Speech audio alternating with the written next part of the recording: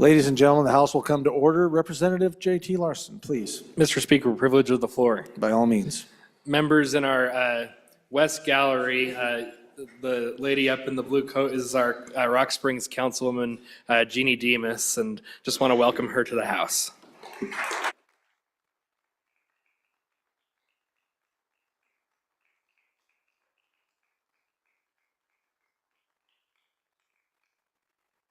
Welcome to the House. Thank you, Representative Larson.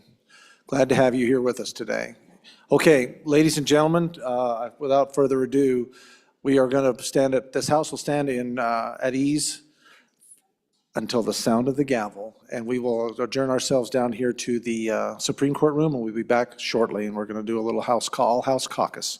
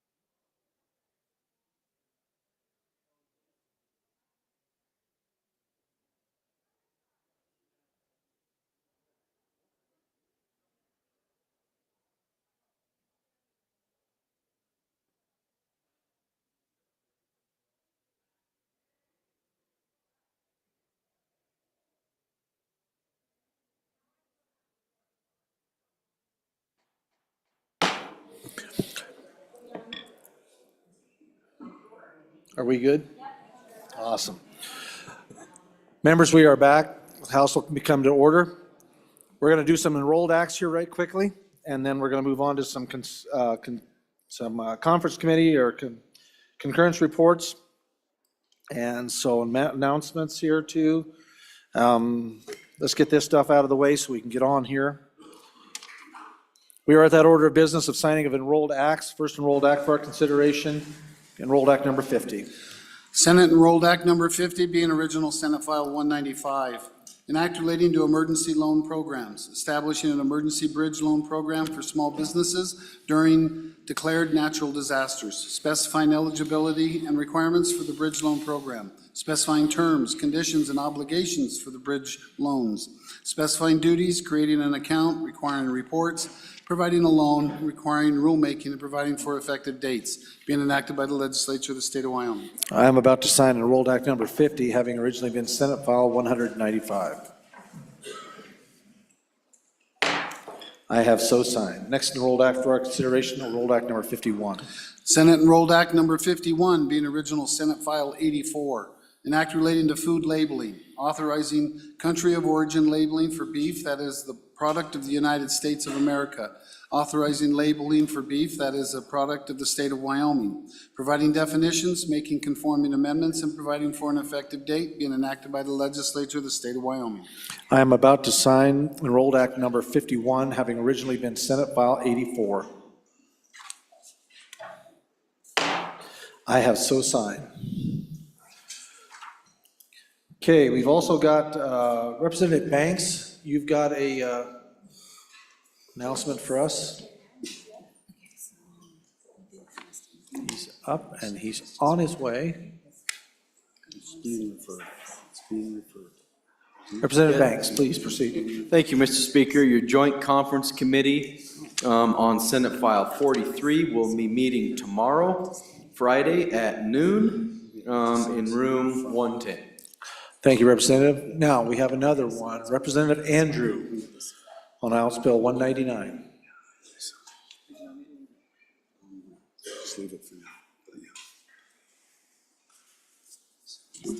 Thank you, Mr. Speaker. I move message number 309 on the Joint Conference Committee number 1 on House Bill 199 and ask for your adoption of the report.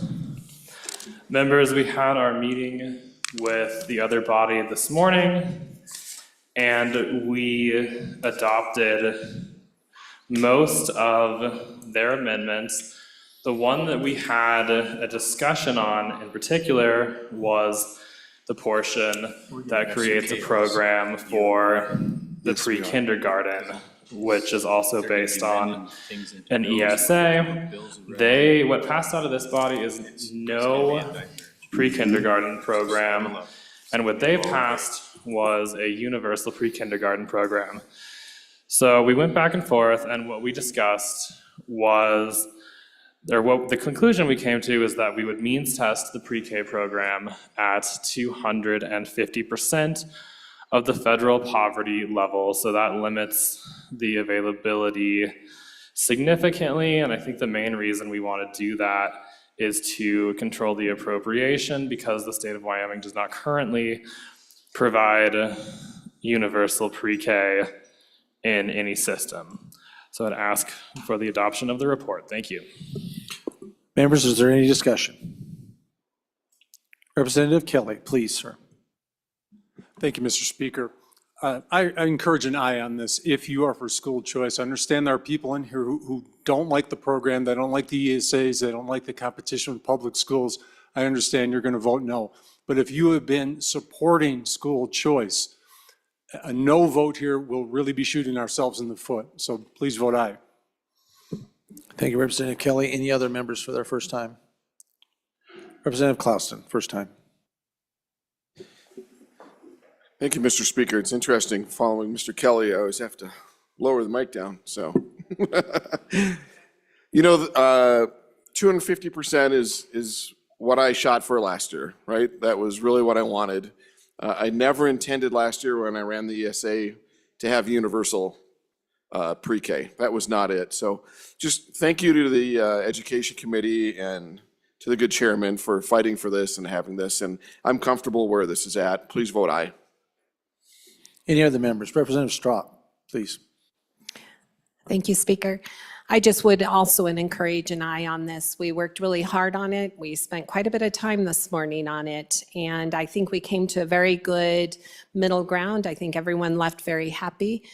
And again, in all of us, this is something that's been working on for a lot of years. It gives people choices. It gives a lot of these families some options. And so I appreciate an eye on this and an eye on the concurrence. Thank you.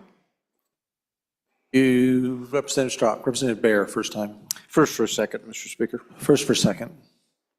Representative Larson, JT. Thank you, Mr. Speaker. I am on in support of concurrence on this. The agreement that the conference committee has come to, I think, is reasonable. I was against the bill when it came out of the House, but I think that there's been some good work done on it, and I support the bill as it stands right now. So, thanks. Thank you, Representative. Any others for their first time? Representative Harshman, first time, sir. Thank you, Mr. Speaker. Just a question for the Education Chairman, just the cost again, the appropriation amount per year. And the other part was about the accountability piece, the testing piece.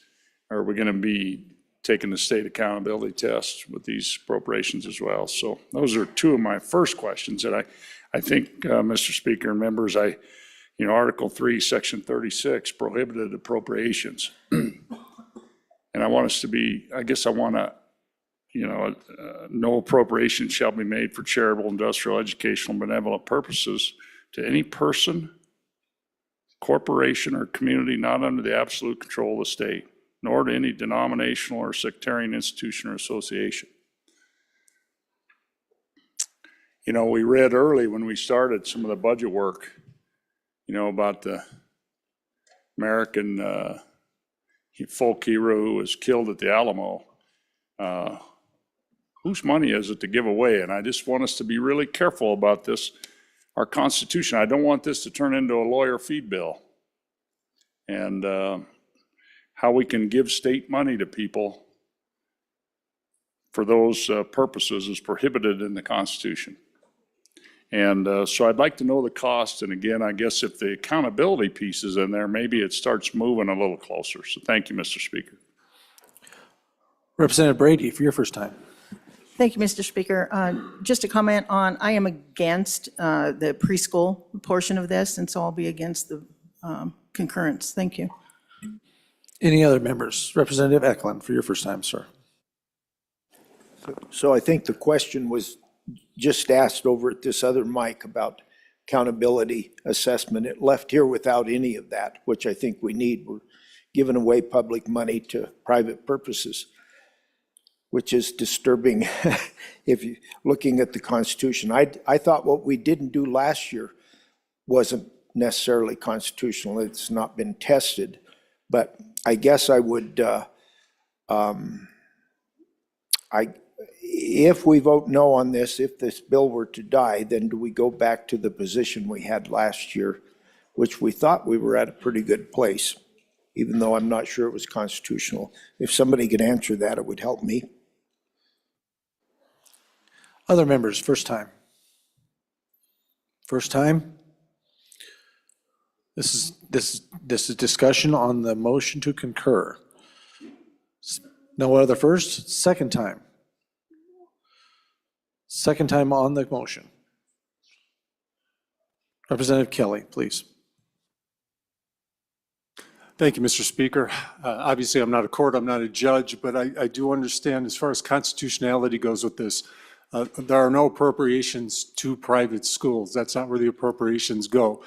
Such court decisions have come up in other states, and this system has been ruled constitutional, including the state to the north of us that has similar provision in its constitution. And it's not to mention the highest court in land has ruled that anything that discriminates against private or religious schools is unconstitutional. So I'm not concerned about constitutional conflicts here. It is plausible and reasonable, looking at the Constitution, to believe why someone would see that, but that has not been the direction of the flow in judicial edicts. Thank you, Representative. Any other members for their first time? Excuse me, second time. Second, it's on second time. Yeah, I'm sorry, Representative Erickson. Didn't mean to get your hopes up there. Second time, Representative Harshman, second time. Thank you, Mr. Speaker. Yeah, and I think, the good member from Sheridan County that Wyoming, this is far from a decided issue. And I know proponents of this quoted a 2002 Supreme Court case and the Montana case. This is still being litigated to this day at all levels across the United States. This is far from and the thing that is unique about Wyoming's Constitution from our neighbor to the north and others in the United States of America, it is really unique on how we protect public money for public purposes and how we have made public education a constitutional right, like your freedom of speech or religion. And I just want to caution us, and I guess I want to hear the number. I don't know what's in the bill, if it's 40 million a year or 30 or 70 or whatever the number is, but as was opined to us earlier in this session, it's not ours to give. And again, I'll just say, Mr. Speaker, Article 3, Section 36, prohibited appropriations. No appropriation shall be made for charitable, industrial, educational, or benevolent purposes to any person, corporation, or community, not under the absolute control of the state, nor to any denominational, sectarian institution or association. So, Mr. Speaker, again, just the cost and if those accountability measures are still in this bill. Thank you. Any others for their second time? Representative Zumstrock, please. Thank you, Speaker. There's just one thing that I want you all to think about. Per child, we pay $20,000, close, somewhere there. And what are we asking per child? $7,000. We're not handing this money to parents. It's a voucher. This would actually save the state a lot of money. It's going to school. It's not like we're just throwing money out there. We're still educating these children. I think we get this all turned upside down. And I will also mention the great leader of our country right now is very much in favor of this. So I just wanted to throw that out to you all. Thank you. Any other members for their second time?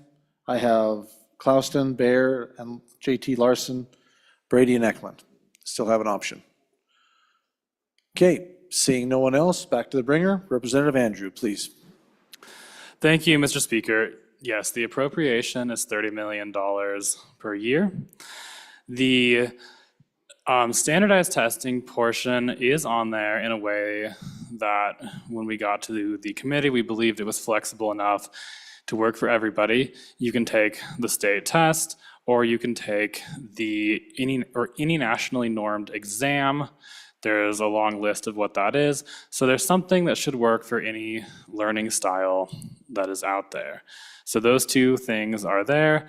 As for the constitutionality, we have to remember that we are appropriating to a public program available to a wide class of people to serve a public purpose.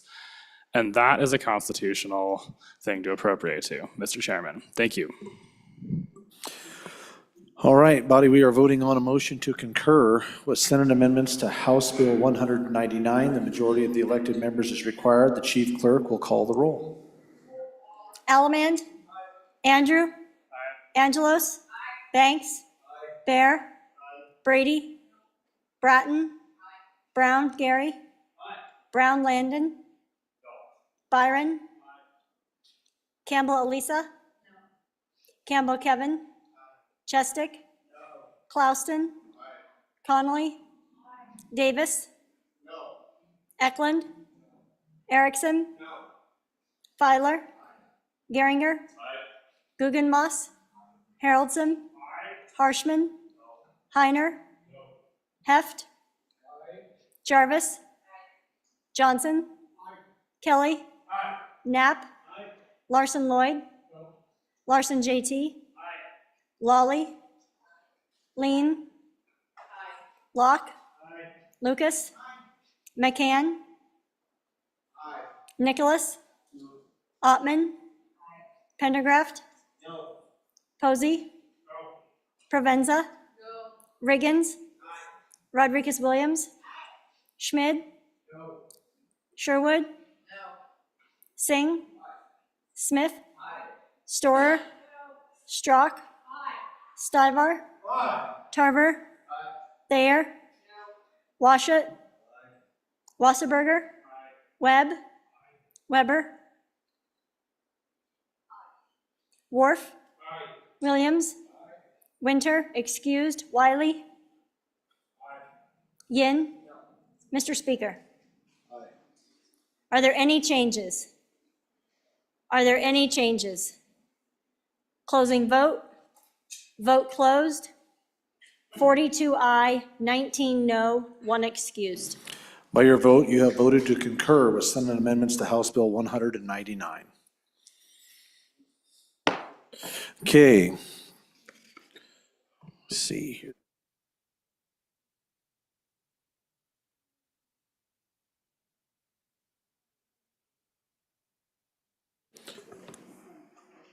Standing committee reports. Reading clerk.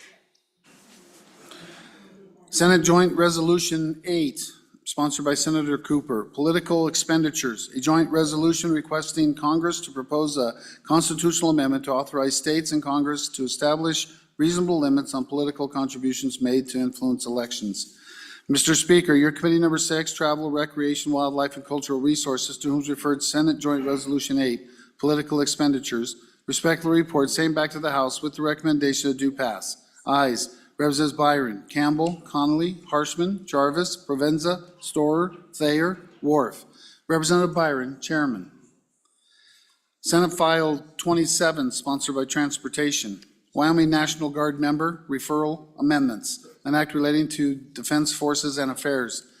Mr. Speaker, your committee number 8, Transportation, Highways, and Military Affairs, to whom is referred Senate File 27. Wyoming National Guard member, referral, amendments. Respectfully report same back to the House with the recommendation that do pass. Ayes. Representatives Banks, Brown, Geringer, Larson, McCann, Posey, Tarver, Wiley. Noes. Representative Nicholas. Representative Brown, Chairman. Senate File 144, sponsored by Senator Driscoll. Wyoming Ireland Trade Commission, an act relating to economic development. Mr. Speaker, your committee number 6, Travel, Recreation, Wildlife, and Cultural Resources, to whom is referred Senate File 144, Wyoming Ireland Trade Commission, respectfully report same back to the House with the recommendation that do pass. Ayes. Representatives Byron, Campbell, Connolly, Harshman, Jarvis, Provenza, Storer, Thayer, Worf. Representative Byron, Chairman. Senate File 148, sponsored by Senator Crago. Fire suppression and restoration funding. An act relating to wildfires. Mr. Speaker, your committee number 2, appropriations, to whom is referred Senate File 148 engrossed. Fire suppression and restoration funding. Respectfully report same back to the House with the recommendation that do pass with the following amendments. Ayes. Representatives Angelos, Harrelson, Pendergraft, Sherwood. Noes. Representatives Alaman, Bear, Smith. Representative Bear, Chairman. Senate File 165, sponsored by Senator Pearson. Cancellation of registration notice amendments, an act relating to elections. Mr. Speaker, your committee number 8, Transportation, Highways, and Military Affairs, to whom is referred Senate File 165, cancellation of registration notice amendments, respectfully report same back to the House with the recommendation that do pass. Ayes. Representatives Banks, Brown, Geringer, Larson, McCann, Nicholas, Posey, Tarver, Wiley. Representative Brown, Chairman. Senate File 166, sponsored by Senator Pearson. Political party formation amendments, an act relating to elections. Mr. Speaker, your committee number 8, Transportation, Highways, and Military Affairs, to whom is referred Senate File 166, political party formation amendments, respectfully report same back to the House with the recommendation that it do pass. Ayes. Representatives Banks, Brown, Geringer, Larson, McCann, Nicholas, Posey, Tarver, Wiley. Representative Brown, Chairman. Senate File 190, sponsored by Senator Beitman. Election transparency, an act relating to elections. Mr. Speaker, your committee number 7, Corporations, Elections, and Political Subdivisions, to whom is referred Senate File 190 engrossed. Election Transparency, respect the report, send back to the House with the recommendation that do pass with the following amendments. Ayes, Representatives Brown, Heft, Johnson, Knapp, Locke, Lucas, Webb, Weber. Noes, Representative Yen. Representative Knapp, Chairman. Thank you, Reading Clerk. Chief Clerk, I believe that clears, so I think we're ready. Mr. Majority Floor Leader. Oh, we got one here coming, but we can go ahead. Yep, Representative, Mr. Chairman, yep, Representative Brown, go ahead, Mr. Speaker, privilege of the floor. please. Members, I would like to draw your attention to the South Gallery. Today, we have with us a former Superintendent of Public Instruction, Cindy Hill.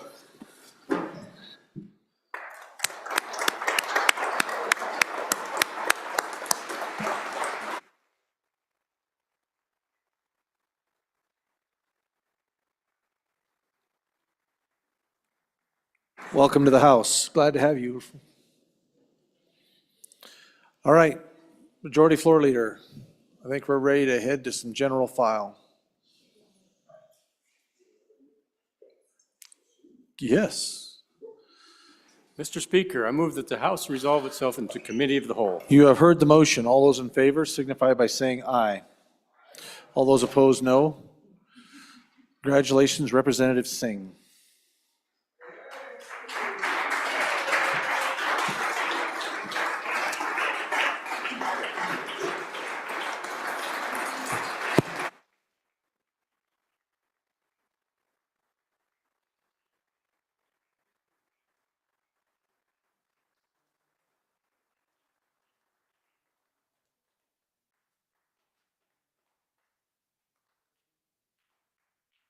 Committee of the Whole will please come to order.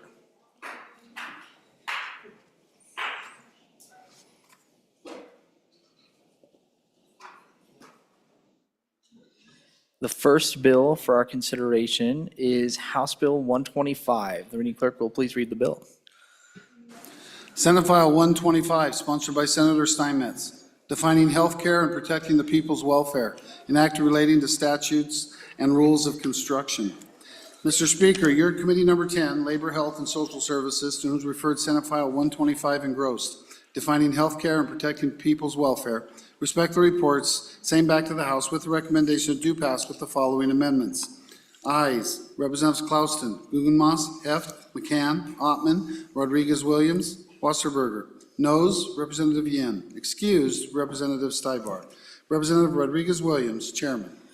You've heard the reading of the bill. What is your pleasure, Chairman Rodriguez-Williams? Thank you, Mr. Chairman. I move that when Committee of the Whole rises to report, it does so with the recommendation that Senate File 125 do pass, and I further move the adoption of the Standing Committee amendment. Mr. Chairman, the Standing Committee amendment is very long. I'm going to go ahead and introduce that first, so that we can vote on that, and then I'm going to turn the explanation over of the bill to the good speaker. Please proceed. Thank you, Mr. Chairman. So Senate File 125, you should have the engrossed version in front of you. And essentially what the Standing Committee amendment does is it inserts the amendment. It begins after the sentence on page 2, lines 2 through 3, where it states, for purposes of this section, actions specified in Wyoming Statute 35-6-124 shall be construed as healthcare, and then we go into the Standing Committee amendment. So this Standing Committee amendment on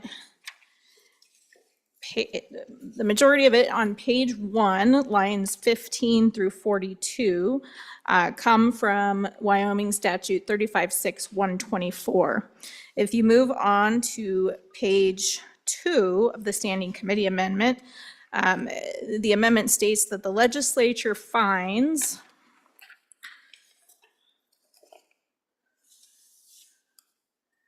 and acknowledges that an unborn baby is a member of the human race under Article 1, Section 2 of the Wyoming Constitution, and are entitled to unalienable rights, including the right to life.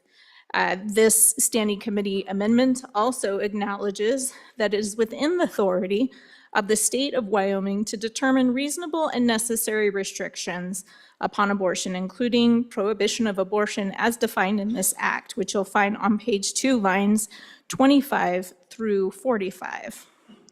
On page 3 and 4 of the Standing Committee amendment, the committee inserted the definition of abortion as currently defined in statute.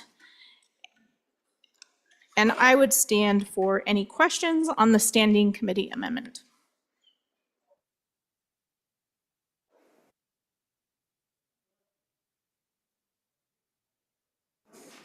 Representative Chester. Thank you, Mr. Chairman. I have a lot to say about this amendment, but I may also come back up and speak about the bill itself when we get to that. But the amendment itself to me is very troubling. I mean, I've never seen an amendment 3 times the length of the bill, but that's not my issue. The problem that I see with it, there's several problems with it. First of all, when you read in the amendment that starts in the middle of that first page, page 2, line 3, reading it in to the original bill, it now says that actions specified in Wyoming Statutes 35-6-124 shall be construed as healthcare in addition to the following exceptions, which is curious to me. So you're including exceptions. Which is it? Are you including these things or excluding these things? It's hard to figure that out. But I think the problem is that section 3-6-124 is itself a list of exceptions. Actually, it is things that are excluded from healthcare. So by leaving out the word not, kind of an important word, but by taking the word not out of section 35-6-124, you're basically reversing the bill, reversing the meaning of that section. That section is supposed to include exceptions, and now we're saying these are additional exceptions. Well, they're not really, because they are the exact exceptions that are already in that section. It's not changing anything. It's a very, very strange way of doing this. So I think, number one, that whole section can just be deleted because you're not adding anything to it. And you want to go back to making these 4 things that doctors can do, which is the intent of 35-6-124. It says doctors may do these things, either put the word not before construed or take them all out together. So that's a minor problem. The bigger problem that I have with this is that this is an affront to the Supreme Court. That's the only way I can possibly describe this. Because what this does, the language here may sound familiar to those of us who were in the 67th legislature. Almost every word of this amendment is taken directly, word for word, from the Life as a Human Right Act. We passed that. It was adopted in the 67th. So we're amending into this bill language that already exists in Wyoming statutes. The point of doing this, I think, is to try and preempt the litigation that is currently ongoing and is before the Wyoming Supreme Court. A judge in the far western county has already ruled that this language, all this definition about what is healthcare, what is not healthcare, all this language that's being amended into this bill, that has been ruled unconstitutional. That case is on appeal to the Wyoming Supreme Court. And what the Supreme Court does, I don't know. We'll find out when the Supreme Court rules. But this becomes very problematic when you look at the enacting clause of this bill. The enacting clause, there's a trigger. This is a trigger bill. And the trigger here is when the Wyoming Supreme Court rules on that existing case, this bill gets triggered and it becomes the law. So if the Supreme Court rules that the original law was constitutional, this is triggered and it's consistent with the prior law. It amends it slightly, but you're happy because you won. The problem comes if the Supreme Court rules that this language, this exact same language, is unconstitutional. The trigger bill says, nope, we're doing it again. We're back here, we're reenacting it, and the fact that you ruled this unconstitutional will trigger the reenactment of that same language, and we're right back into litigation on the same issue, on the same language. We're basically trying to tell the Supreme Court, don't you dare call that unconstitutional because we're going to overrule you with this bill. That is not a proper use of the legislative process. And for that reason, I object to the amendment here. I'll have more to say about the rest of the bill later, but I would urge a no vote on this bill. Thank you, Representative Chestick. Chairman Watchett. Thank you, Mr. Chairman. Just a question about the rape and incest exception. You know, I think it was last year we had a young woman who came and testified whose life began with a rape. And I thought she gave some pretty poignant testimony about it's never the baby's fault. And so why are we including this exception in this bill for those of us who've supported pro-life legislation for many years? Chairman Rodriguez-Williams. Thank you, Mr. Chairman. To the good former lawyer, and the issues that he raised, I would just call attention to page 2, line 1, where he failed to mention, as defined in Wyoming Statute 35.6, 122AI, is not healthcare. And then we move on to the next sentence. So a little bit of attempt to confuse the body there. Furthermore, I'd also push back against his disbelief that this body can't do anything. And I draw your attention to page 2, lines 41 through 45. In this amendment, committee amendment, we state that the legislature recognizes the need to protect the health and general welfare of the people of Wyoming. In accordance with this purpose, the definition and rules specified in this section are provided to advance the health, welfare, and safety of all people in Wyoming. The good former lawyers should also take into consideration that this committee amendment is being inserted into Title 8 of our green books, which deals with general provisions, specifically Chapter 1, which states common law, which goes over common law, statutes, and rules of construction. Essentially, this creates a new section within that title. Minority Whip Provenza. Thank you, Mr. Chairman. I would like to divide the amendment. So Division 1 would be page 1 of the amendment, starting on line 44 until line 46 on page 2.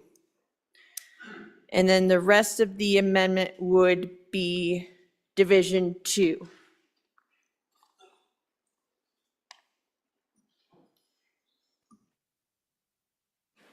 I rule that divisible. Thank you, Mr. Chairman. So in discussion, so what lines 40 through 44 through page 2, lines 46, as mentioned are, and I'll start with Division 1 if that's okay, Mr. Chairman. Please proceed. Thank you. This division is already in our books. We've already outlined this in law. In terms of the court needing to read what our intent is, I don't think we need to have the same legislation written in our green books multiple times. So this would just remove this division from, or this section from the bill, and then the rest of the bill remains in contact, which the rest of the bill is where you are legislating. So it doesn't take away from the intent of the bill and just kind of keeps our green books clean. Any discussion on division number 1? Chairman Rodriguez-Williams. Thank you, Mr. Chairman. I would urge a no vote. Wait, did I have this right? Division 1, she's on first, right? Right. I would urge an aye vote. Wait, hold on.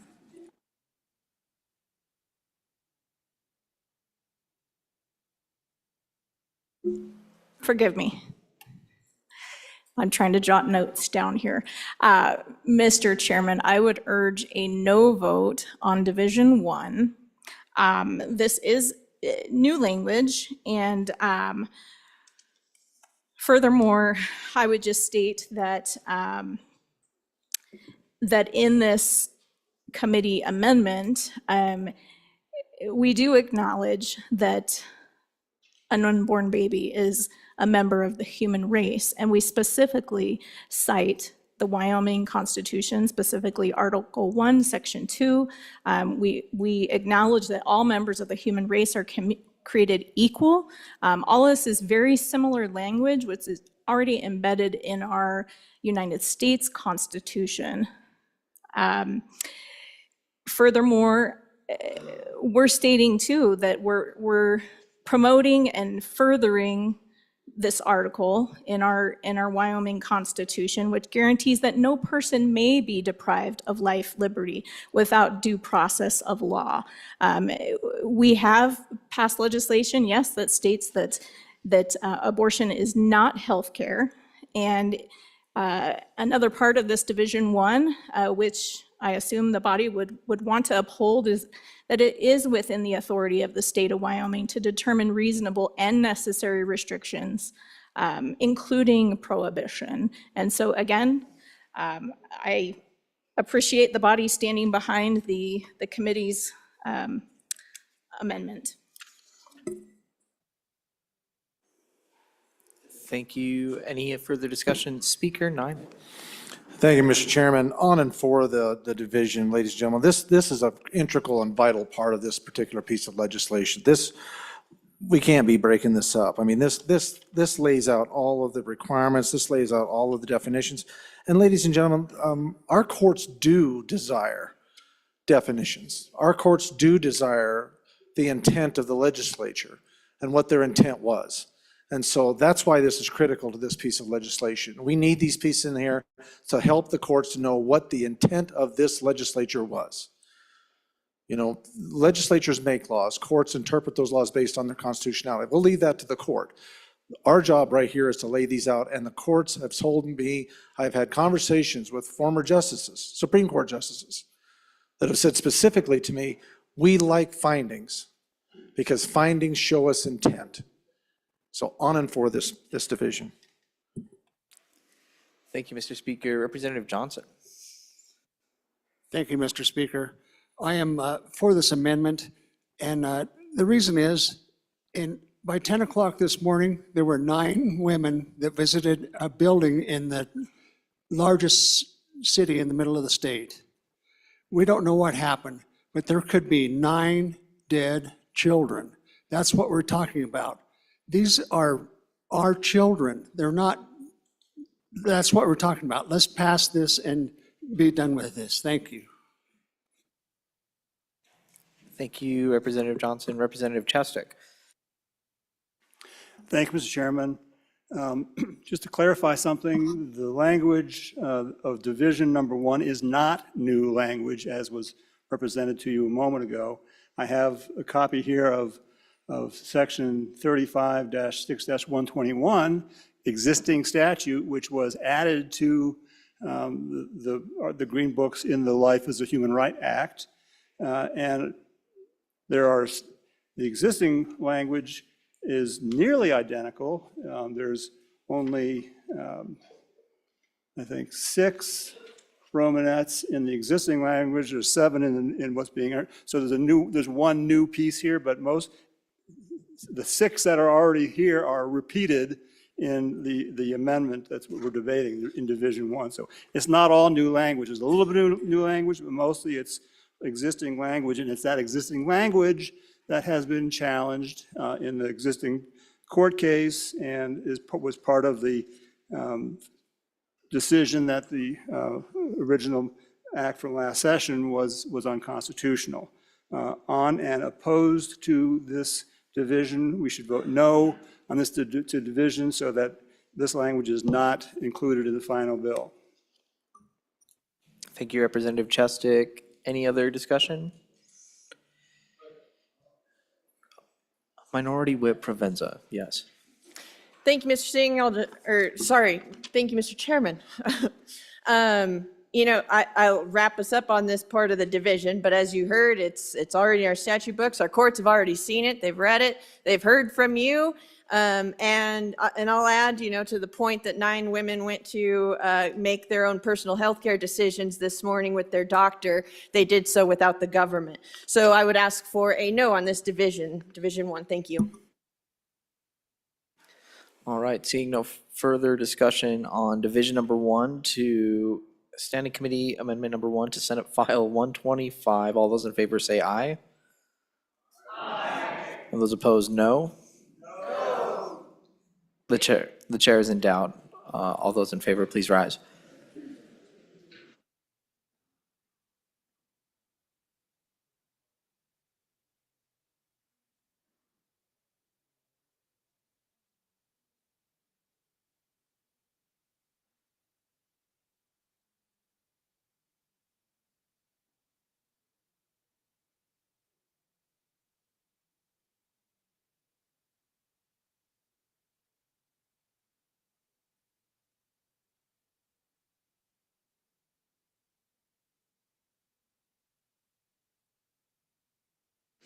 Thank you. All those opposed, please rise.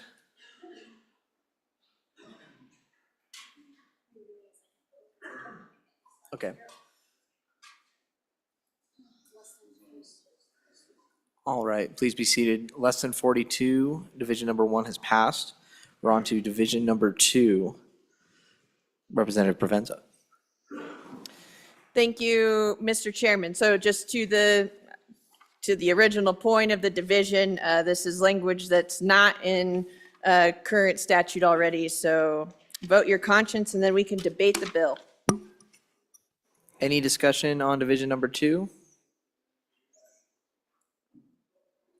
Chairman Rodriguez-Williams. Thank you, Mr. Chairman. I encourage an aye on this. The committee did some good work with the bill sponsor. Let's keep this committee amendment whole, and I urge your support. Speaker Nyman. Thank you, Mr. Chairman. On and for Division 2. Ladies and gentlemen, let's keep this thing together. This is good. This is proper. This is right. We want this second piece of this division on and for the Division number 2. All right, any further discussion on Division number 2? Question being called. All those in favor of Division number 2 to Standing Committee Amendment number 1 to Senate File 125. All those in favor, please say aye. Aye. And those opposed, no. The Division number 2 has passed. We are back on the bill. Any further discussion on the bill? Oh, I'm sorry. We have another amendment. We have Committee of the Whole Amendment number 1 to Senate File 125. Representative Angelos. Thank you, Mr. Chairman. At this time, I would like to move Committee of the Whole Amendment number 1 to Senate File 125. And members, this is to to fund our developmental delay, our DDI waiver program for adults with developmental disabilities. So these are adults with autism, Down syndrome, traumatic brain injuries, and this was in the budget and was cut. We did approve that through this body.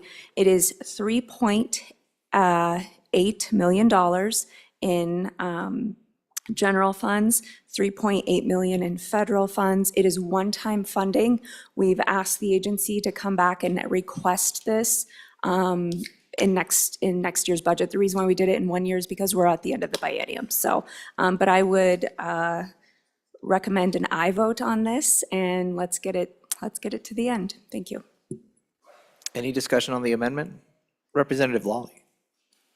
Thank you, Mr. Chairman, on and for the amendment. And again, a great solution to a big problem, and I'm on and for the bill. Thank you. Thank you, Representative Lawley. Representative Chestick. Thank you, Mr. Chairman. Regardless of the merits of this appropriation, I still hold to my oath of office that I uphold the Constitution of the state of Wyoming. I will not vote for an unconstitutional bill. This amendment is a different topic than abortion. It is a completely different topic. If we put this into this bill, we have a two-subject bill which violates the Wyoming Constitution, and therefore I must vote against it. Thank you, Representative Chestick. Representative Stivar. Thank you, Mr. Chairman. On for the bill. The last speaker's comment, the title of the bill is Defining Healthcare and Protecting the People's Welfare. So I believe this amendment is appropriate, on and for. Any further discussion on the amendment? Question being called. All those in favor of Standing Committee Amendment number, I'm sorry. Oh. Committee of the Whole Amendment number 1 to Senate File 125. All those in favor say aye. Aye. And those opposed, no? No. Committee of the Whole Amendment number 1 has passed Committee of the Whole to Senate File 125. Point of order. Mr. Chairman, there's an appropriation here. I believe this.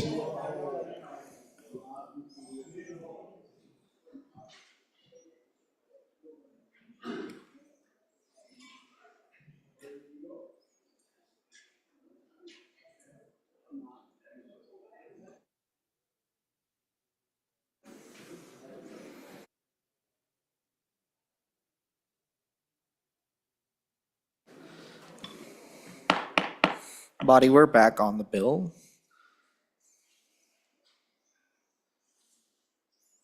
Representative Provenza. Thank you, Mr. Chairman. I guess I have a question for maybe the bringers, the body.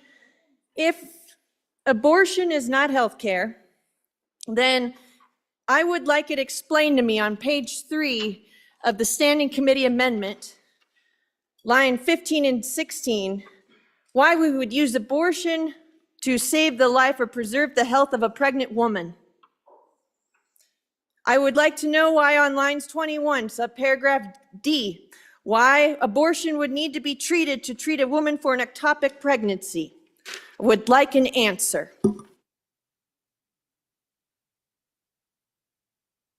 Any further discussion on Senate File 125?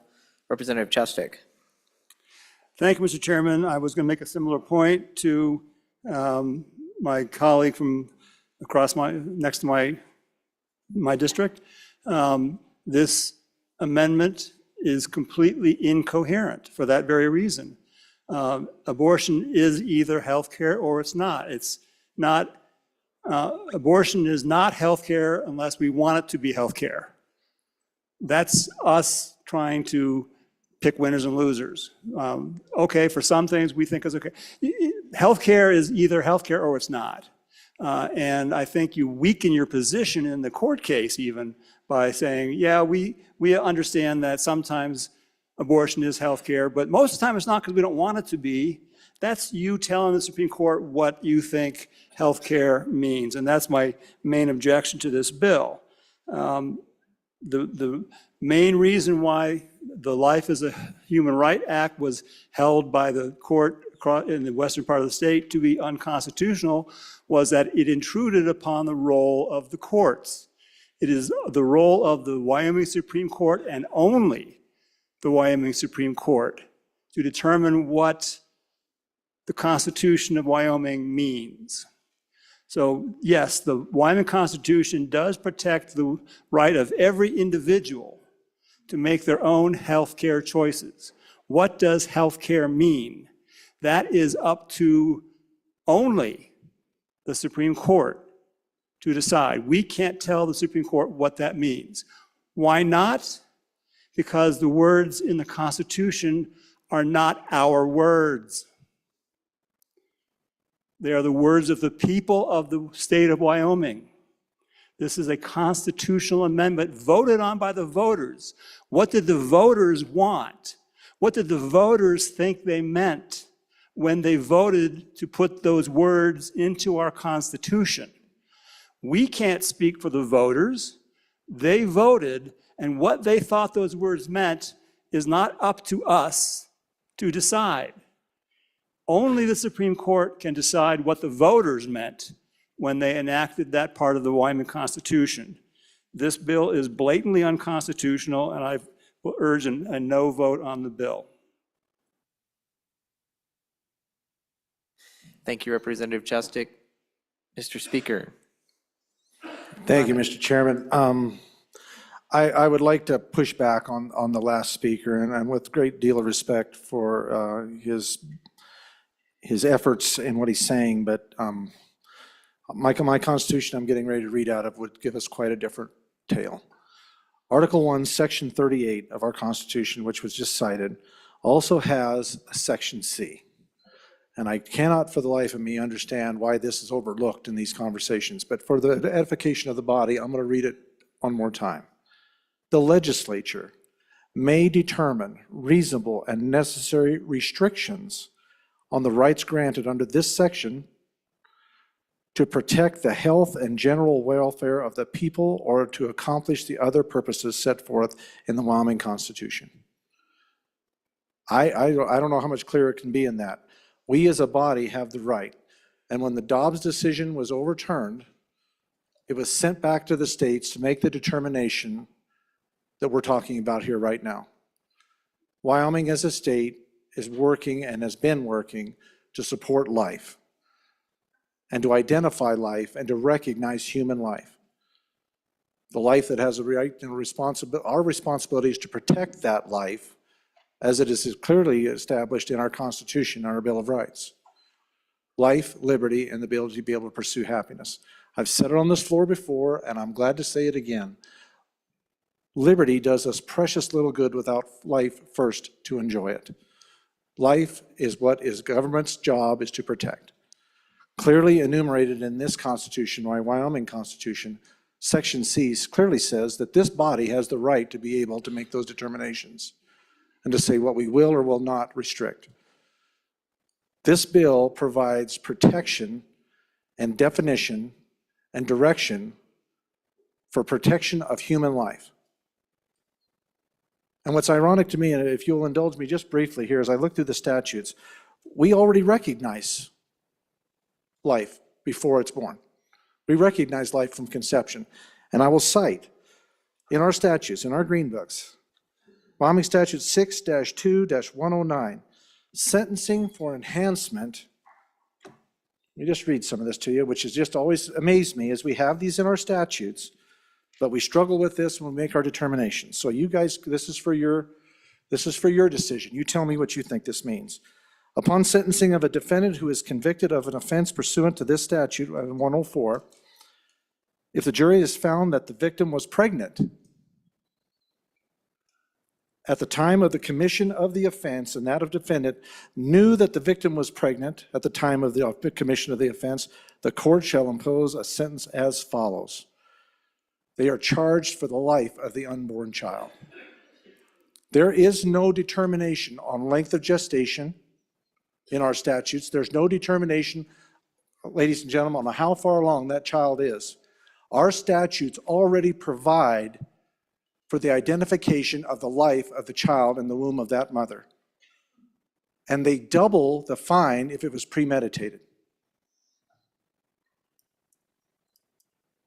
So to me, when we look at this, already established in our statutes that they recognize human life before it's born with no determination of gestational age, if they determine that, that's a double homicide on our current statutes.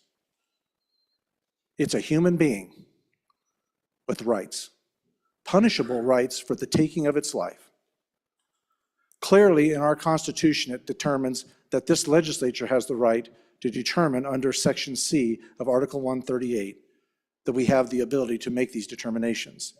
The Dobbs decision overturning a bad decision and saying that the states, abortion is not a constitutional right. The states will determine this. That is what we're looking at here. We have it in statute, ladies and gentlemen. That baby has rights. If it didn't, why would there be a double homicide? Why would anybody be charged for killing two people in one act if that was not a human being? Again, I will say there is no determination in this statute in regards to the length of gestation. That's what this bill is about.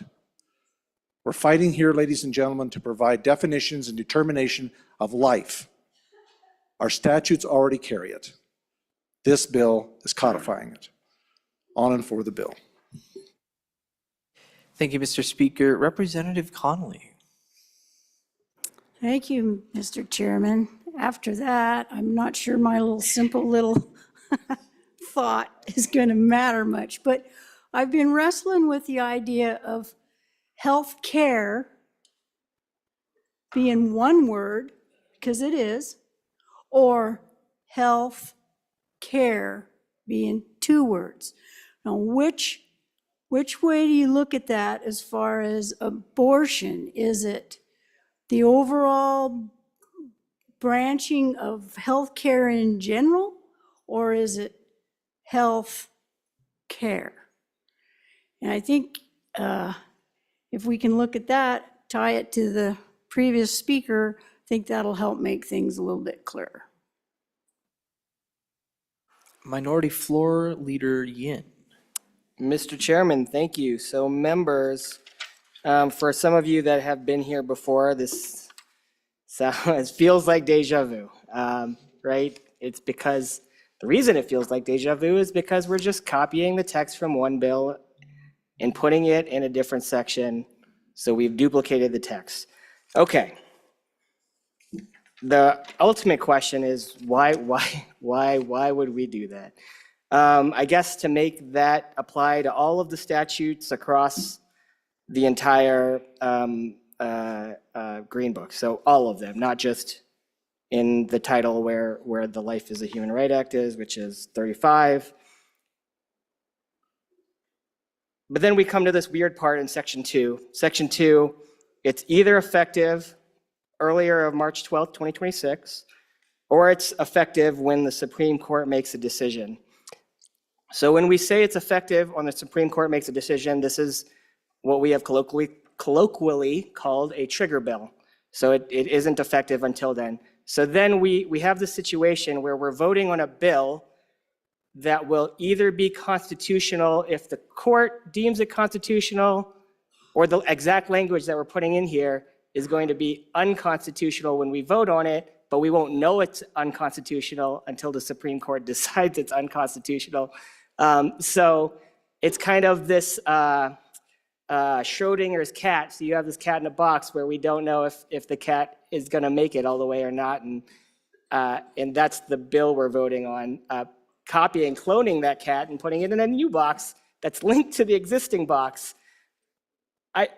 I'm confused on why we would do this right now. Why not just put it in when we decide it's constitutional? Because what will happen if the court decides that the existing law is unconstitutional, this language will automatically go into place and then already be unconstitutional.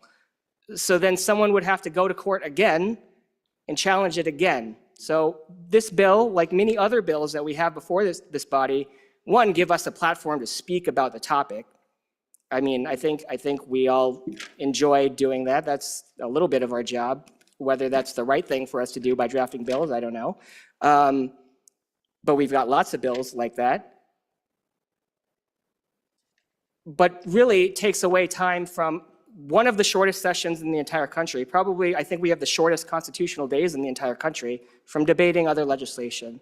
So we're talking about abortion yet again on a bill where we don't know its constitutionality, just to put it in the green books again for a second time. To do what? To probably send someone to court again right after the court case is decided. This is what did someone call it? A legislative fee? No, not a legislative fee bill, a lawyer feed bill. There you go. On and against the bill, Mr. Chairman. Thank you. Thank you, Representative Yin. I'm not sure if referencing a proper name in a thought experiment counts as a rules violation. Yeah. Representative Heft. Thank you, Mr. Chairman. What we're talking about here is life and health care. I stand before you as proof of life. My parents chose the right thing to do and raise me. Even in that day, there was an option for abortion. Healthcare prolongs life. None of us seek healthcare to die. And that's what we're talking about here. I have a hard time wrapping my mind around living and seeking healthcare to die. It just doesn't go together. And we now have the ability, the miracle of modern science, where they actually, as young as 10 weeks, do operations in the womb to save that life. And then on the other side of town, they destroy that life.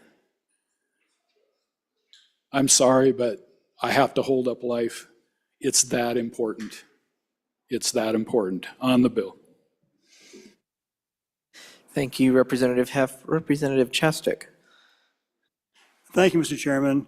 In response to the good speaker brought out sections C of paragraph C of section 38 and asked, why doesn't that give the legislature the right to do what we're trying to do here? Well, it's simple. There's a difference between a right and a prohibition or a restriction and a prohibition. So if you prohibit something, you're not restricting it, you're prohibiting it. You're making it not possible. You're not restricting it or regulating it, you're banning it.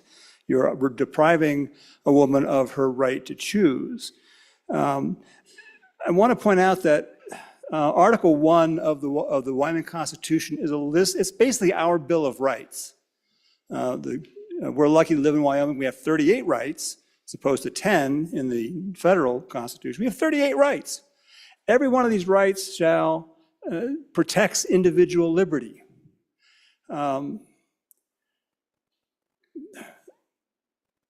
And 38A does the same thing. Each competent adult shall have the right to make his or her own healthcare decisions. That is the declaration of a right. But subparagraph C says, unless we say otherwise. If we tell you you can't exercise that right, is it a right? Or is it a privilege? And can the legislature take away the right of a woman to make her own healthcare choices by saying, no, we don't want you to exercise that right? We have this little caveat, there's an asterisk on your right. It's not really a right at all. And that's the heart of the litigation right now. What does this mean? Have a right to make her own healthcare decisions. And if the Supreme Court agrees that that is a right, the prohibition of that right under C is still a violation of that right. So I again urge a no vote on this bill. Thank you, Representative Chustic. Representative Kelly. Thank you, Mr. Chairman.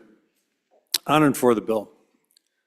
The bill is attempting to define abortion as not being health care, and admittedly awkwardly in places. I'm speaking from my perspective, though. I ask you, because it's been asked before, how can something be health care in one instance and not another? Fair question. I would ask in return, what legitimate health care procedure results in the intentional death of a human being? And none of us can name one here. And that's why we talk past each other. Because clearly not everyone sees the unborn as a human being. I do. That's why I'm supporting this. Thank you, Representative Kelly. Any further discussion on the bill? Question being called. All those in favor of Senate File 125, please say aye. Aye. Those opposed, no. No. Senate File 125 has passed the Committee of the Whole. Before we proceed, Representative Knapp, you have an announcement? A referral? Privilege of the, We'll get right to you, Representative Allen. privilege of the floor. After Representative Knapp. Oh.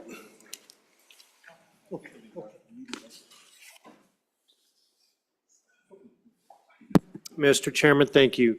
Your Corporations Committee would like to do a re-referral of Senate File 190 engrossed, election transparency, to Committee Number 2 Appropriations.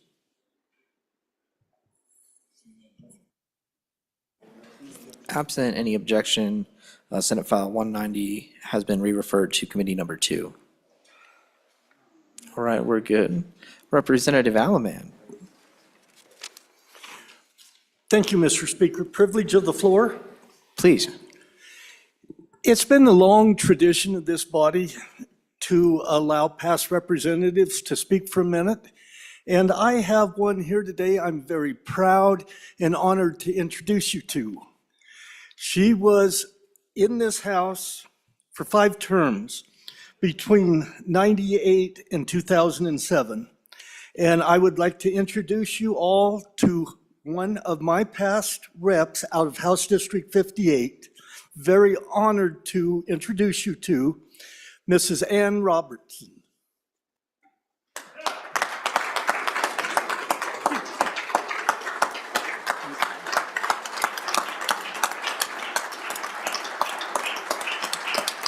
Oh, thank you.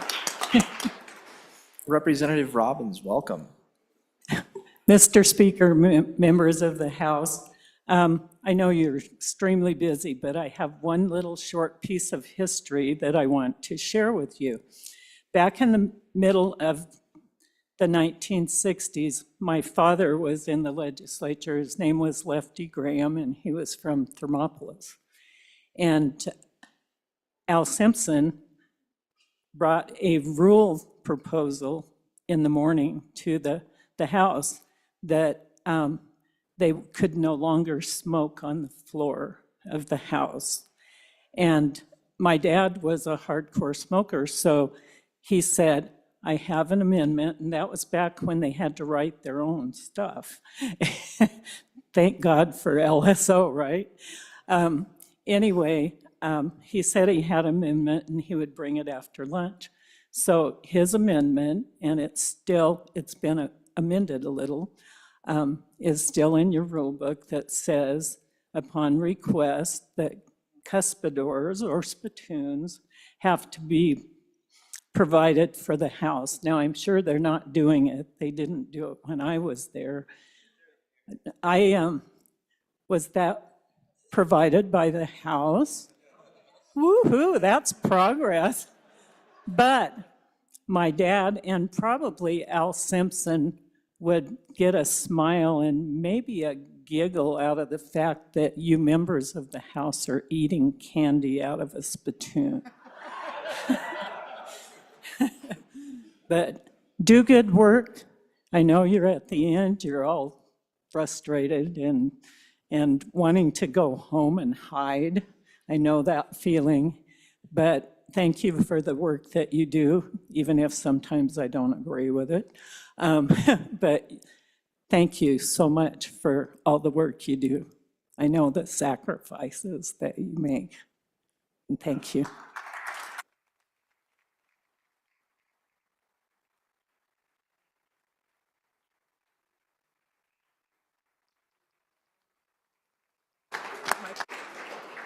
Thank you, Representative, for being here with us today.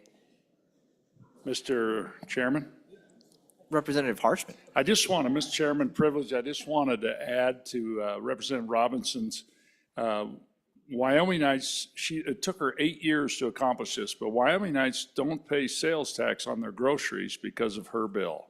So a long legacy. Thank you.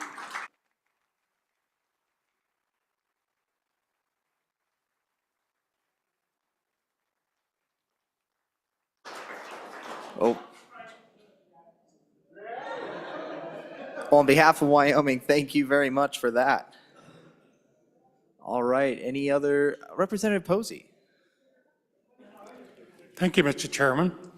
I know one of the speakers before mentioned deja vu, so I'm sure the body here knows what deja vu. When we talk about this, my Zaunt Nammi, which is my good young sister, was named one of the USA Today's 2025 Woman of the Year for her efforts to continue the Shoshone language.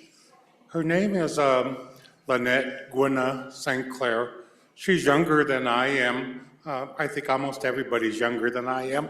But I'd like to shout out to her. You know, she, from grade school students in Wyoming to actors on TV shows with a worldwide audience, she also initiated efforts for a Shoshone language app that is available to anybody if they'd like to learn a little Shoshone.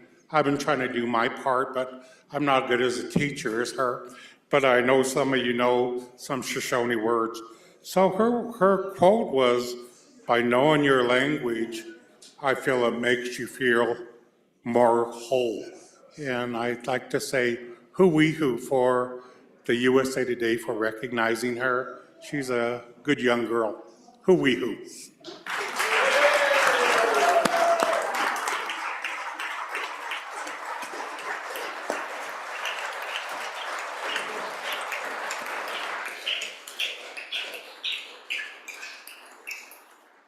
Thank you, Representative Posey. It's really great to see these efforts to preserve the Shoshone language and the Shoshone way of life, and we're thankful for that. Any other privileges of the floor? All right, moving right along. The next bill for our consideration is Senate File 51. The reading clerk will please read the bill.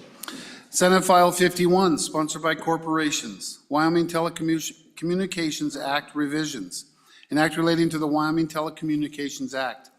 Mr. Speaker, your committee number 7, Corporations, Elections, and Political Subdivisions, to whom is referred Senate File 51, engrossed, Wyoming Telecommunications Act revisions.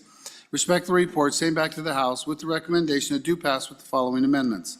Ayes, Representatives Brown, Heft, Johnson, Knapp, Locke, Lucas, Webb, Weber, Yin.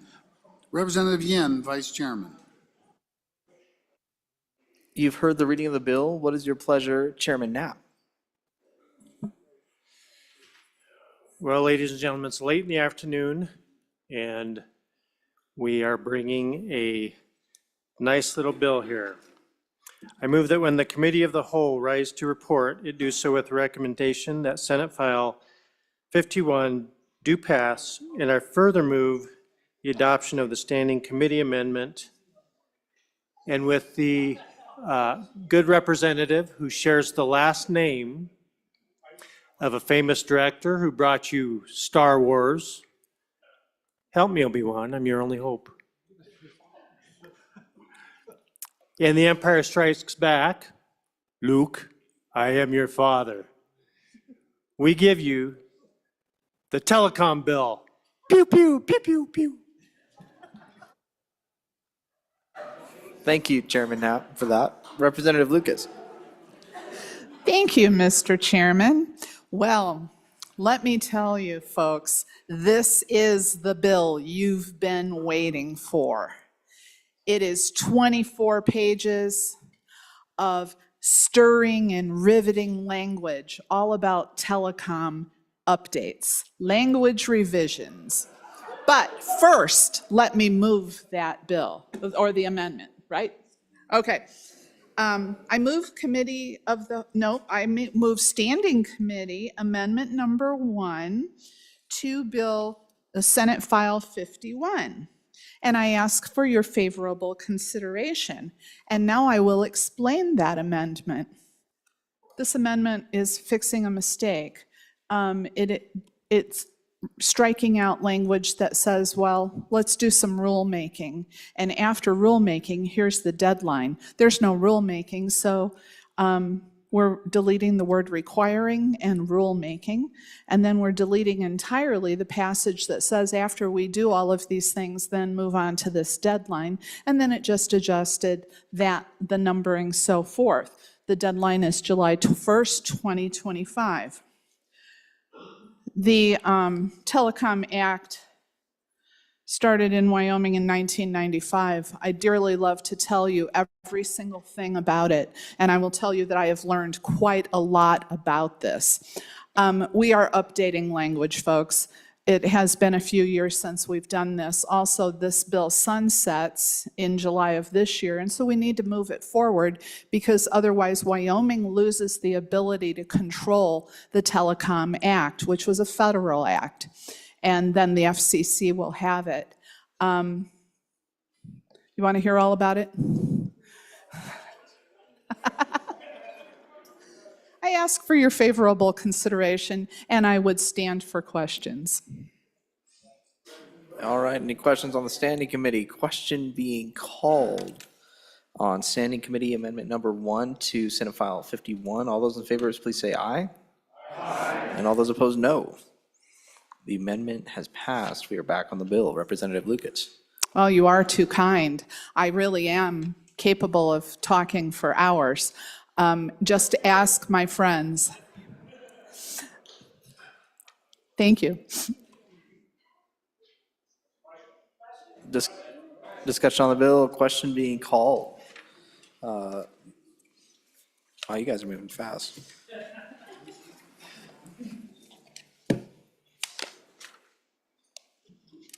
All those in favor of Senate File 51? Oh, I'm sorry. All those in favor of Chairman Knapp's motion that when the Committee of the Whole rises to report, it does so with the recommendation that Senate File 51 do pass. All those in favor, please say aye. Aye. And those opposed, no. Senate File 51 has passed the Committee of the Whole. The next bill for our consideration is Senate File 151. The reading clerk will please read the bill. 151.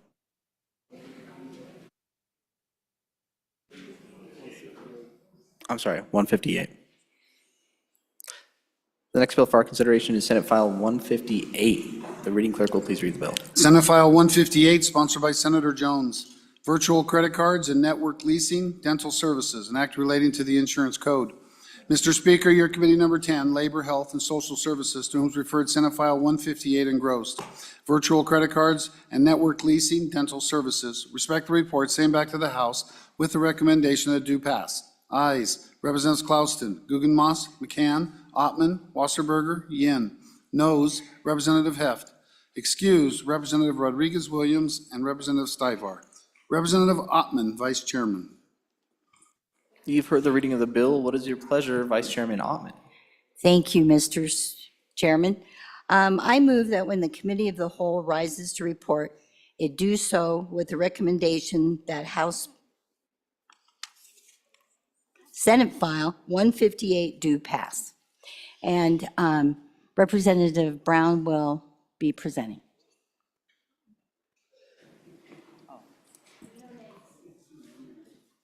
Chairman Brown. Thank you, Mr. Chairman. Ladies and gentlemen, figured we didn't have quite enough discussion on healthcare, so I figured we'd bring up dentistry and make everybody have an argument about dentistry. So I think this is probably one of the more contentious bills you're going to hear all session. We all like our dentists, and we all want to make sure that they, as small employers, are capable of, yeah, I'm seeing the pinks, guys, I'm seeing it.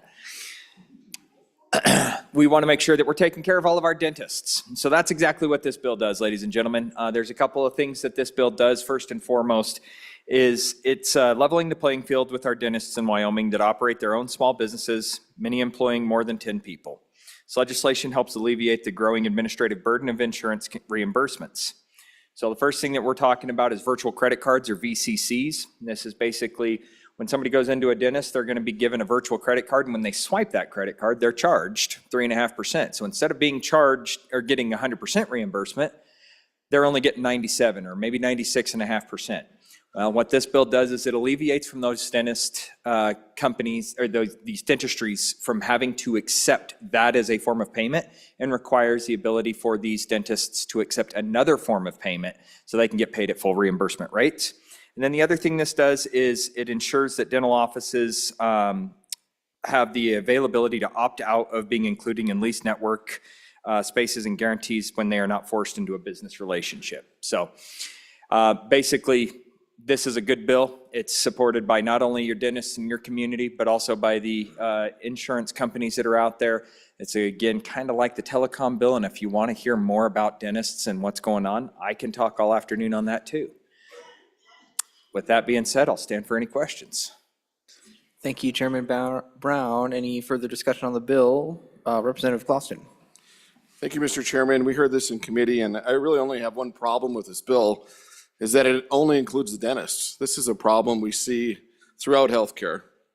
So definitely on and for this bill, and I think we work the bugs out and we bring this back next year to include the rest of our healthcare providers. Thank you. Any further discussion on the bill? Question being called.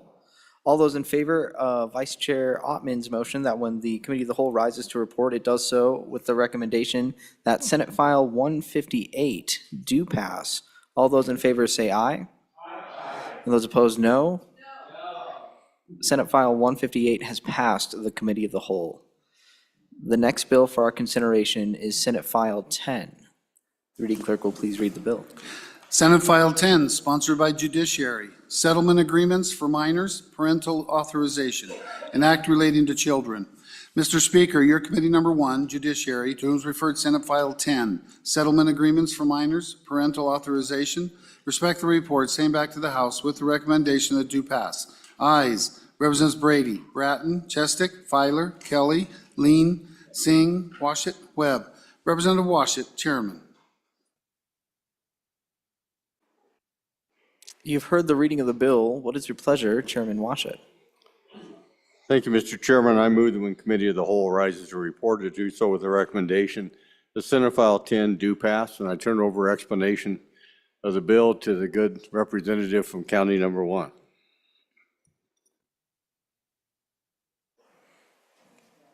Thank you, Chairman Washit. Representative Lean. Thank you, Mr. Chairman.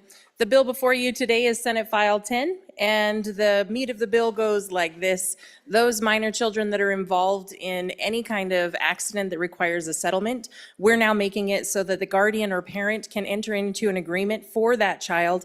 We're raising the limit from $5,000 to $25,000. I'll stand for any questions. Thank you, Representative Lean. Any further discussion on the bill? Question being called. All those in favor, Question being called. All those in favor of Chairman Washit's motion that when the Committee of the Whole rises to report, it does so with the recommendation that Senate File 10 do pass. All those in favor say aye. And those opposed, no. Senate File 10 has passed the Committee of the Whole. The next bill for our consideration is Senate File 191. The reading clerk will please read the bill. Senate File 191, sponsored by Senator Beitman. State funds, proxy voting, and pecuniary investments, an act relating to state funds. Mr. Speaker, your committee number 2, Appropriations, to whom is referred Senate File 191, State Funds, Proxy Voting, and Pecuniary Investments. Respectfully report, same back to the House with the recommendation it do pass with the following amendments. Ayes, Representatives Alaman, Angelos, Bear, Haroldson, Pendergraft, Smith. Noes, Representative Sherwood. Representative Bear, Chairman. You've heard the reading of the bill. What is your pleasure, Chairman Bear? Thank you, Mr. Chairman. I move that when the Committee of the Whole rises to report, it do so with the recommendation that Senate File 191 do pass, and I further move the adoption of Standing Committee Amendment.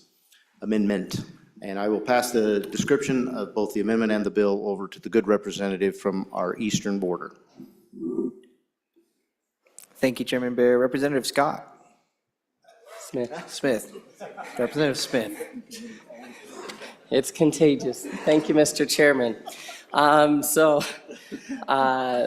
The Standing Committee amendment has already been moved, but the first lines 1 through 35 is essentially technical corrections. So like example on line 25, a good example would be, it says delete insure with an INSURE and inserts ensure, ENSURE. So it's more or less conforming corrections. Then lines 37 through the rest, in essence, is Section G, a subject to the state and federal law, the state treasurer shall make available for public inspection and download from the state treasurer's official website information on all proxy votes regarding investments cast on behalf of the state. So this is, along with the bill, is codifying into law current policy by the number 3 executive for ESG. So I will ask for questions on the amendment. Thank you, Representative Smith. Any questions on the amendment? Chairman Bear? Thank you, Mr. Chairman. Just a quick comment. We passed a bill out of this body earlier dealing with the executive number 5 and ensuring that we codified good actions that executive has done to make our expenditures, our state expenditures, very transparent to the public. And this amendment does something very similar with our executive number 3 in regards to the proxy votes that are taken on behalf of our investments. So getting those up on a website, the executive's already doing that. We're just codifying it with this amendment. So on and for the amendment and the bill. Question being called, question being called on the Standing Committee Amendment number 1 to Senate File 191. All those in favor say aye. Aye. Those opposed, no. Standing Committee Amendment number 1 has passed. We are back on the bill. Representative Smith. Representative Larson. Thank you, Mr. Chairman. At this time, I'll move Committee of the Whole Amendment number 1 to Senate File 191 and ask for your favorable consideration. Members, this is one of those amendments that came from the budget. It's for MRG funds. MRG funds provide grants to local communities for a various amount of projects, and they meet community needs. They're very helpful, especially for our smaller towns who struggle with infrastructure. So definitely something that I feel we need to support, and it came from the budget. So I encourage an aye vote on this amendment. Any discussion on the amendment? Seeing none. Question being called. All those in favor of of Committee of the Whole Amendment number 1? Please say aye. All those opposed, no. Committee of the Whole Amendment number 1 has failed. Division being called. All those in favor of Committee of the Whole Amendment number 1, please stand.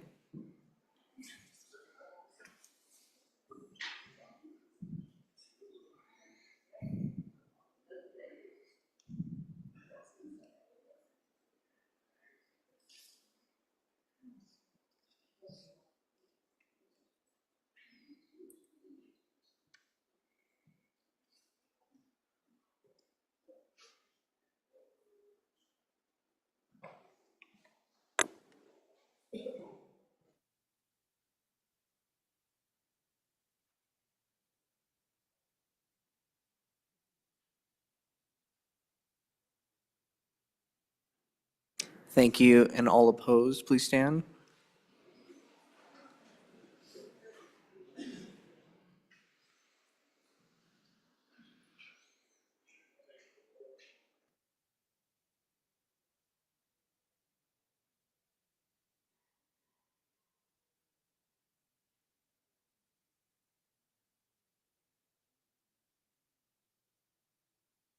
Thank you. Please be seated. Committee of the Whole Amendment number 1 to Senate File 191 has failed, 22 to 31. We are back on the bill. Any further discussion on the bill? Question being called. All those in favor of Chairman Bear's motion that when the Committee of the Whole rises to report, it does so with the recommendation that Senate File 191 do pass. All those in favor say aye. And those opposed, no. Senate File 191 has passed the Committee of the Whole. The next bill for our consideration is Senate File 196. The reading clerk will please read the bill. Senate File 196, sponsored by Senator Salazar. Second Amendment Protection Act amendments, an act relating to the protection of constitutional rights. Mr. Speaker, your Committee Number 2 Appropriations, to whom is referred Senate File 196 engrossed. Second Amendment Protection Act amendments, respectfully report same back to the House with the recommendation that do pass with the following amendments. Ayes, Representative Zalaman, Angelos, Bear, Haroldson, Pendergraft, Smith. Noes, Representative Sherwood. Representative Bear, Chairman. You've heard the reading of the bill. What is your pleasure, Chairman Bear? Thank you, Mr. Chairman. I move that when the Committee of the Whole rises to report, it do so with the recommendation that Senate File 196 do pass, and I further move the adoption of the Standing Committee Amendment. For the Standing Committee Amendment, I'll ask the good representative, the Speaker Pro Tem from the land of wheat, to give you the Standing Committee Amendment, and then for the description of the bill, I'll turn it over to the good representative from the southwest part of the state. Thank you, Chairman Bear. Speaker Pro Tem Haroldson. Thank you, Mr. Chairman. So this is, there's kind of a couple different things we're doing in here. So we're going to talk real quick about severability clause, the severability provision. So that's the first thing you're going to see here is the severability provision and the language of that. And then the next thing you're going to see is actually just a technical cleanup amendment that was brought by the original author of this bill into our committee, and that's what you're going to find on lines 18 through 34 is that deleting of the old language and putting into the new language and correction of those statutes.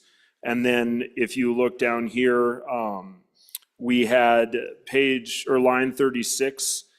This solely was brought into the bill as a suggestion by our law enforcement personnel, giving them the ability to more easily and actually be able to enter into partnerships with our federal government, but obviously protecting those to not include any firearm seizures. And then you also see in here that we brought in subsection 7-2-101, and in two different places we brought that peace officer language and also had a correction to spelling from employees to employees. So these were just, and then on the final page, including to include just some spelling corrections we found. So really, I think it's kind of the severability clause, a cleanup, the correction of that language and putting the definition of peace officers in there, and then two spelling corrections. So with that, I'd stand for any questions on the amendment. Any further discussion on the amendment? Question. Question being called. All those in favor of Standing Committee Amendment number 1, say aye. And those opposed, no. Standing Committee Amendment number 1 has passed. We are back on the bill. Representative Wharf. Thank you, Mr. Chairman. I bring you before the body and ask for your consideration Senate File number 196 engrossed. This is the one that we commonly refer to as the Second Amendment Preservation or Protection Act. This is a bill that goes through and it adds a few things. It goes in and it restricts the use of funds to assist the federal or the higher agency or higher office in regards to firearms. It's, to me, this is closing what we call the task force loophole. Basically makes it clear that our officers can't use task force dollars if they come from the higher office or if they come from outside the state. So it deals with that. On page 3, it talks about the exceptions that are made. They're included in this section on page 3. On page 4, we go through some of the clarifications that it is specific to firearms, accessories, and ammunitions against law-abiding citizens. And that is defined later on in the bill on page 8. Further, the bill goes through and it adds clarification about the fact that this is to allow us to solely use our guys to enforce our laws. That's the focus on this, is to make sure that we are protecting Wyoming laws. We go on to page 5, and this is a section where we add in the civil penalty against an agency. And that's a part that's important to understand, is this goes against the agency or the department in the event that they do something that violates your constitutional rights.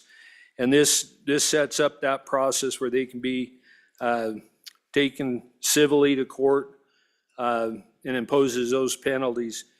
It goes on page 5, it continues to clarify that there are legal remedies and that we can recoup the legal fees in that.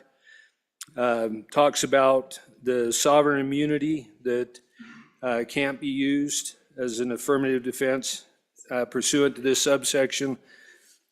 Goes on page 6, and it basically closes the door for law enforcement to, called it, the term we came up with was badge swapping, where one minute they're working for a state or a local agency, and now they're working for a federal agency, and then they're flipping back and forth. So that's what page 6 does, is it clarifies that they can't flip back and forth. And it goes on to talk about the fact that they cannot give material aid or support when they're doing these federal laws, if it pertains, once again, solely to firearms, accessories, munitions. On page 7, it goes into who it excludes.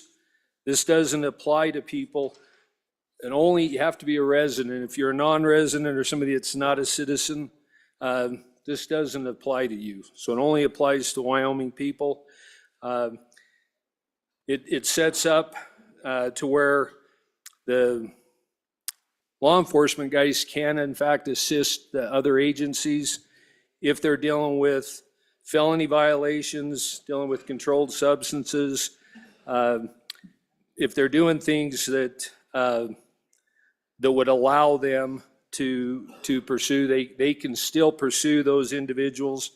As it was mentioned on the bottom of page 7, we added in a peace officer with the amendment that was brought before you. On page 8, we go into the fact, we reiterate the fact that this is paramount. We're focusing solely on violations pertaining to Wyoming law. Like I said, the bottom of page 8 goes on and it talks about law-abiding citizens, defines law-abiding citizens, defines material aid. And I guess the one thing that I thought was the most important, I guess in summary of the bill, What this does is it always enforces Wyoming law. It always helps the federal law enforcement guys, as long as it enables us to assist with federal law enforcement, so long as it's not dealing specifically for firearms, ammunition, or accessories. And to me, the most important thing about this bill is that it protects the law-abiding citizens, and it also protects our Wyoming law enforcement guys. The last thing I want to do is send one of our guys, they get an order to go seize ARs. Last thing I want is our guys to be told that they have to go do something like that. So I think this actually is, it strengthens our Second Amendment Preservation Act that we passed in 2022. We pulled in some amendments that was mentioned earlier that I think this plugged up some of the holes that possibly were in the SAPA bill that we passed in 2022. So with that, I'd stand for any questions that the committee or the body may have. Any further discussion on the bill? Chairman Washut. Thank you, Mr. Chairman. Just a question for the bringer. Could you identify how many cases in Wyoming we've had brought under the 2022 law that were not satisfactorily addressed by that law? And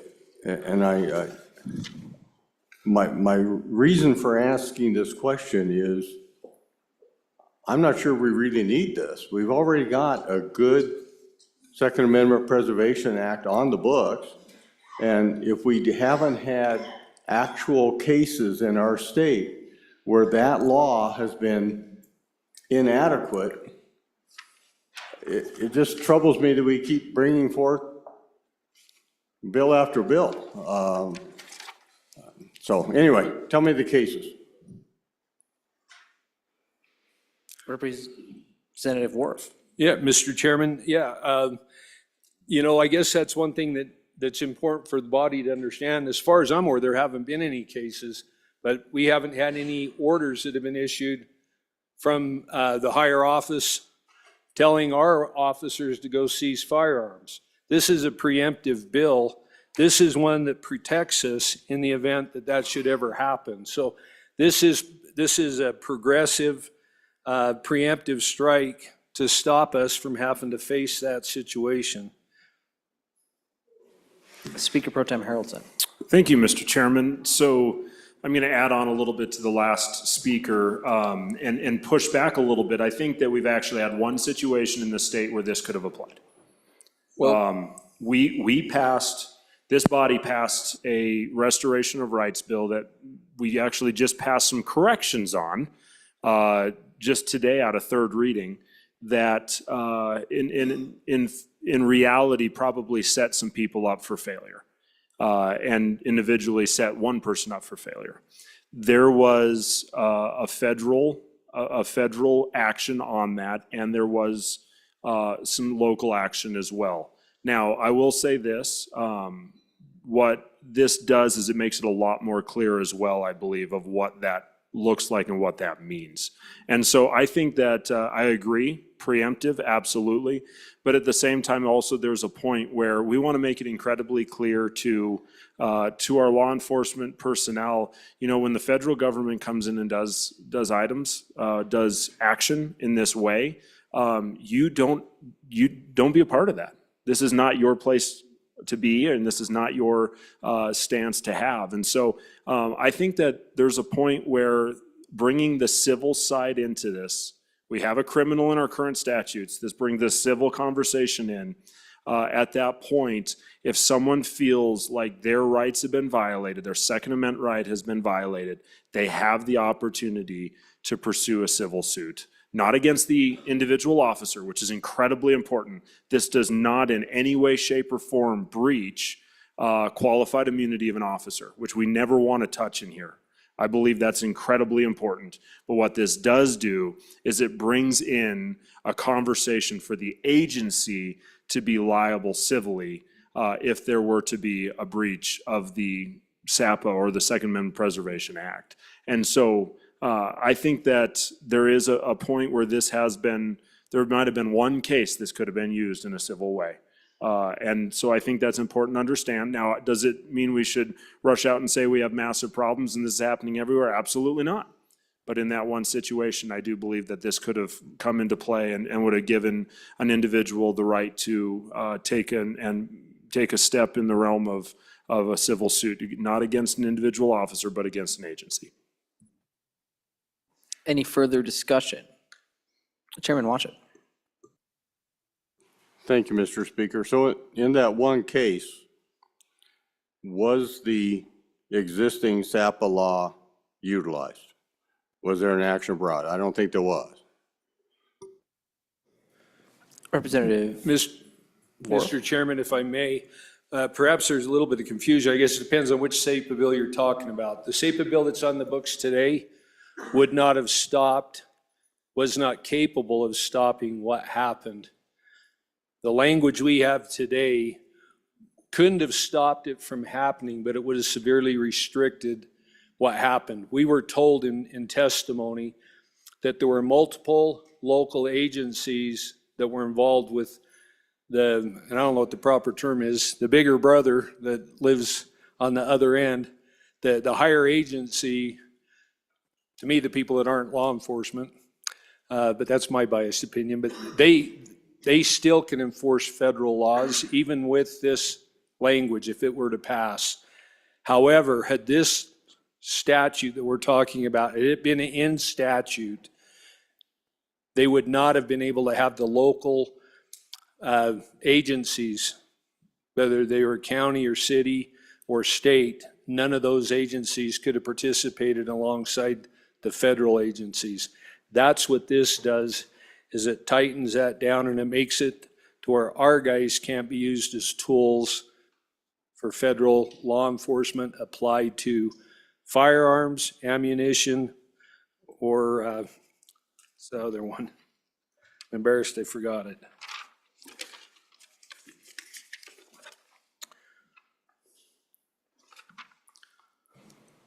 Yeah, accessories. So those are the things that they can't, the agency could not, our local guys could not help them in that regard. Representative Weber. Thank you, Mr. Chairman. I am on and in fully support of this bill. I like the cleanup language in it, and I think it makes it much stronger and protects us all. I urge an aye vote. Thank you. Representative Cannoli. Thank you very much, Mr. Chairman. I'm a little confused on this because my law enforcement guys are pretty nervous about this bill. And the comment is, not being able to help with the task force, that could be an issue. And I will say, I listened to the testimony in the committee the other day, and my county was brought up as being part of an incident, and that is not true. They did not participate in that incident. But I'm nervous about you take, and it says there's a fine in there for up to $50,000, I think it is. Oh, but it's okay, because we're not going to go after our law enforcement personally. We're going to go after the department that they work for. But I'm kind of nervous about that too, because it just depends on who wants to have this civil action. And a lawsuit like that could absolutely destroy a small department. So that's what I'm nervous about. So if you can help me feel better, I'd like that. Thank you. Vice Chairman Pendergraft. Thank you, Mr. Chairman. On and for the bill. Surprise. This state, I can't tell you how many times I've been frustrated about why doesn't this state take the lead? And that's part of what this bill does. It was asked earlier, how many cases in this state would be affected. It's not just this state. We take the lead, we show other states how it's done, and we fight back against this incessant battle against our right to defend ourselves and our loved ones.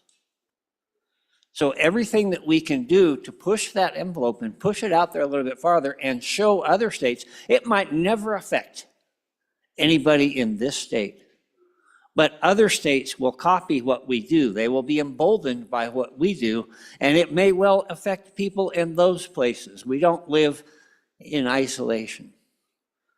Let's let this state set the example. And I would imagine that in the next session or two, you're going to see some more bills. Chairman Bear. Thank you, Mr. Chairman. The two speakers ago brought up the point that some untruthful statements were made during the committee hearing, and I want to reiterate that. That is a fact, and so I want to take just a moment to correct the record. So we had testimony from an individual that was incarcerated and then took advantage of one of the bills that we passed and became law, and it got them in trouble with the federal, with the big brother government, I guess we're calling it right now. And that individual made a statement during the hearing that the good county named after Mr. Campbell and the good county named after Mr. Johnson were present during that event. And the reality is that undercover agents were involved, and they had license plates on their vehicles from those counties, but none of the law enforcement from those counties were involved with that. So I just wanted to take a moment to correct that record on and for the bill. Vice Chairman Stivar. Thank you, Mr. Chairman. I was here when we passed the SAPE bill the first time, and we had all 23 county sheriffs and the Sheriff's Association, all that on board with that bill. Are they all on board with this? Is the question I have. Thank you. Representative Worf. Thank you, Mr. Chairman. I'm in no position to speak for all the sheriffs in the county, but I can tell you the sheriffs that I spoke to, there's two examples that I have. First of all, a sheriff that I know quite well, when I spoke with him about it, I asked him if he was concerned about the bill, and he said, not at all. And I said, well, can you elaborate a little bit? And he said, I don't intend, nor will we ever have a policy that violates anybody's constitutional rights. And so I take it to mean that that's the biggest safety net. So long as their policies are in line with the Constitution, we shouldn't have any problem with them enforcing a policy that violates somebody's constitutional rights. That's what this is about, is protecting us from the government. And the best example I have is an example, we were talking about wolves. Clearback actually was in kind of the center part of the state where my good friend is from. They were nervous. They had wolves that were surrounding the kids as they were going and catching the school bus.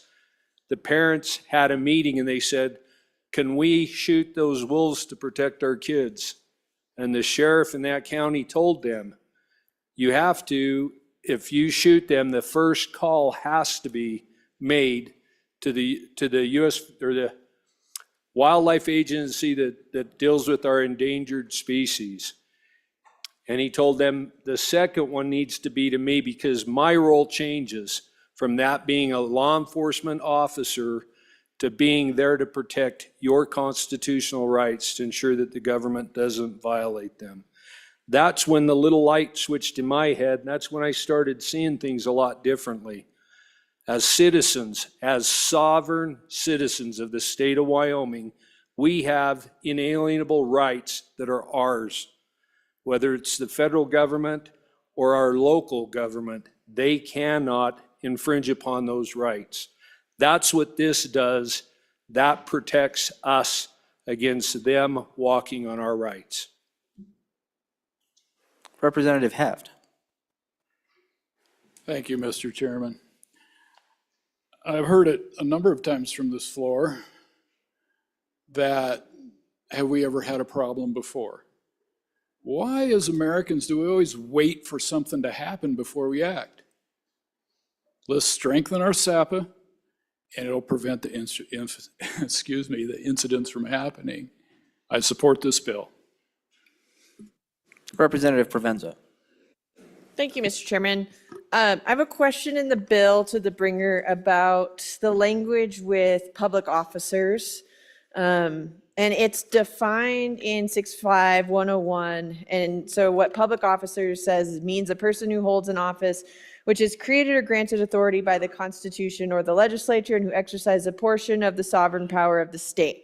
So does that preclude us, say the legislature, from being able to do anything in the future in terms of maybe the legislature determines something different about where, when, who has gun rights, right? So that'd be my first question. And then my other question would be, how does this impact maybe our top fives?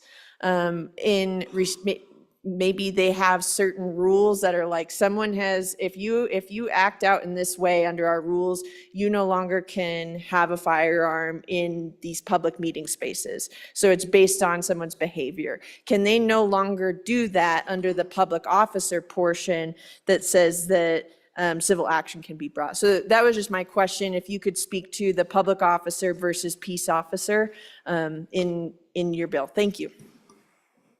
Representative Kelly. Thank you, Mr. Chairman.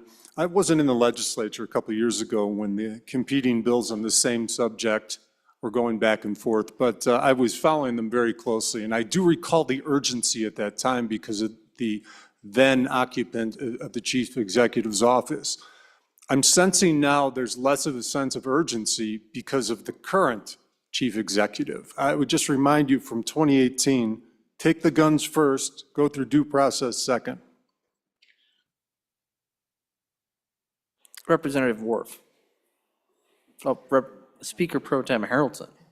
Thank you, Mr. Chairman. So just to the couple questions that came from the good representative over the hill, this only applies to federal laws being applied into the state of Wyoming with federal individuals. So this does not apply to Wyoming statute. This does not apply to Wyoming laws, just federal laws with federal individuals. So the partnership of the feds with the state and that law enforcement conversation, that's what this is addressing. And so this does not apply at all to Wyoming statute in any way. Representative Worf. So with that, Mr. Chairman, I know we're kind of crunched for time. I don't see anybody else stepping at the mic. I would urge an aye vote. Thank you for your debate. Question being called. All those in favor of Chairman Baer's motion that when the committee of the whole rises to report, it does so with the recommendation that Senate File 196 do pass. All those in favor say aye. Aye. Those opposed, no. Senate File 196 has passed the Committee of the Whole. Majority Floor Leader. Thank you. Thank you, Mr. Chairman. I move that when the Committee of the Whole rises to report, it do so with the recommendation that... Oh, well, I'm trying to move. Sorry, we got to... We were there. Sorry, folks. The next bill for our consideration is Senate File 104. The reading clerk will please read the bill.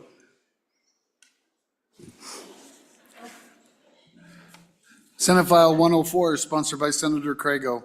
Probate Code Revisions, an act relating to the Probate Code.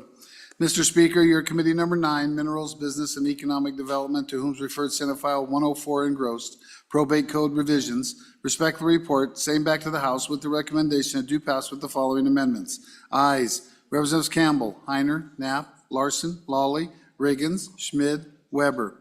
Excused, Representative Tarver. Representative Heiner, Chairman.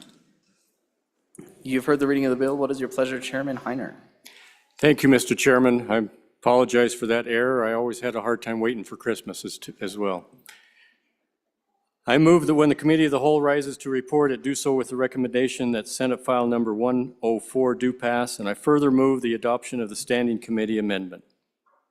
And I turn it over to the good representative from the land of sugar.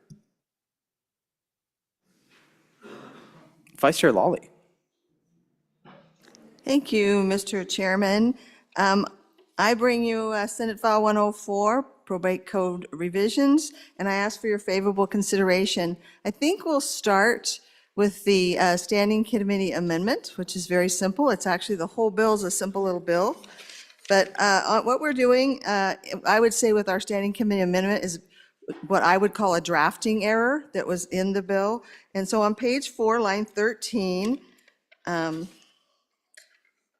you can see there was a little bit carried away with an extra word disclaimer there, and we're deleting that on line 13, delete the word disclaimer, and then on line 14, the word or. So again, just correcting a drafting error, and would ask for your favorable consideration of the Standing Committee Amendment number 1. Any discussion on the amendment? Question being called. All those in favor of Standing Committee Amendment number 1 to Senate File 104, please say aye. Aye. Those opposed, no. Standing Committee Amendment number 1 is passed. We are back on the bill. Representative Lawley. Thank you, Mr. Chairman. So again, this is really, I hope, a really easy and direct little bill. We are going into the trust code that we have, and we're changing the amount of the definition of a small estate in there. Then let me explain a little bit, if you're not familiar with the trust code, that how it has some different requirements for different sizes of estates. And this is the small estate section that is much more simplified and much more consumer friendly for folks. And currently, the amount that it set out is $200,000. So if the estate value is under $200,000 or under, then it falls under the definitions of small estates and has the benefits of that part of the code. Of course, we know about inflation. We know how different assets have risen in value. I want to point out, though, what we do here is the recommendation and what the bill calls for is to move it from $200,000 to $400,000. We had a good bit of discussion. I think the original form of the bill had $500,000, but as we heard from some folks who deal in this area, one of the things that they reminded us is that this is basically less the lien on property. So it's basically, if there's a mortgage on the property, that would be, that number or value for that house is reduced by the amount of the mortgage. So in going back and forth in committee, we stayed with what the Senate did, and what they had done is taken it from $500,000 to $400,000, feeling that for now that's adequate to get the protections of the small estate probate process. So that is the main thing it did. Also, I went in and there's a provision that about notice and about disclaimers. That's the part we were looking at a moment ago, but really what it's doing is talking about the effective date. And a disclaimer, let me tell you what that is when you are given something and you decide you don't really want to have it, and you don't want to be encumbered perhaps by things of having that. And the disclaimer process really primarily operates under the IRS code. And so you'll see on page 4, terms like disclaimer and qualified disclaimer. A qualified disclaimer is basically someone that's tax qualified under the IRS code.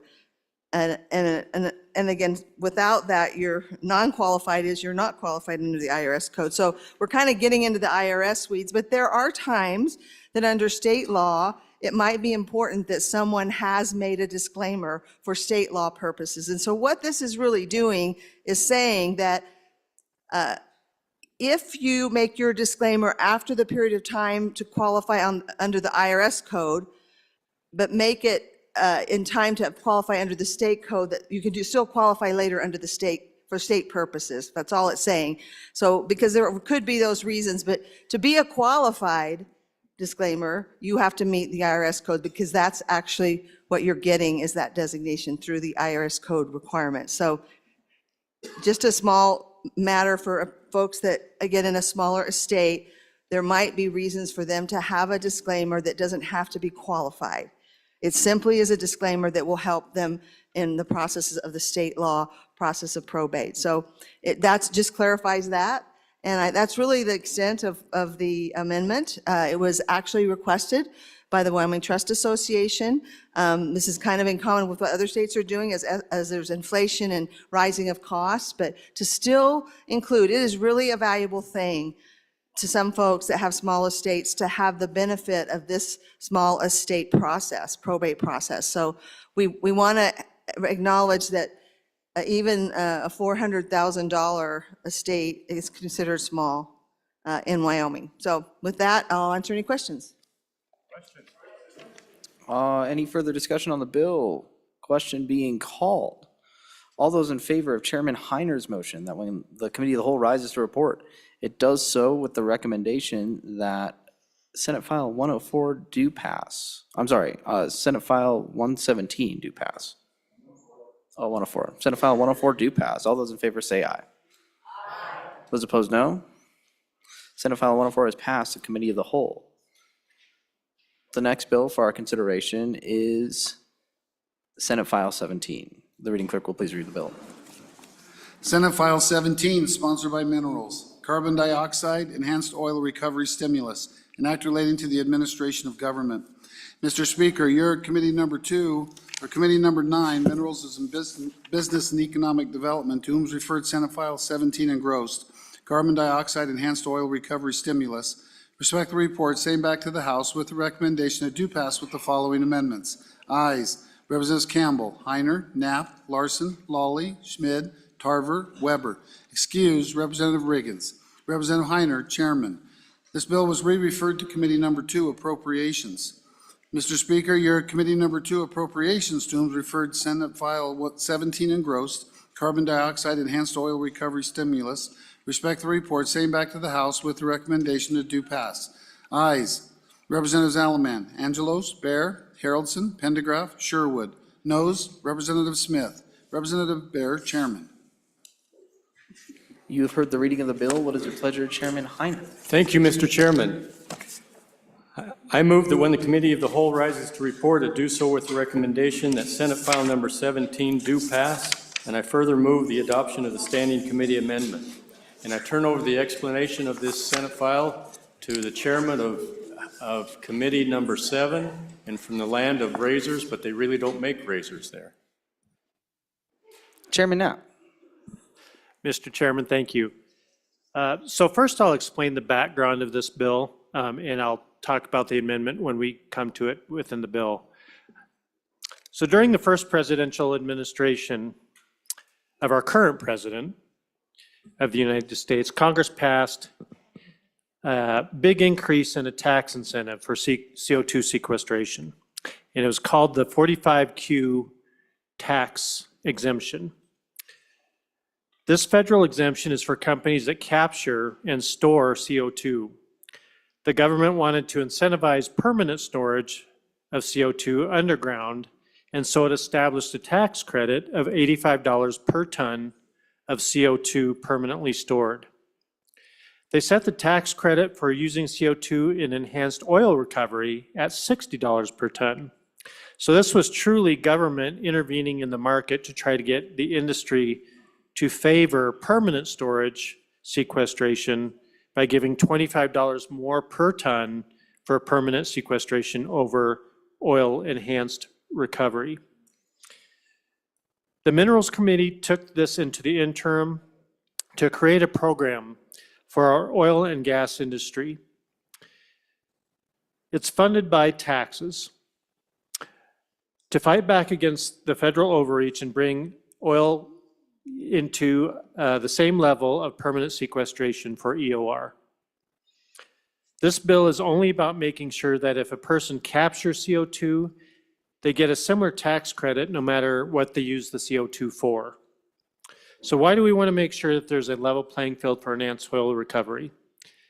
because it's the most successful way to get more out of our oil and our legacy oil fields in the state. In fact, it's so successful that our industry has a 100% success rate when increasing production when CO2 is used in projects. We heard testimony that there are over 75 of these fields in Wyoming that each have at least 10 million barrels of recoverable oil using CO2. And at full production of those fields, the statewide estimate is around $8 billion in revenue for the state, over and above what the industry already produces. So making sure that CO2 remains available for those projects is critically important. So let's walk through the bill. The bill begins with some definitions of the terms used in the bill, and on page 3, you'll find 3 through 5, you'll find the requirements a person would have to meet to qualify to use the stimulus. It includes that CO2 is sourced from Wyoming, not out of state, and that the CO2 must be used for an EOR project in Wyoming. It is a Wyoming-only bill. It also has an important provision that to receive the stimulus, a person would have to qualify for the federal 45Q tax credits. So why does that matter? It's an off-ramp for the bill. Should the federal government repeal 45Q tax credits, then a company can't qualify for it and the bill no longer applies.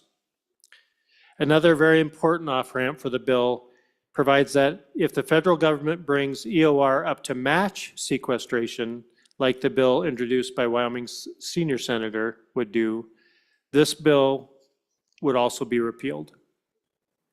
Page 6 of the bill was mostly added to the body, or by the body down the hall to make sure that Wyoming program floats with the federal program.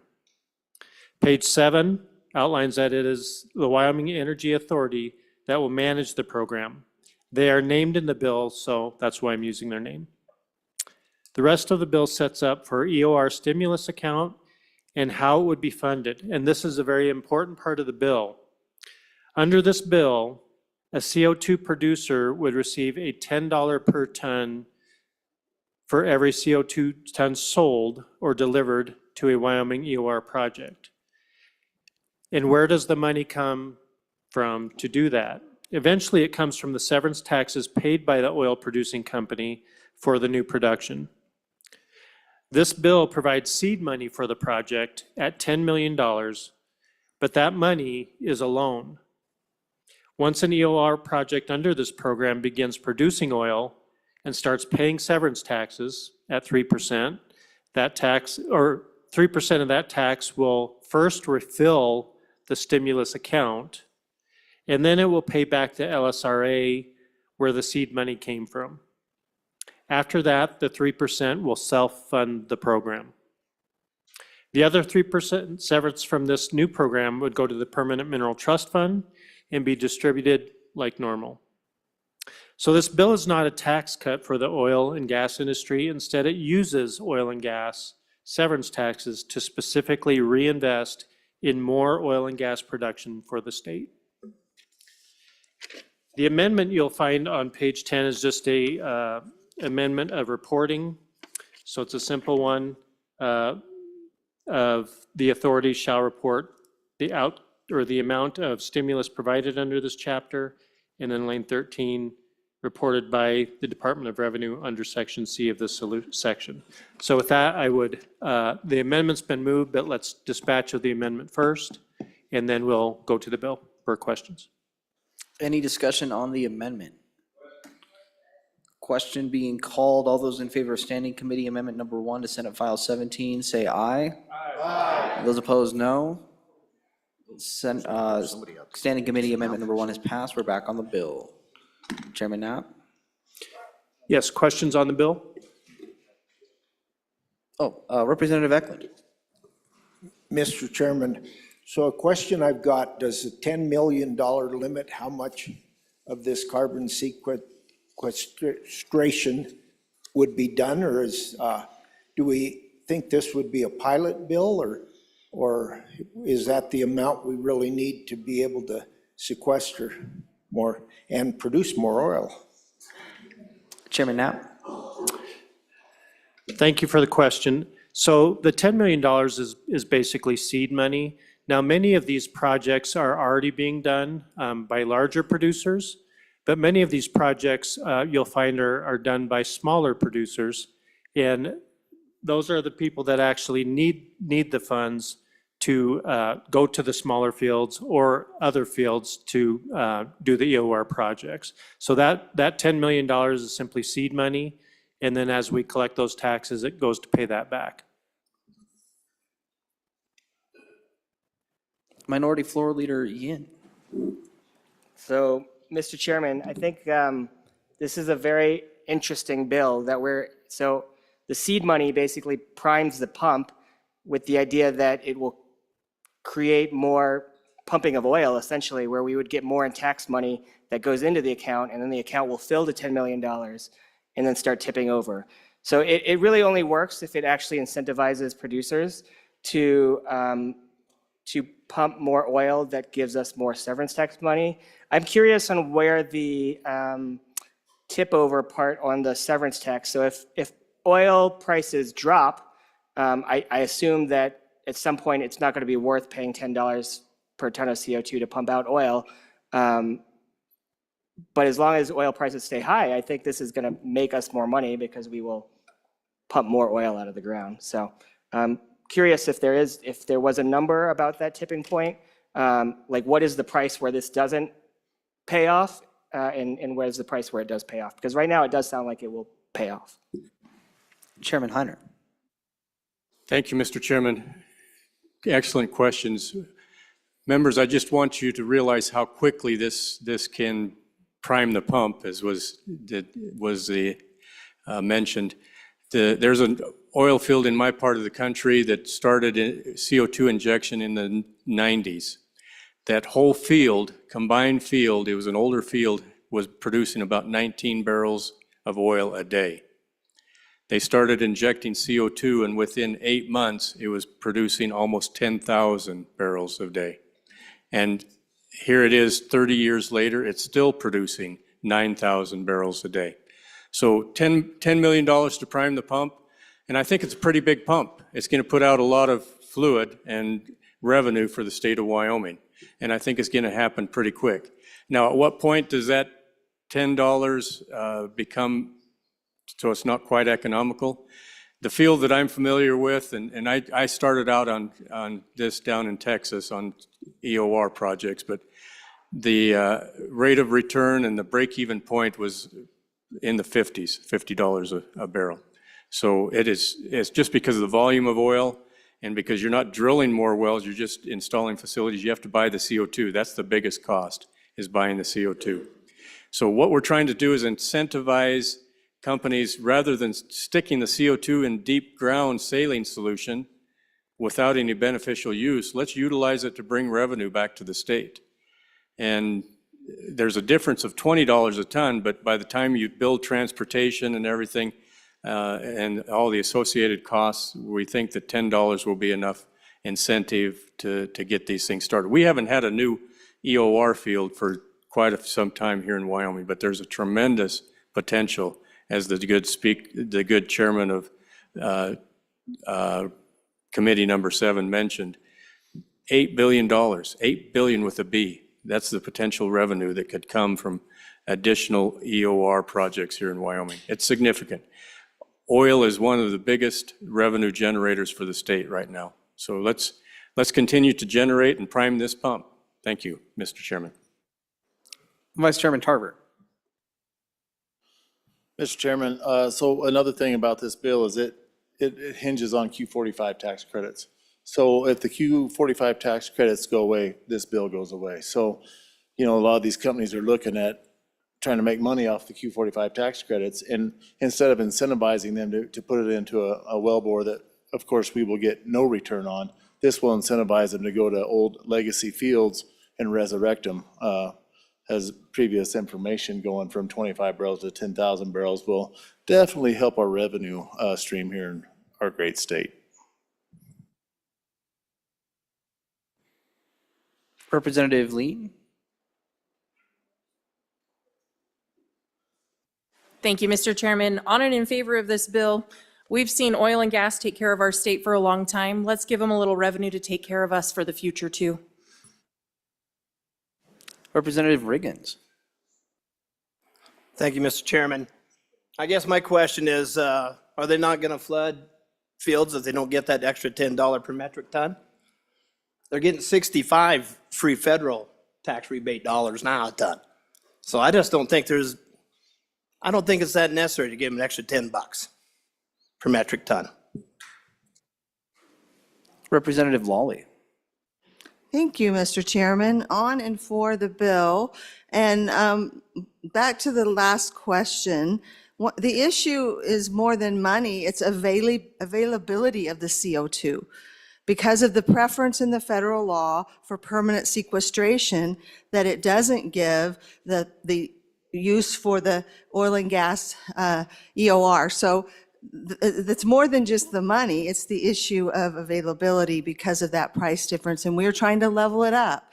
And again, I will just say, this is something we worked on for a long time in the interim. We looked at a lot of different ways to do this, and honestly, this approach was the most appealing because we are basically funding it by using the money that they already pay on the severance tax, just taking a part of that to do it. So there were other ideas that to me were a little more complicated, to be honest. This was the best idea that emerged after much testimony and much work by the Minerals Committee. So again, I'm on and for this, and it is an important thing for Wyoming right now.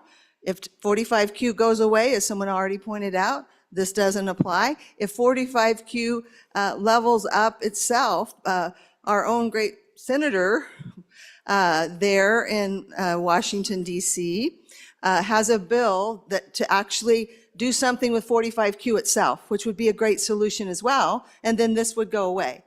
So if that were to happen to pass. So it's an important issue, and we're trying to address it here in our state, and we're trying to address it in the capital of our great country. So again, let's show that Wyoming can do things that other states simply can't figure out and get done. On and for.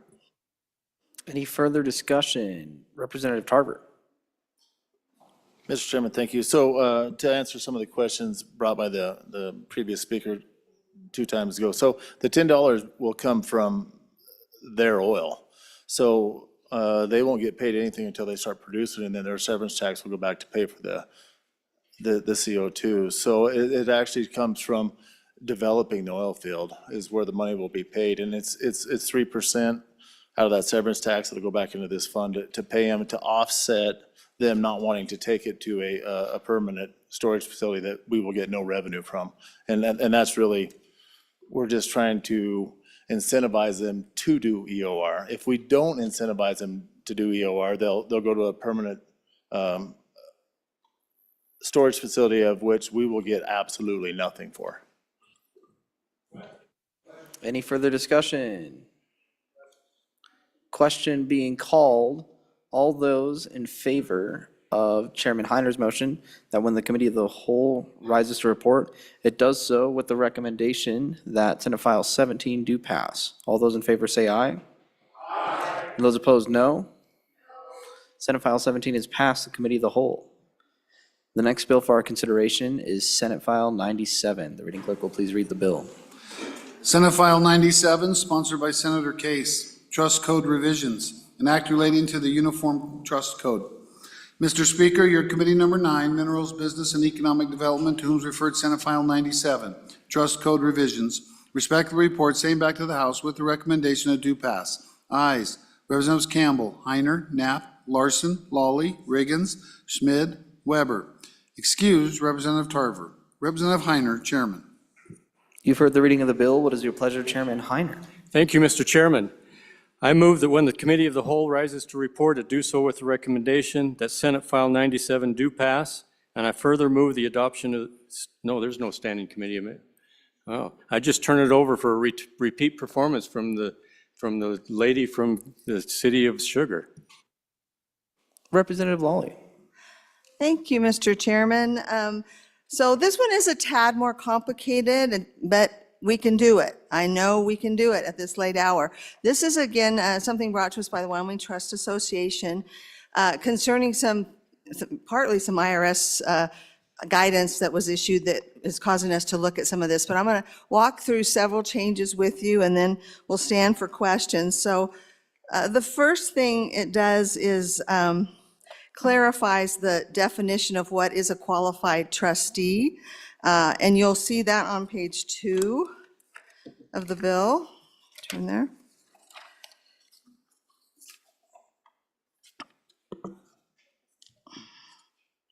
So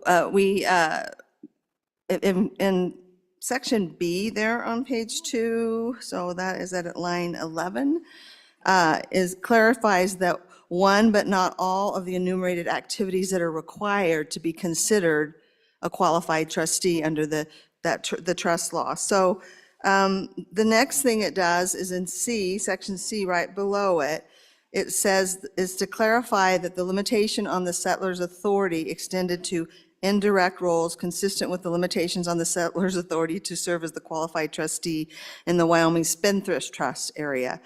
A spendthrift trust is a trust you set up for perhaps a child or someone that you feel needs some guidance in how that money is dispersed, and you set up a lot of different rules and requirements for the distribution of money out of that spendthrift trust. So again, cleaning up some definitions that have created some issues over time, I've been told.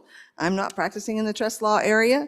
I never did, but I enjoyed my T&E class when I was in law school. But so that's what the first thing that we're doing is just kind of cleaning up some definitions of qualified trustee. A settler is typically the person who created the trust. That's another term used. And again, some of these terms are the way they are. You might say, why are we having all these complicated terms? Well, remember we talked about IRS code and things like that, and some of these terms actually come from the requirements of the IRS code. So that's the first change. The other change is on page 3, and it's about methods and waivers of notice. It narrows down a little bit who gets notice when things are heard in a chancery court. And so you can see there again on page 3. And then we turn over, or still on page 3, but lines 17 through 20, we are now talking about non-charitable trust term. And so there's a concept in the law called the rule of perpetuities in common law. And perpetuity means forever, basically. And in certain cases in common law, when you made certain, or created certain things or made certain agreements, if you didn't say they were limited in time, the common law would think you and assume you meant forever. So in Wyoming, we have concerning charitable trusts, statutory clarification that we don't rely on the common law rule of perpetuities, the rule of perpetuities. But in the non-charitable trusts, it's not as clear. And so that's one of the things that's being done here, is to clarify that even if there's not a term, it's not forever. And I think we were told in testimony that typically, let me see here, 1,000 years. That sounded like a lot to me, but 1,000 years. And these trusts are sometimes intended to extend well beyond a lifetime of the person who created them. And so again, we are just clarifying, like we do in charitable trusts, that non-charitable trusts also are not bound by the common law of perpetuity. So that's a change made on page 3. And then at the top of page 4, we get into an issue of statutory authority to reimburse. And let me just generally describe what this is trying to address. It's trying to address a situation where you may have someone who doesn't get money from the trust. They're a settler. They created the trust, but the money's distributed to other people. There could be some tax liabilities and consequences that make it difficult. And it's unclear right now in Wyoming of whether or not the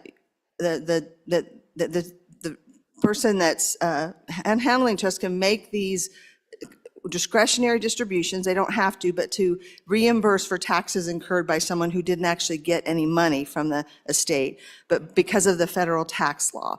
So the IRS came out in 2024 with some guidance that this had to be made specific, or in certain cases, they wouldn't allow that discretionary power to disperse money for tax liability.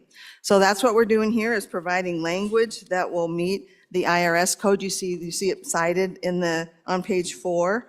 And it just allows them to have that discretion. And again, just cleans up a few things here that make our state, there's a couple things about the trust code, and then this parts of the trust code in particular is that, we talked earlier about small estates and watching out for them and giving them and probate some processes that were simplified. This is the opposite end of the spectrum in many cases. You're talking about trusts that may be created with generational wealth, so ranches may be in there, businesses may be in there, and so they operate over a long period of time, and it's a way for families to protect their generational wealth and again, create these trusts. And so it's really important that Wyoming stay up to date with the changes that are being made. The IRS, we saw even in the earlier thing with probate, often will change positions or give guidance on something, and to just update them so for the people that need them, they know when they create a trust document that how it's intended to be interpreted will be interpreted. And so that's kind of what we're doing here.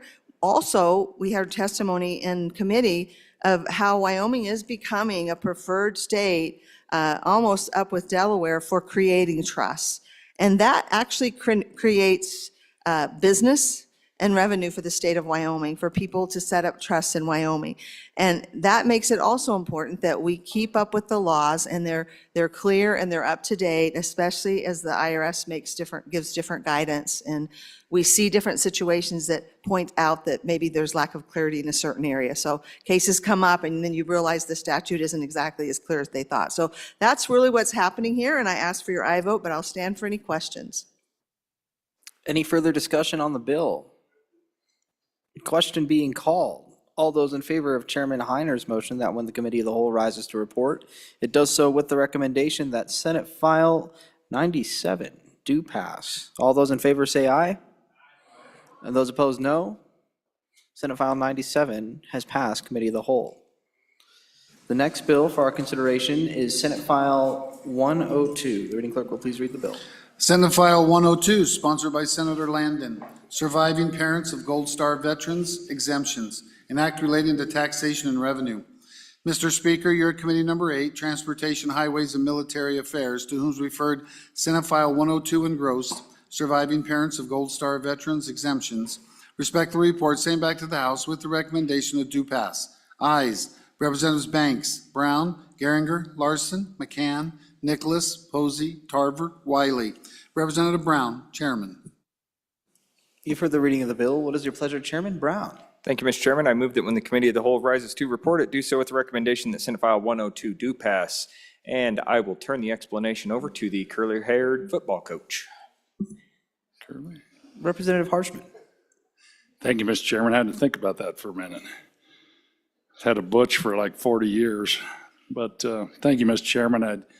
Members, this bill was brought to myself and the Senate sponsor from a Gold Star parent in Natrona County.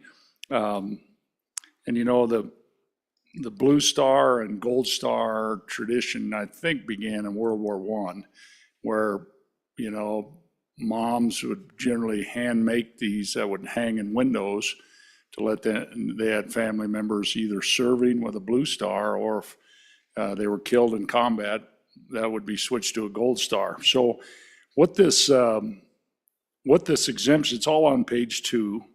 We have several paragraphs of veterans exemption, but this paragraph 5 is for a soldier who's killed in combat. And it currently has for their wife, the widow or widower, I should say, could be a widower, that surviving widower. But we've added to this for the combat veteran who is deceased, his parents, if he is not married. And there's a half a dozen states that have done that. And so that's all of page 2. We've just added to that. And you'll recall that the veterans annual exemption was $3,000. We, as a body, doubled that last year to $6,000 of assessed value. So I'd stand for any questions. Thank you, Mr. Chairman. Any further discussion on the bill? Do I hear a question? Question being called. All those in favor of Chairman Brown's motion that when the committee of the whole rises to report, it does so with the recommendation that Senate File 102 do pass. All those in favor say aye. And those opposed, no. Senate File 102 is passed. Committee of the whole. The next bill for our consideration is Senate File 22. The reading clerk will please read the bill. Senate File 22, sponsored by Senator Schuler. Ground for termination of parental rights, guardianship, and act relating to children. Mr. Speaker, your Committee Number 1, Judiciary, to whom is referred Senate File 22 engrossed. Ground for termination of parental rights, guardianship, respectfully report, same back to the House with the recommendation that do pass. Ayes, Representatives Brady, Bratton, Chestick, Filer, Kelly, Singh, Washit, Webb. Excused, Representative Lean. Representative Washit, Chairman. You've heard the reading of the bill. What is your pleasure, Chairman Washit? Thank you, Mr. Chairman. I move that when the Committee of the Whole rises to report, to do so with the recommendation that Senate File 22 do pass, and I turn over the explanation of the bill to the good lawyer from Committee Number 1. Representative Chestick. Thank you, Mr. Chairman. I bring you Senate File 22.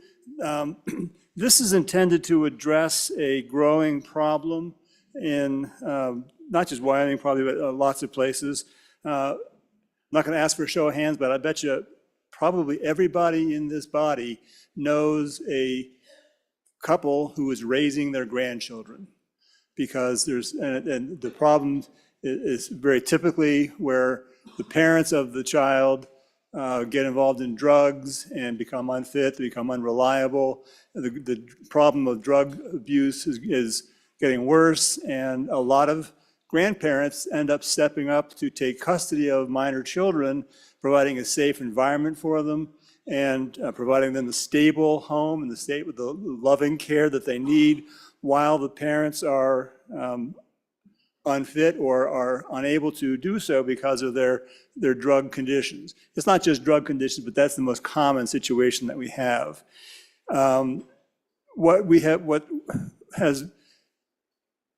What was brought to the committee was several grandparents and others who said that they have had a hard time sometimes providing for permanent homes for their grandchildren because the drug-addicted actual parents will pop back in and will take the child home back for a month or two, and then get back into drugs, and never-ending cycle of going back and forth between the unfit parents and the grandparents. And the way the adoption statute works is the grandparents are not able to adopt these children to provide them with a permanent, stable, loving home unless one of currently 9 situations, 9 categories is satisfied, none of which really directly addresses the situation that the grandparents find themselves in. Most of them are pretty extreme cases. One of the exceptions that allows for the termination of parental rights might apply, but unfortunately it doesn't really work very well because of the fact when these parents are popping in and out of their child's lives for a month or two while they're trying to get sober. That interrupts the time period that's allowed for adoption. So what this bill does, it just adds a 10th category for a condition that if you can prove this is true, it provides a new right to terminate the parental rights so that the grandparents may then step in and adopt these children to provide them with safe homes. You'll notice, and I think the most important part of the amendment is on page 2, line 8, there still must be a showing that the parent is unfit to have custody and control of the child. So, and there's also a guardianship that has to be appointed first under line 5. So there's a court intervention to appoint the guardian. So there's a finding that the grandparents are fit because they have been appointed to be guardians. And then showing that the parents, the actual parents, are unfit. And therefore, we've had several grandparents testify during the hearing with very, very dramatic, compelling stories. And therefore, I would respectfully urge an aye vote on this bill. Thank you, Representative Chestick. Is there any further discussion? We do have a committee of the whole amendment, number 1, from Representative Lean.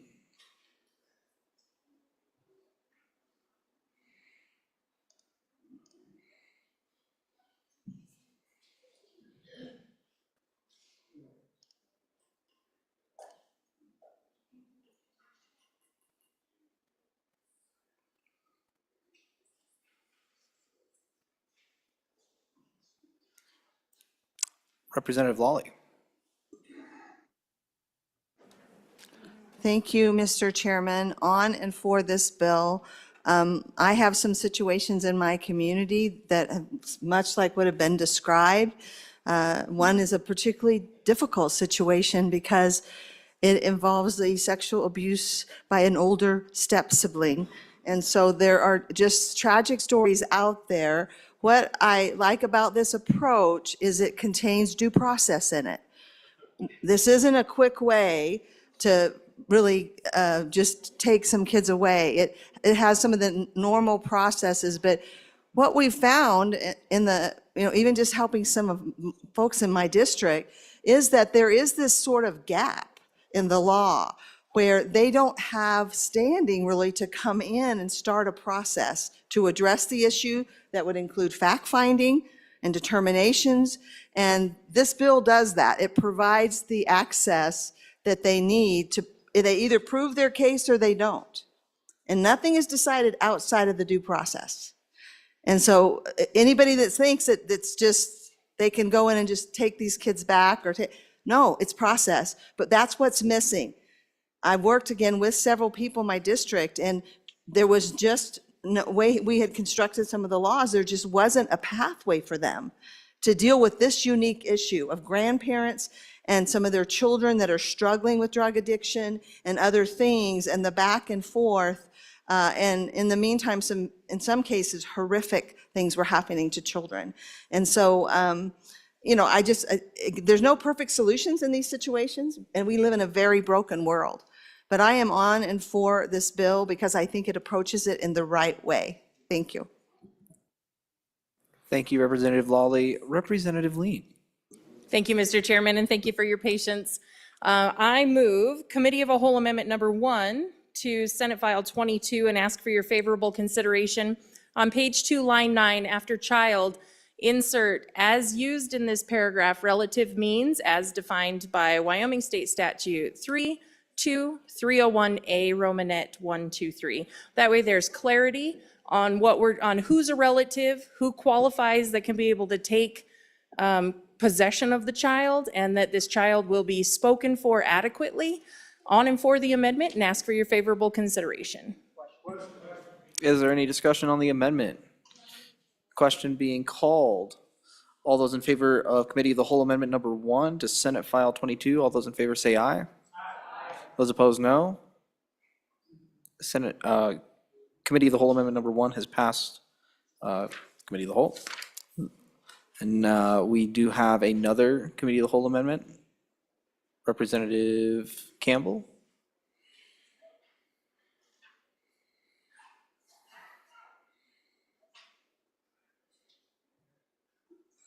Representative Campbell. Hi. Thank you, Mr. Chairman. My apologies. So I would like to move Committee of the Whole Amendment to Senate File 22.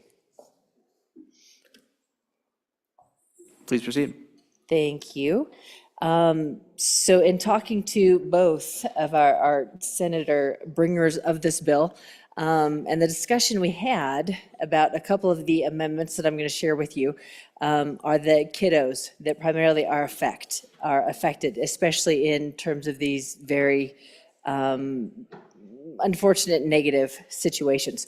So with Committee of the Whole Amendment number 2, you will see on page 1, line 3, after specified, we will insert providing appropriations for preschool children with disabilities and also Medicaid behavioral health rate rebasing. These are both of these amendments are appropriations this body has approved before. And we are now bringing in terms of, how do we best provide for these kiddos? So section 2, sub A, we see the appropriation of $4 million from the general fund to the Department of Health for services to preschool children with disabilities. This, I will remind you again, we have approved before.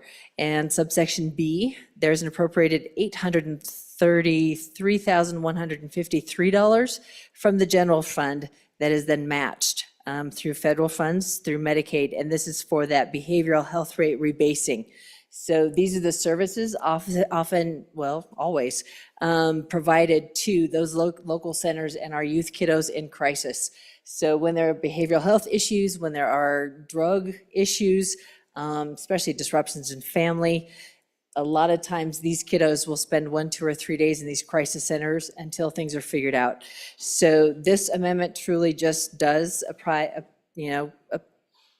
include funding that we have already approved. So I would ask for an aye vote on Amendment 2. Thank you. Any further discussion on the amendment? Representative Provenza. Thank you, Mr. Chairman. I want to speak to this. I don't need to do it on everyone, but I like the amendment. I do. I want to support our kids. I want to support disability. But I have to explain myself probably to members of the public. This is unconstitutional in my view. I think it violates our single subject, which is Article 3, Section 24, bill to contain only one subject, which shall be expressed in the title. And I won't, question your ability to read. You all have these incredible books with you. So I just want to explain my vote to the public, and it's that the more times we walk through the door of whether something is unconstitutional or not, the easier it is to forget the rest of what's in here. And so I'm standing for the Constitution because I stand for the rights of all. So I just want to explain myself because I think this is an amendment that will be popular back home across the state and might peg me as a bad guy. So I'm just being public with my vote. Thank you, Mr. Chairman. Any other discussion on the amendment? Question having been called, all those in favor of Committee of the Whole Amendment number 2, say aye. Those opposed, no. The chair is in doubt. All those in favor, please stand.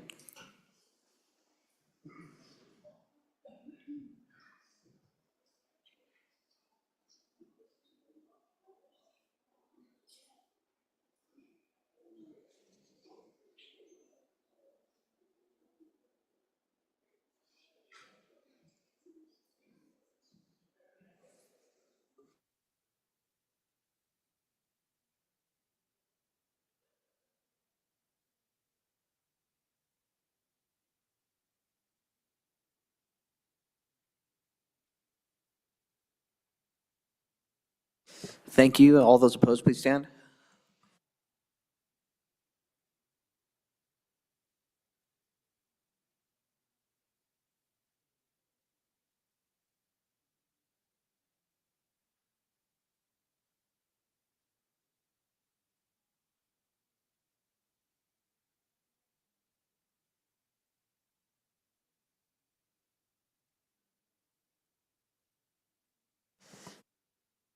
Thank you. You may be seated.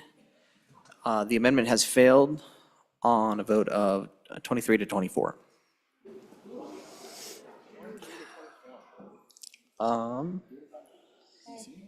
We are now on Standing Committee Amendment number 3. Representative Campbell. I would move Committee of the Whole Amendment number 3 to Senate File 22. So in talking about, and I think that the presenter of the bill did a really great job talking about these kiddos that get caught between, and what do those situations look like, and then how do we do right by these kiddos. A lot of the time, and this is where this amendment comes into play in talking with the bringers and its appropriateness too. You will see on our Committee of the Whole Amendment number 3, after page 1, line 3, after specified, we will be inserting providing an appropriation to increase the room and board reimbursement rate for youth facilities. So on page 2, after line 9, we'll insert section 2, and this was once again already approved by the body, and it is just reimbursing at the appropriate rate, and because we haven't, room and board in these community crisis centers where some of these kiddos end up in the transition. So would ask, yes, once again, for your favorable vote on Amendment 3, and it really is just making sure we reimburse these crisis centers for our youth that get caught up in these situations. So vote aye on the amendment. Thank you. Thank you, Representative Campbell. Representative Kelly. Thank you, Mr. Chairman. On and for the amendment. This one might be loosely, but this one is related. Any further discussion on the amendment? Representative Larson Lloyd. So these beds, Mr. Chairman, apologize, Mr. Chairman and members, these crisis beds provide a critical resource for taking kids that fall into the impacts of this bill. And when they done the rebasing, the rebasing didn't cover crisis beds. And this is correcting that mistake.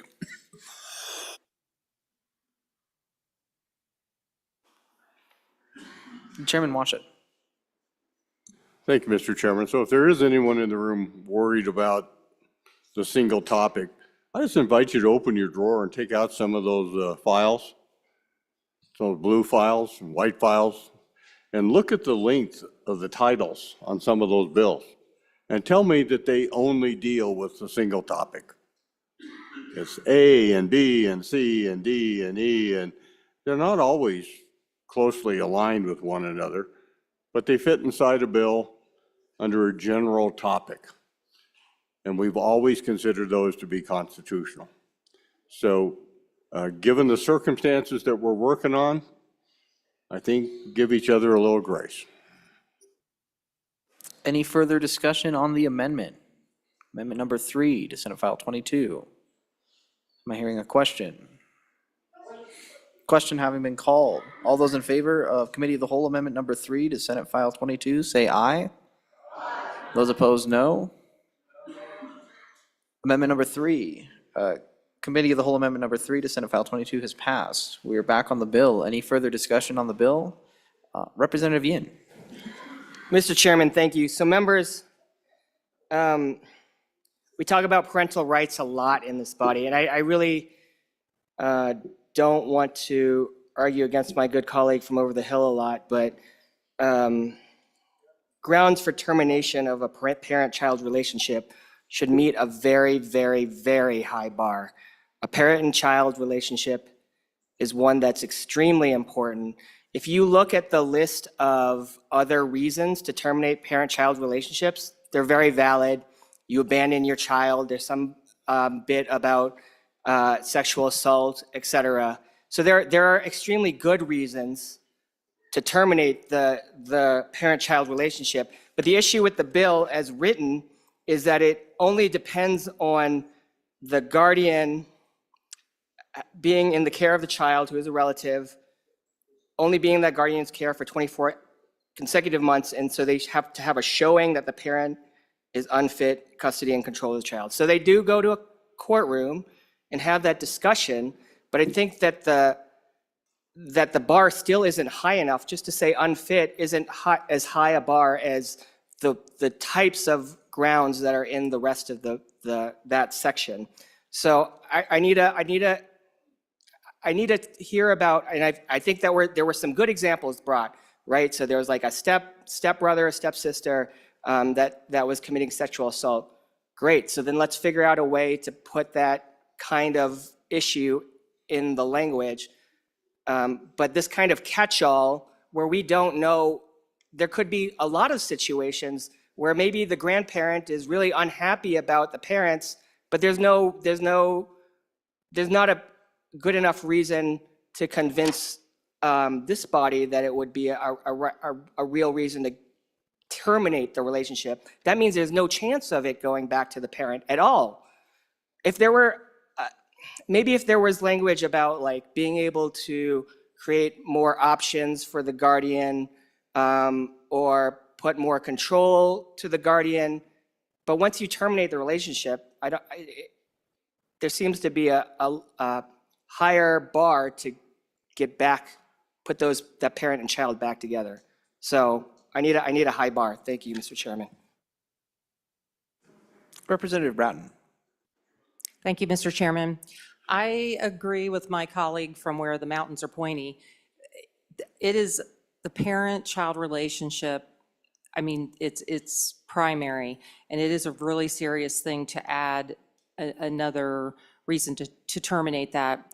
I was in the committee, and we heard for some of these grandparents, and I kept asking why under the current statute are they not able to be prosecuted, or are they not able to use Romanet number 1 to accomplish that? And I never really got a good answer. And I asked the branch that oversees our justice system, and they really couldn't give me a good answer. I mean, and they're the lawyers as to why that wasn't working. And it just seems that it should be working because it's already in statute. It then was brought to my attention that our state is one of the few states where putting keeping the parent or the child with the parent is still the main thing, a primary thing. I was surprised to hear that wasn't the case in all the states. So I share that concern. I also have another question about this bill, and maybe this is to the sponsor, but there's no provision for if a parent is in jail for a period, there's no provision for tolling that jail time on this, and so it's 2 years, but if they were in jail for 2 years, there's no tolling time, so that might be a second reading amendment. So I definitely have a concern about that, so thank you. Representative Kelly.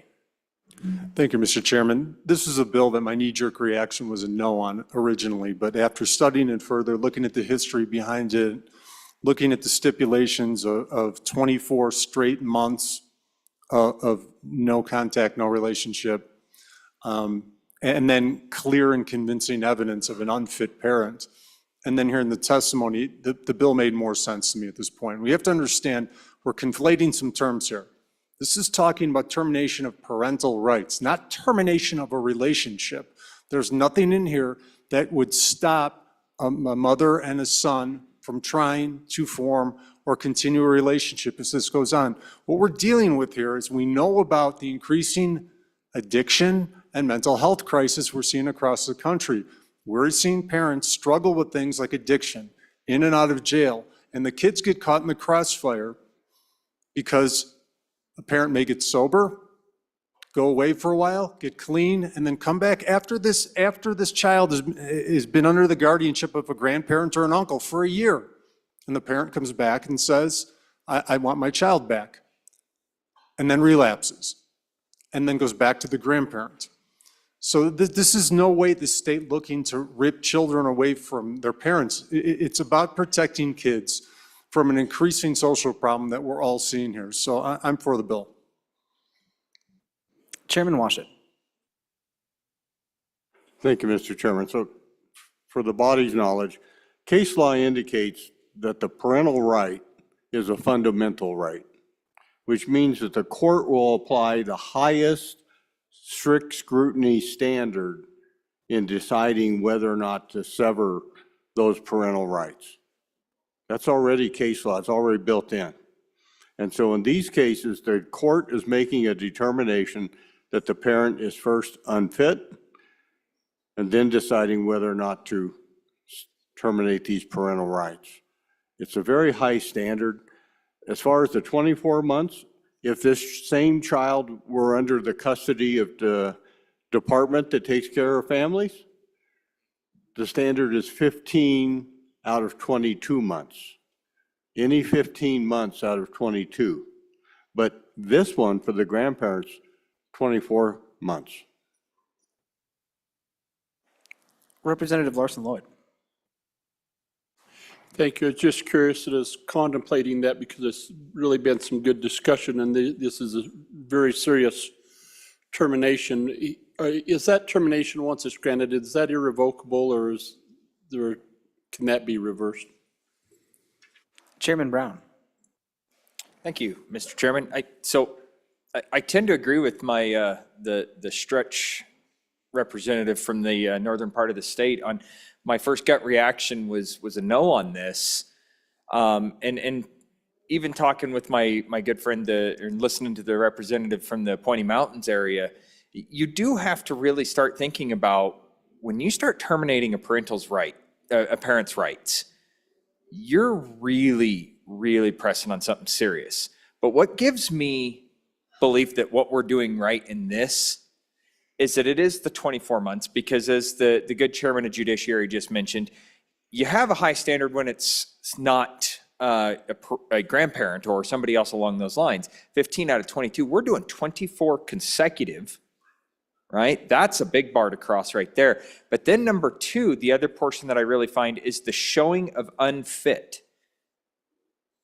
That's not something a judge is going to take lightly, ladies and gentlemen. These members of our judiciary that wear these black robes don't just throw this kind of stuff around and think, okay, well, I think that this person's not a fit parent. They know the impacts of this. These family court judges, that's all they do is see this on a day-to-day basis. You couldn't pay me enough to be one of these family court judges based off of these types of decisions. So I think us giving this type of latitude to the judges, giving this opportunity, is a fair way to handle this. First blush, it's a terrifying thought. I don't disagree. But 24 consecutive months and a showing of unfit ability, I think that's a pretty high standard, and I think I agree with it. So on and for the bill. Representative Chestick. Thank you, Mr. Chairman. A couple of things I'd like to respond to. In response to the good representative from where the mountains are windy, yes, this is permanent. The termination of rights is permanent. But as the tall representative said earlier, I agree with him that terminating the legal rights does not terminate the relationship. You can still have visitation, and those kind of things do happen and are encouraged. So it's not terminating the relationship, it just terminates legal rights and provides a stable relationship, a stable place for these children to thrive and be safe. In response to my other colleague from the committee number one, who was worried about the incarceration situation, that's already in the bill. It's not in this bill, it's in the statute. One of the other, so there's 9 current reasons for somebody to be terminated. Roman number 4 is the incarceration situation. The parent is incarcerated due to the conviction of a felony and a showing that the parent is unfit to have custody and control. So that situation is already covered by Romanet 4, which isn't being changed by this bill, it's already there. There's no time limit on that one, it's incarcerated, but there's still the requirement of a showing that the parent is unfit. Any further discussion on the bill? Representative Bratton.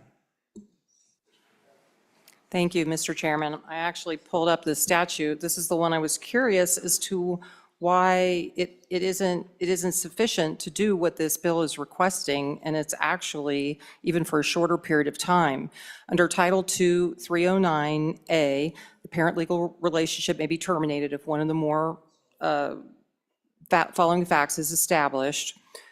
And then Romanet 1, the child has been left in the care of another person without provision for the child's support and without communication from the absent parent for a period of at least 1 year. I mean, it's only 1 year. In making the above determination, the court may disregard the occasional contributions or incidental contacts and communications. So if a parent just comes for the weekend or something like that. For purposes of this paragraph, a court order of custody shall not preclude a finding that the child has been left in the care of another person. It just seems to me that I mean, this is only 1 year. Why are we adding a Romanet 10 that's for 2 years? This should cover it, and the court could not answer why it wasn't working. Why are we doubling down? Any further discussion? Representative Chestick. Thank you, Mr. Chairman, and that is a great question. It's a very good question, and we struggled with that during the committee hearing, for sure. And what we heard was from the grandparents and others who have worked with the system that they are still having trouble, even though Romanet number 1 still is in the bill, is in the current statute. It doesn't seem to work for whatever reason. Judges are trying to maintain family relationships, as they should.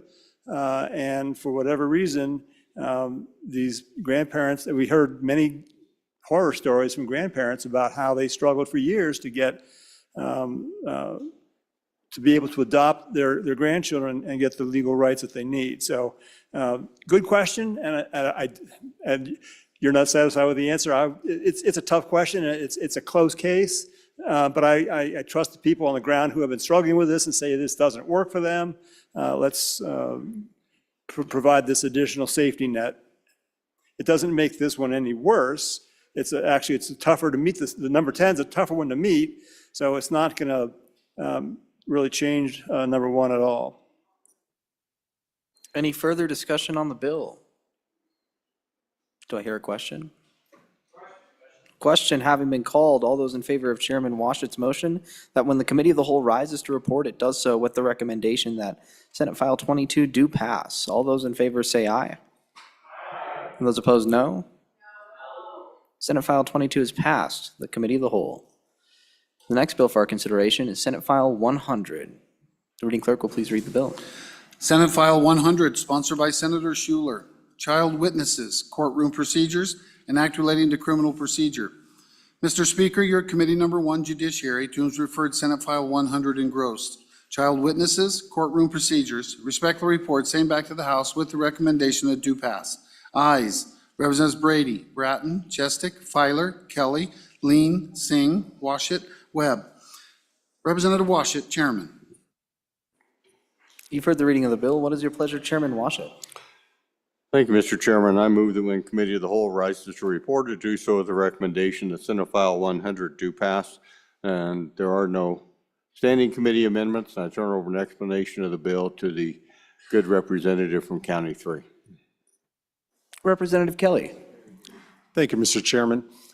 I've joked around before that my past history of working with teenagers with behavior and emotional disorders prepared me for this job.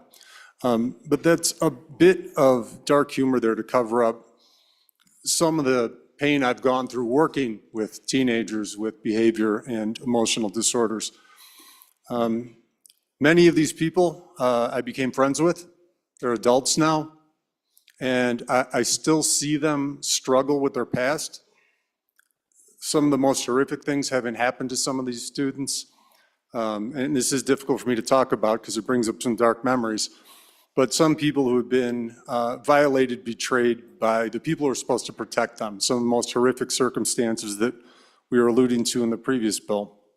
And I've always wanted, I've got friends now in their 30s that still struggle with the issues from their childhood, wanted to be able to do something more. Well, here comes an opportunity for me at this point. And what this bill does is just one step to minimize the damage to these poor kids who have been abused in some horrific ways, to be able to testify via closed circuit television and not have to be in the same room with a person who had abused them or sexually assaulted them. There's always a concern about the Sixth Amendment. 1990, Maryland versus Craig, it was determined there's a very narrow exception that kids who might be harmed by the court proceedings can provide their testimony via closed-circuit TV like this. And also in the bill, the bill just lays out the stipulations for it that a judge may allow this using his or her own discretion. It's not mandatory. And it also lays out the protections for the defendant as well, what their rights are too under these circumstances. So that's it. I urge an aye vote here to make things a little easier on some kids who've really gone through something they shouldn't have had to. Any further discussion on the bill? Representative Lean. Thank you, Mr. Chairman. When we were in committee, we had the opportunity to hear from someone that conducts abuse cases for an advocacy center. And there was 262 interviews done thus far this year, and 190 of those are sexual abuse case. And this bill also allows for those that are covered under aggravated assault and for trauma through abuse. And so I think it's really important that we give our young people the opportunity to share their story without a fear of the courtroom and what that may look like, especially if this was a person of authority that harmed them in some manner on and for the legislation. Any other discussion on the bill? Question being called. All those in favor of Chairman Washet's motion that when the Committee of the Whole rises to report, it does so with the recommendation that Senate File 100 do pass. All those in favor say aye. And those opposed, no. Senate File 100 has passed the Committee of the Whole. The next bill for our consideration is Senate File 169. The reading clerk will please read the bill. Senate File 169, sponsored by Senator Hicks. Strategic Investments and Projects Account Repeal, an act relating to public funds. Mr. Speaker, your committee number 2, Appropriations, to whom is referred Senate File 169 engrossed. Strategic Investments and Projects Account Repeal.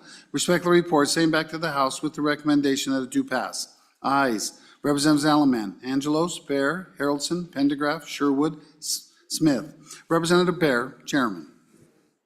You've heard the reading of the bill. What is your pleasure, Chairman Bear? Thank you, Mr. Chairman. I move that when the Committee of the Whole rises to report, it do so with the recommendation that Senate File 169 do pass, and I'll pass the explanation over to the good representative from Coal Country.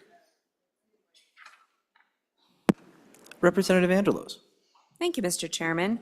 Today, body, I bring you SF 169, the Strategic Investment and Projects Account Repeal. And this bill does 4 things. You'll see it right there in the description. It repeals the SIPA. It provides for the transfer from the reversion of the funds from the SIPA. It makes conforming amendments, and it repeals obsolete language.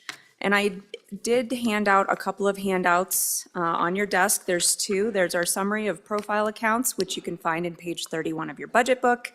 And then our little graph of how this fund works, and we can use props, right? Right? This one? No. No, we can't? Oh, you can point it out since Yeah. you handed it out. So I handed it out. This is this one right here. The SIPA, you're gonna see how it kind of works down, but the SIPA has been around for 7 years. It was created through a budget amendment in 2013, and it says that right on page 31 of your budget book. It was codified in 2017, and it was created as a short-term savings account, otherwise a checking account for one-time expenditures. Currently, it's turned into another checking account, and for simplicity and transparency, reasons this bill gets rid of the SIPA, and like our other bills, will simplify our budget. We do use our general fund as our main checking account, and any auto transfers from the Permanent Mineral Trust Fund Reserve account, I guess I should say auto transfers from the Permanent Mineral Trust Fund Reserve account has kept this below the 5 times spending policy that we were trying to get to. And the goal is to get it there and get a higher rate of return. And you'll see right there on the handout that 834 million would be 5 times our spending amount. The money flowing into the SIPA flows from the general fund. And basically, why are we routing money through several accounts to the SIPA when it comes back? Basically, this is to make it simple and transparent. This bill has come several times to the other body, and it's a policy decision. We hear that a lot on this floor, and so I will stand for any questions. Any further discussion? Chairman Bear? Thank you, Mr. Chairman. On and for the bill. And folks, just to give you a little example of some of the transfers that were described by the bringer of the bill. So this year, in order for the executive to effectuate some of the capital construction that we ended up putting into the state CapCon bill and the K through 12 CapCon bill, he effectuated a transfer out of our LISRA account into the BRA and then into this account here so that he could effectuate that expenditure. So this really does simplify things considerably. And as noted by the explainer, the ability to just simply make these appropriations out of our general fund and this body to make a determination on each and every appropriation, I think is very important that we start doing that rather than these automatic tips and dips, and just really gives us a chance to look at everything. Our goldenrod will become much, much simpler as we see these things transferred directly out of the general fund, and you'll see the bills or the portions of the budget bills come right out of the general fund, and you'll see that in one area in your goldenrod. So on and for the bill. It's great simplification. Any further discussion? Representative Alamand? Thank you, Mr. Chairman. Folks, I can't add a whole lot. Bringer of the bill did a really good job. But if you'll just look at your sheet and you can follow the money down. And what this will do, it'll do two things for us, two major things for us.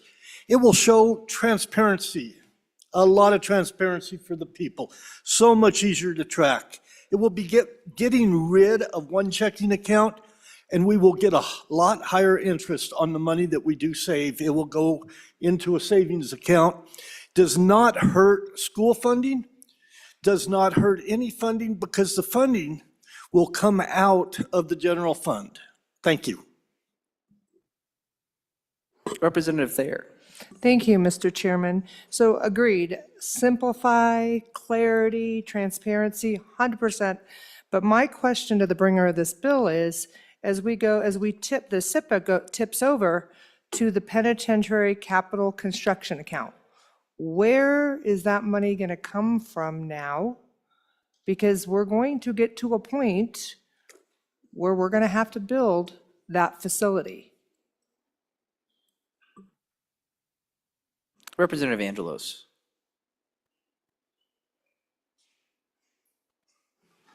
Thank you, Mr. Chairman. Great question.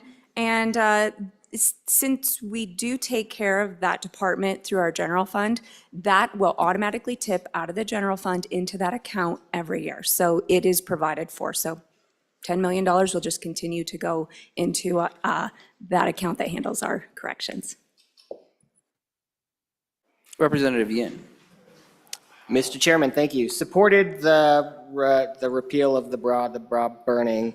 The SIPA, I'm kind of less supportive of. So when I think about my own home finances, right, I do have a checking, I have a savings, I have a 401k, but also I save for short, medium, long-term projects. So if I want to take a vacation that's going to be really expensive, I use a company that lets it make it really easy to set up an account just to automatically save for that every month. And that way I know that I'm on track to meeting that project goal. I think So whether it's like a vacation or scuba lessons or something, or a new car, something where I know that I'm going to have to save longer than the short term. So I think having an account like this is actually still a good idea, especially when we have projects that we need to save for on a longer term basis than our 2-year budgeting basis. If we had enough money to do every CapCon project every 2 years, that'd be fine, but we have projects that are bigger than that sometimes. And I think that having that medium-term savings account is good for that kind of thing. Representative Harshman. Thank you, Mr. Chairman. I just asked the sponsors of the bill, what's the biennial cut to education, the K-12 education? It was spoken at this podium a few moments ago that it doesn't affect education. It certainly does. I mean, that piece of it. But I just, folks, I want you to, I know you got the graph out of the data book, but if this is not a prop, this is your fingers. So if everybody would do this one time, come on, everybody make a circle. Now, this is 5% spending policy. And what we did is we spend half of that every year and we save half of it. So the SIPA was part of that whole saving investing, because when you build buildings, they're generally going to be here for 80 years. And it's only about 10% inflation on building materials. So if the longer we wait and delay, the more expensive those projects go up. So we were very conservative. We didn't want the chief executive to be able to spend the entire 5%. We didn't want to flow all that into the general fund. It'd just vanish. And so we said, okay, you can spend half of that 5%, 2.5%, but the other 2.5% we're going to reinvest into the rainy day account, the LISRA, and we're going to build projects, bridges, roads, buildings. That's called the Strategic Investment Project Account. And then the governor then can profile projects out of that one-time expenditures out of that account. But I think more importantly, we guaranteed that investment income with our reserve account. So I think the real problem with this bill is not so much the repeal of the SIPA, but it's reducing the investment revenue for today's people. How much is that? Will one of the sponsors tell me how much of a revenue cut are we giving the people of Wyoming? Now, this isn't a tax cut. We've all voted for tax cuts. We're going to pass the 25% through on Senate File 69, but when that comes here for concurrence, but why in the world would we cut our revenue from investments to today's people and only take 2.5% to spend on today's people? 2.5% is like what we get in our checking account back home. You know, and we've been averaging nearly 5% and not even selling much of this stuff. We're going to have a pretty good year this year, but why would we do that to today's people? So I know how this is going to go. This bill's going to pass today, but tomorrow I'll bring a fix for this so we don't have to do a revenue cut for today's people. Because so my two questions are, what's the overall cut to Wyoming's people? And then how much of a cut is it to the education budget? I don't know if you woke up this morning and said, I am going to cut the education funding by 7%. You vote for this bill, that's what you do. And that's not counting a dime of major maintenance or construction and all this stuff, this part of the SIPA that goes to the schools. It was all about replacing coal lease bonuses. Gosh, when those all went away, we lived it good for 2 decades. We were building schools with coal lease bonus that went away. And so we did 2 things to kind of keep that thing going. And then we just got our butt kicked in a lawsuit yesterday. I hope you read the last 4 pages. And then take action on this floor to reduce revenues to education by another 7%. Boy, I think we want to think, and I'll bring a fix for it tomorrow, but I think we want to sleep on that one tonight. Thank you, Mr. Chairman. Thank you, Representative Harshman. Chairman Brown. Bear.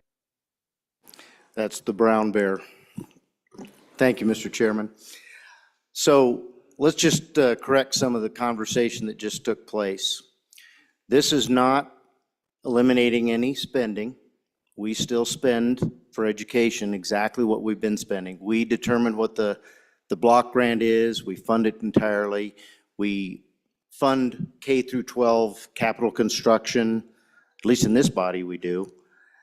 And so what this bill does, again, it's already been explained to you, but we're going to do it again. It's going to eliminate automatic transfers. It eliminates this account, which, if you recall, I just mentioned that the chief executive pulled money out of the LISRA through the BRA and into this account so that he could spend it on construction, capital construction for K-12. We tried to eliminate that by eliminating the BRA account, which both bodies have now passed that. We'll see if the governor agrees.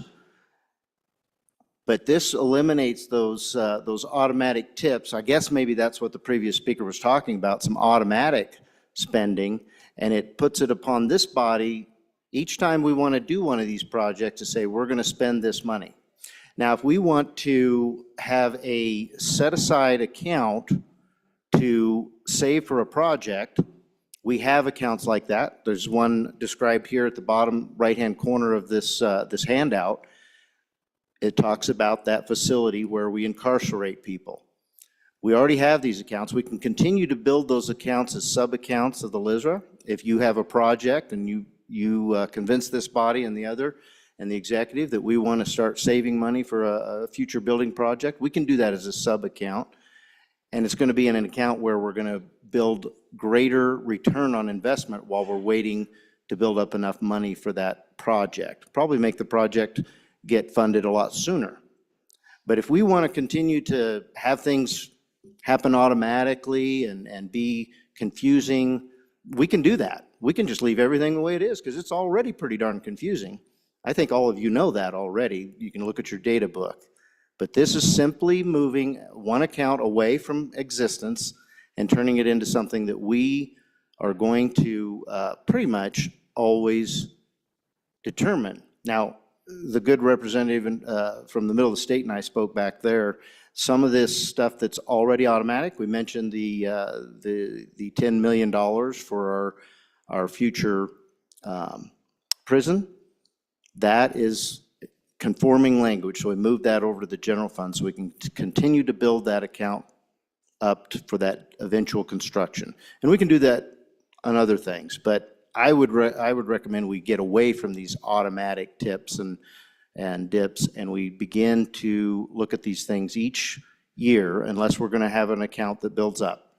And then each year we should make a determination as a body, how much do we want to put in that account this year?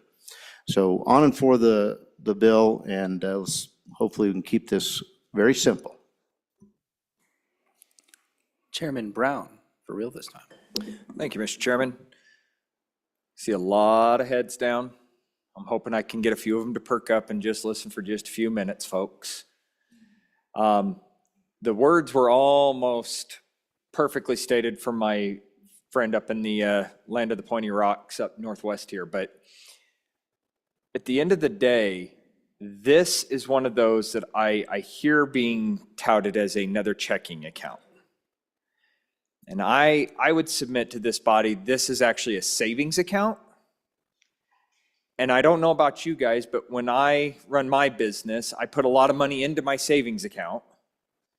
And then when my times are lean, I transfer out of my savings account into my checking account to pay bills. Now, that's not exactly what this does, because I don't disagree about the tips and the dips. I think we could bring a bill to maybe fix that. But eliminating this account in totality basically puts, what I really don't like about this, ladies and gentlemen, the 5 terms that I've served in this House now, that committee number 2 has had a lot of power. And that power is going to reside so heavily now when it comes to construction projects. It is going to be so powerful that we are going to be told, your goldenrod is going to have a much bigger number, so we'll be able to have this and it's much clearer. I don't disagree with that.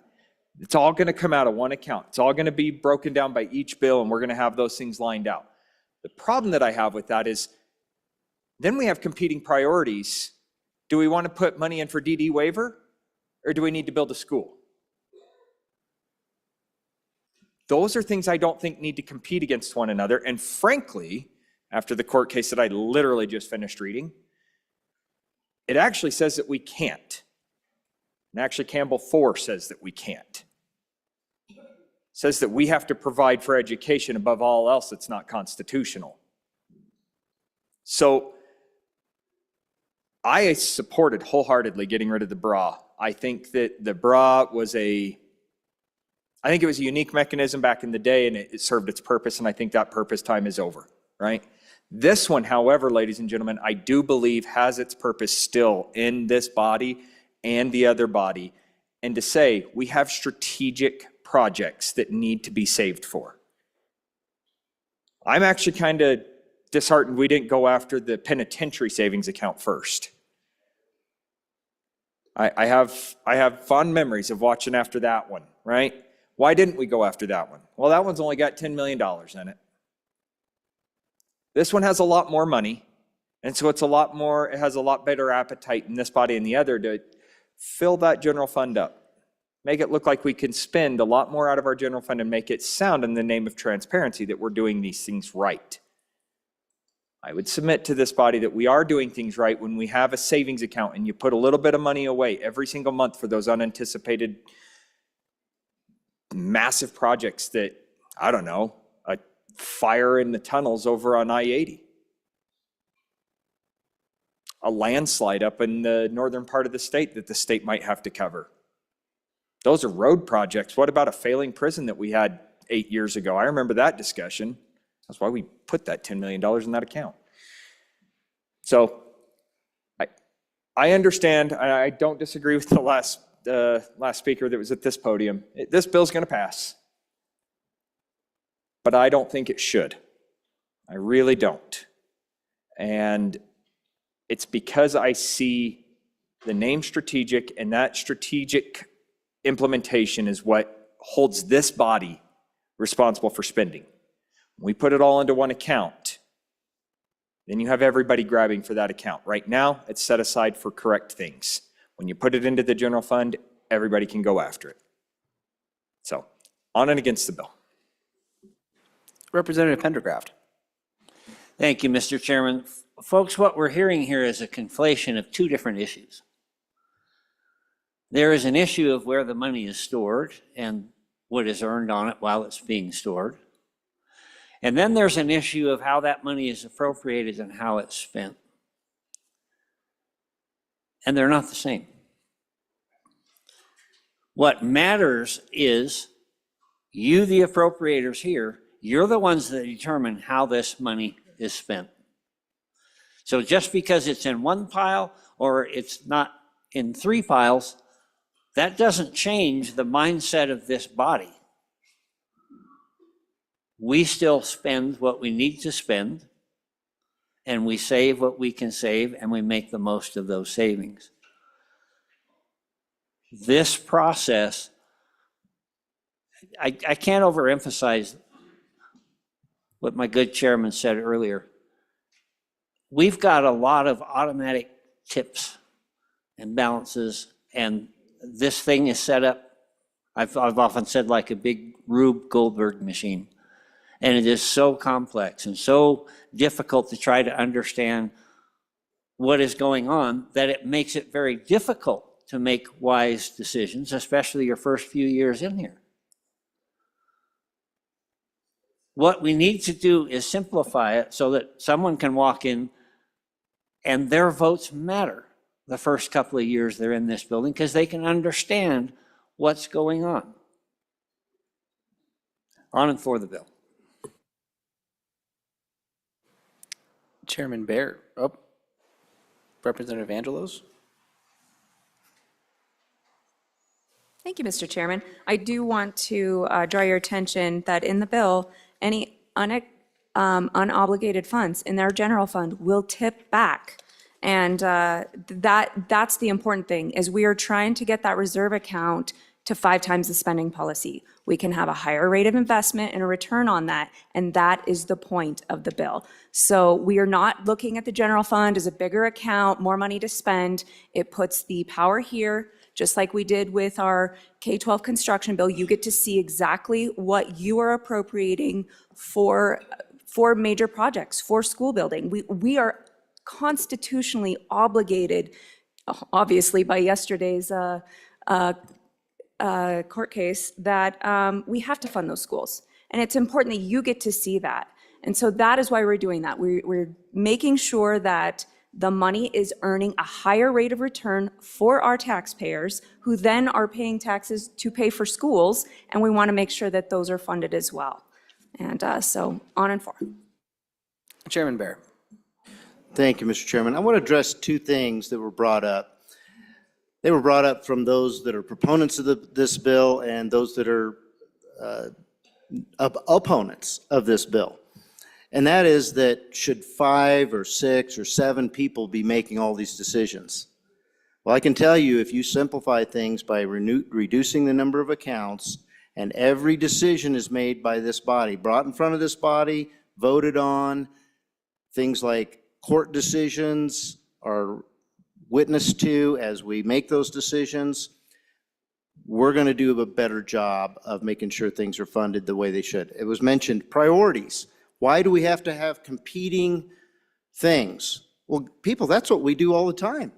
We do not have unlimited funds. I know it seems like that at times, but it is not true. Everything is a competition.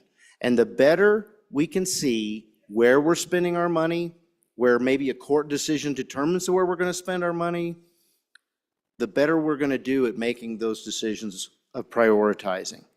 But competing, that's what we do all the time. We have competing interests in this body. Your constituents have competing interests. And until the day you are able to come here and bring what your constituents say is a highly important issue, and you can impact the way this body spends it based on the information you brought from your district, is the day that we're doing things right. Right now, we're not able to do that because of the complication, because of the way we have money spent automatically before you have a chance to say, hey, my constituents want this money spent a different way. Because you never see it. It happens automatically. It's out of that account. You can't tell where money might be.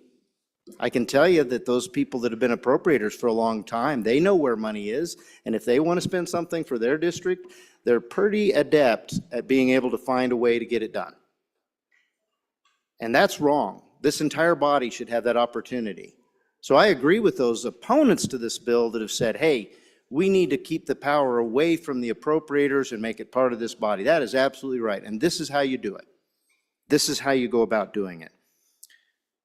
I just want to make one more comment about the judicial decision that we all got a chance to look at yesterday. We all need to keep studying that so we understand it.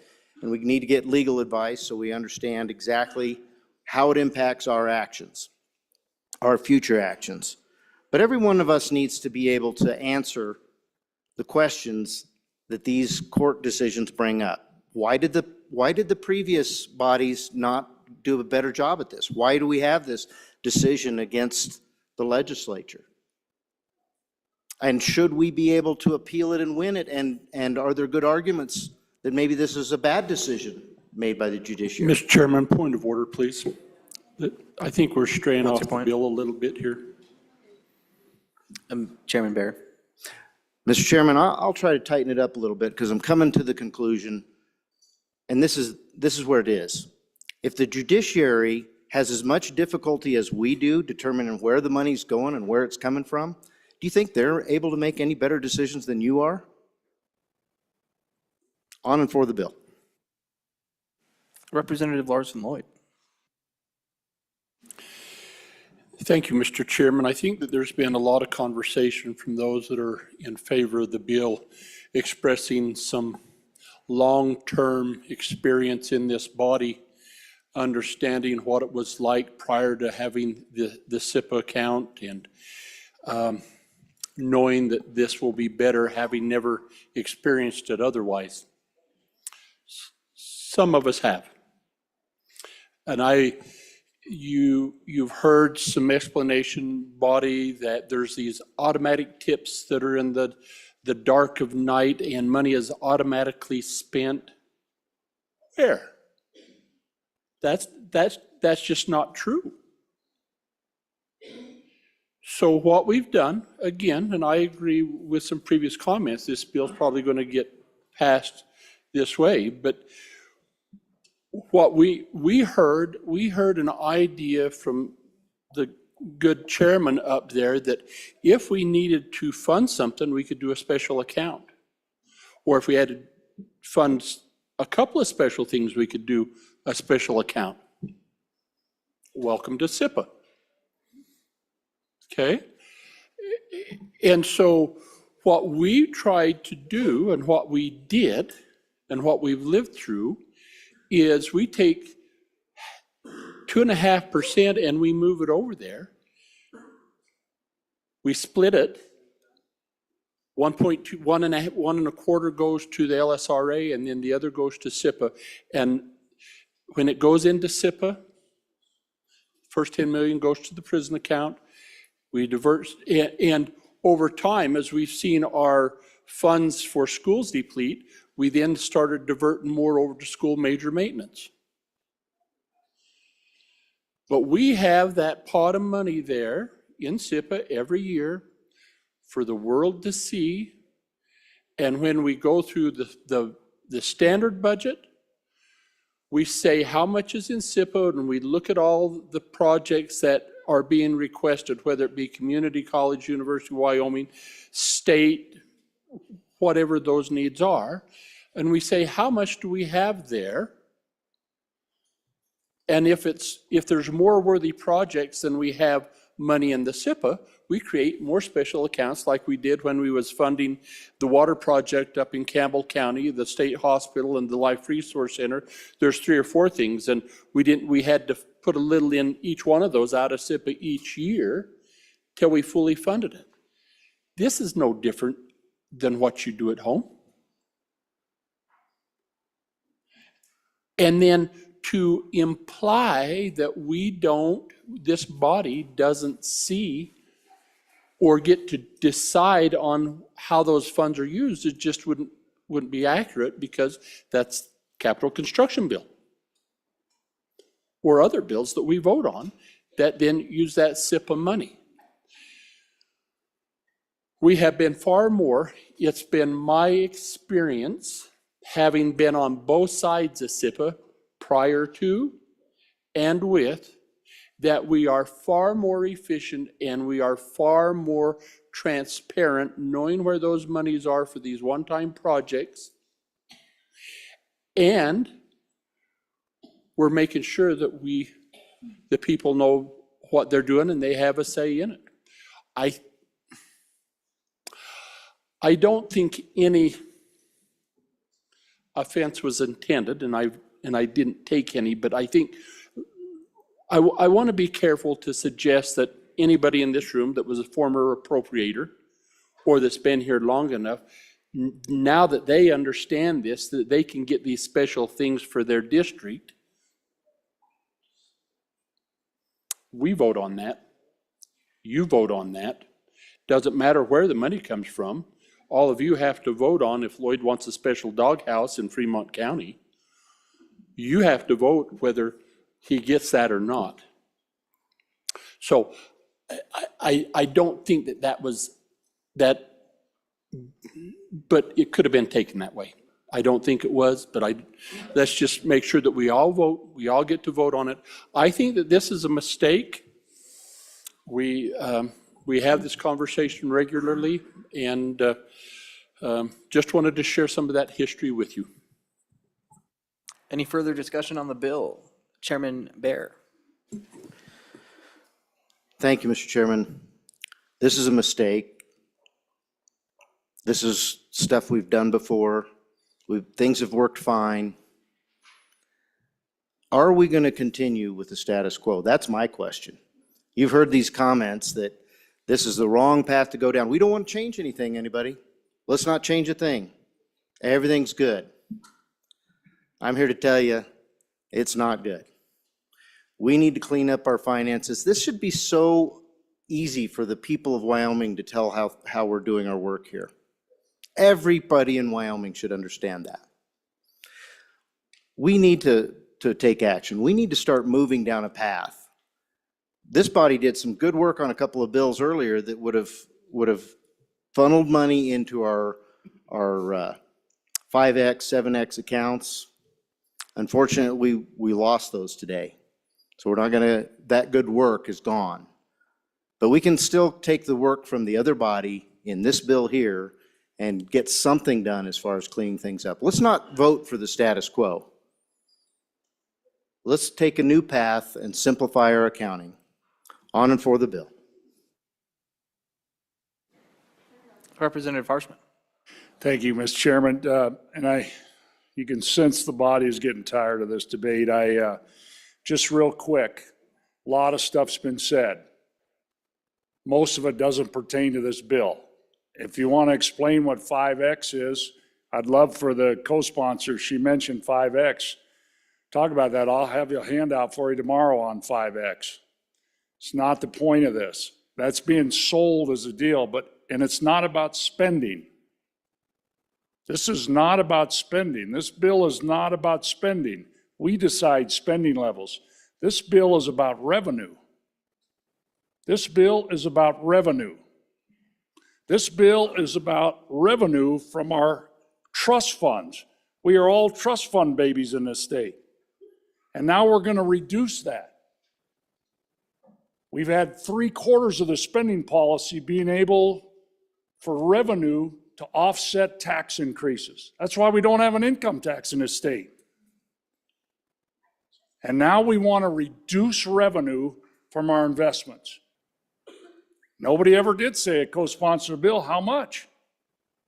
Well, 2 years, next year you'll go into this budget, it'll be $250 million for the next biennial budget. That is a revenue reduction. That is right at a half-penny sales tax. We can't print money. The LSRA is going down. And yeah, the status quo was pretty nice. We had a $350 million surplus on the education side and 1.8 in the LSRA when we started this process. Best run state in the country. Spending less than we were 20 years ago with inflation. It's not a bad status quo. This is not about spending. Why do you want to cut revenue from our trust funds for today's people so you're going to have to raise taxes on today's people? You will have to. This cuts 7% of education funding. $125 million in the next biennial out of education funding out of a $1.86 billion two-year education budget. 7%, just this bill. That's not counting a penny for major maintenance or a new Gillette High School or anything else. It's not about spending, folks. This is about revenue. We want to trust our trust funds, keep them working for us. I know this bill will pass tonight. I know how this thing works now, but I'll bring an amendment so we at least do not cut our revenue from our trust funds tomorrow. Get rid of the SIPA, get rid of the SIPA, but don't get rid of 25% of our revenue off the trust fund. There's no reason for it, unless you're going to go back home and say, we think we want to raise taxes on today's people. And then try to explain 5X to them, tell them how simple that is. That's not a good one. And so I know this will pass, but tomorrow we can fix and not cut revenue to today's people, so we have to raise taxes, because that's what this bill does. It's $250 million appropriators next year when you're sitting in that room in December trying to figure it out. So we don't want to do that to our people. They've worked hard paying. Our energy companies have built these trust funds over the last 50 years. Yeah, so we want to make our trust funds work harder, not work less. On and against the bill, We'll have to try to fix it tomorrow. It's not about spending, folks. It's about revenue.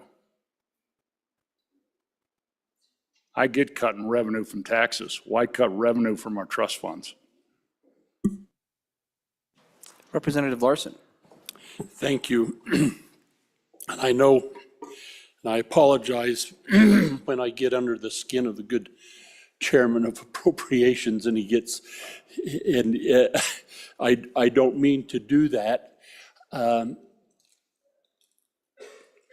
And I think that we can always make improvements on everything that we do, and we can make improvements here, we can make improvements, of course. But I'm here to tell you, the state isn't broke either. It's not a broken vessel. And we've got a lot to be proud of. And I think we need to be, again, to the former speaker's point, and to the person that presented this bill, when the presenter of the bill said, the only reason we're doing this is so that we can get the reserve accounts up to 5X, and the SIPA is the reason we haven't been able to. Well, for goodness sakes, we've only had those reserve accounts for about 3 years. We've had SIPA a lot longer than that. So the SIPA has not been interfering with that. But if we're wanting to ensure that we get those reserve accounts up to where they need to be and provide the total rate of return on our investments, you need to listen to the last speaker, because you've got to have the revenue to put in those reserve accounts. And by just getting rid of the SIPA account, you've just flushed that down the toilet. So pay attention over the next day or two, please. As I said, if we want to get rid of the spending, get rid of the spending. But let's make sure that we're not making a mistake on the revenue side. Thank you. Any further discussion? Question being called. All those in favor of Chairman Bear's motion that when the Committee of the Whole rises to report, it does so with the recommendation that Senate File 100 do pass. All those in favor say aye. I'm sorry. That was Senate File 169. I apologize, folks. Yep, so we're going to restart that. Question being called. All those in favor of Chairman Bear's motion that when the Committee of the Whole rises to report, it does so with the recommendation that Senate File 169 do pass. All those in favor say aye. Aye. Those opposed, no. No. Senate File 169 has passed the Committee of the Whole. I apologize about that, folks. The next bill for our consideration is Senate File 50. The reading clerk will please read the bill. Senate File 50, sponsored by corporations, Insurance Holding Company Regulations Amendments, an act relating to the Insurance Holding Company System Regulatory Act. Mr. Speaker, your committee number 7, Corporations, Elections, and Political Subdivisions, to whom is referred Senate File 50 engrossed, Insurance Holding Company Regulations Amendments. Respectfully report same back to the House with the recommendation that it do pass. Ayes, Representatives Brown, Heft, Johnson, Locke, Lucas, Webb, Weber, Yin. Conflict, Representative Knapp. Representative Yin, Vice Chairman. You've heard the reading of the bill. What is your pleasure, Chairman Knapp? Mr. Chairman, I move that when the Committee of the Whole rises to report, it do so with the recommendation that Senate File 50 do pass, and with the explanation of the bill. Now, this is insurance, so we just got off a heavy topic and people's eyes are glazed over. So this is an insurance one. I'm going to let the representative whose last name is like the world's premier manufacturer of charcoal, gas, and electric grills and accessories. Whether it's perfectly juicy steak or a brat-filled sundae for you and your family and friends, this grill's for you.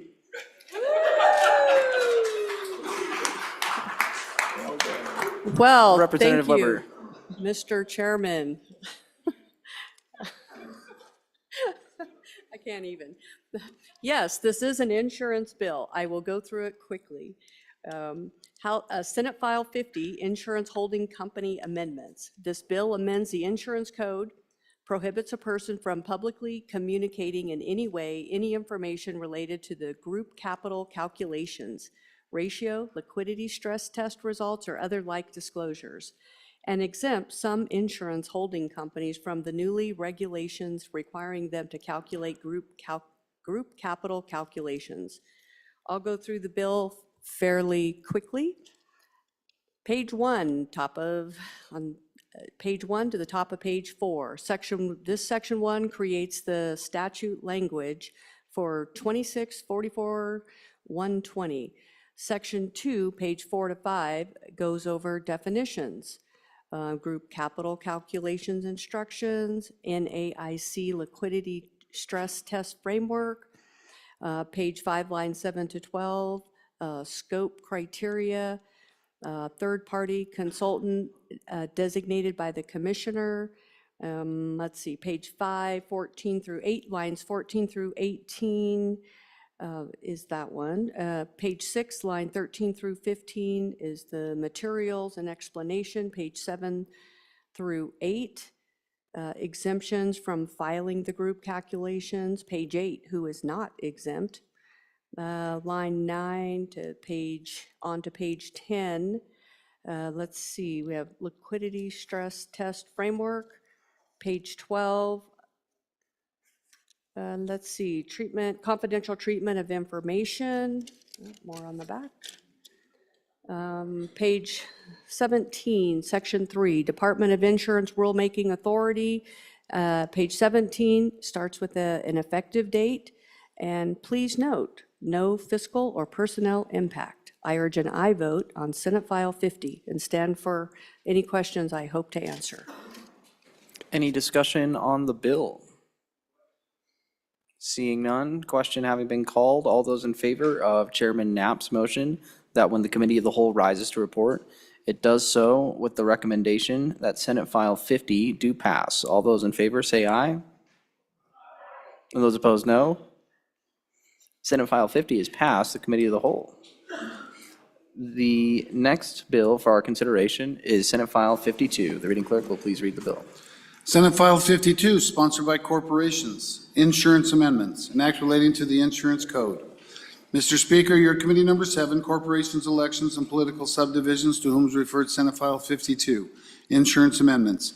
Respectfully report same back to the House with the recommendation that do pass.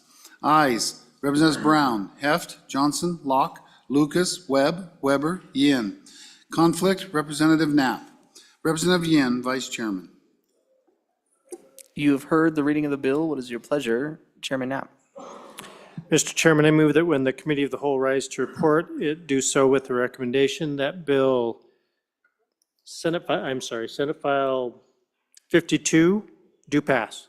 And with that, I will turn the mic over to the good representative. Representative Weber.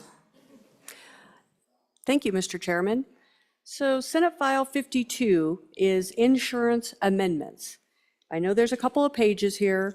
Literally, it's just updating and amending the definition of insurance transaction and requiring all insurers licensed or registered with the state to inform the Insurance Commission of any change in address or contact information within 30 days of that change. I can go through the bill page by page. I'll just make it quick. We'll start with page 2. Page 2, line 12, that's the clarifying definitions, what insurance transaction means.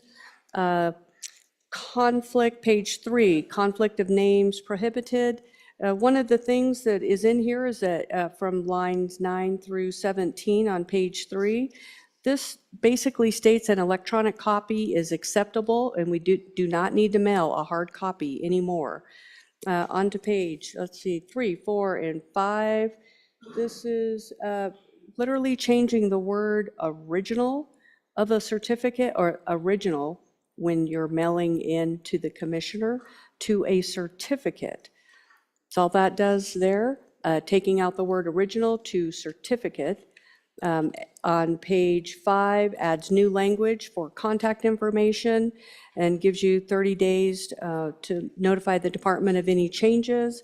Bottom of page 5, you'll notice the word on line 22, certified. Used to be everything had to be registered mail. Today, and what they have been doing is certified mail. Less costly, and the department still has your signature on file. Page 6, line 4, minor changes to include adjusters or licensee. That definition is on page 6, line 6, page 6, line 16. Continues on with the same definitions going forward. Page 8, line 18 through 19. This removes the hard copy, so you can also send an electronic copy, which everybody does today. Lastly, on the last page, 9, section 2, before section 2, on line 5, page 9, this repeals the laws that were written in 1998. And I don't know if any of you remember it, but this was for wellness benefits. So that used to be a thing that was not so normal as it is now. And finally, on page 9, line 10, the effective date of July 1st. And again, no financial impact or personnel change. I would sure like an aye vote on Senate File 52. Thank you. Is there any discussion on the bill? Question being called. All those in favor of Chairman Knapp's motion that when the Committee of the Whole rises to report, it does so with the recommendation that Senate File 52 do pass. All those in favor say aye. Aye. And those opposed, no. Senate File 52 has passed the Committee of the Whole. Majority Floor Leader. Thank you, Mr. Chairman. You've done a wonderful job. I move that the Committee of the Whole rise and report. You've heard the motion. All those in favor say aye. Those opposed, no. The motion is passed.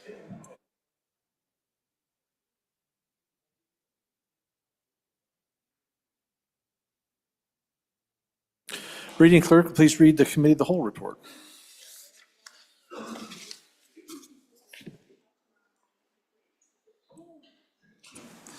Mr. Speaker, your Committee of the Whole, having had under consideration bills on general file, begs leave to report as follows. Senate File 125, do pass amended. Senate File 51, do pass amended.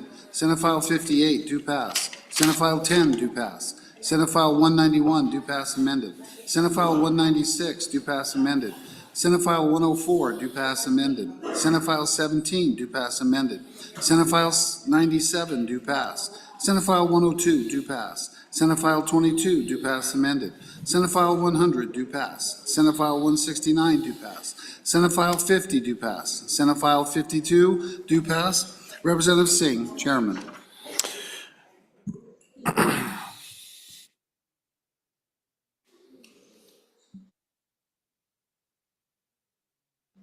Representative Singh. Mr. Speaker, I move the adoption of the Committee of the Whole report. You have heard the motion. All those in favor signify by saying aye. Aye. All those opposed, no. It's been adopted. Congratulations, Representative Singh.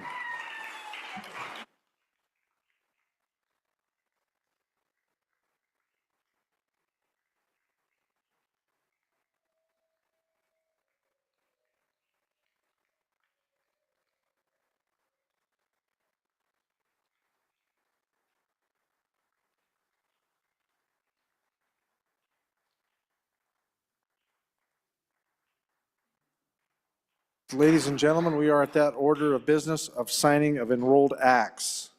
First enrolled act for our consideration, enrolled act number 52, Senate. Senate Enrolled Act 52, being original Senate File 9, an act relating to criminal procedure, specifying eligibility for the restoration of rights, expanding the scope of judicial review of restoration of rights, eligibility determinations, amending notification requirements regarding the issuance of restoration of rights certificates, clarifying the effect of new felony conviction upon a prior restoration of rights, amending the definition of violent felony, making the conforming amendments, and providing for an effective date, being enacted by the legislature of the state of Wyoming. I am about to sign enrolled act number 52, having been original Senate File 9. I have so signed. Next enrolled act 53. Senate Enrolled Act number 53, being original Senate File 62, an act relating to school districts, requiring public school children to use restrooms, sex-designated changing facilities, and sleeping quarters that align with their sex at birth, requiring reasonable accommodations, providing exceptions, providing penalties, providing definitions, and providing for an effective date, being enacted by the legislature of the state of Wyoming. I'm about to sign Enrolled Act number 53, having been formally Senate File number 62. I have so signed. Good. Yeah, there you go. I couldn't tell you on those because they don't give me a name on them, but so I'm going to do it on our house. So next Enrolled Act 54.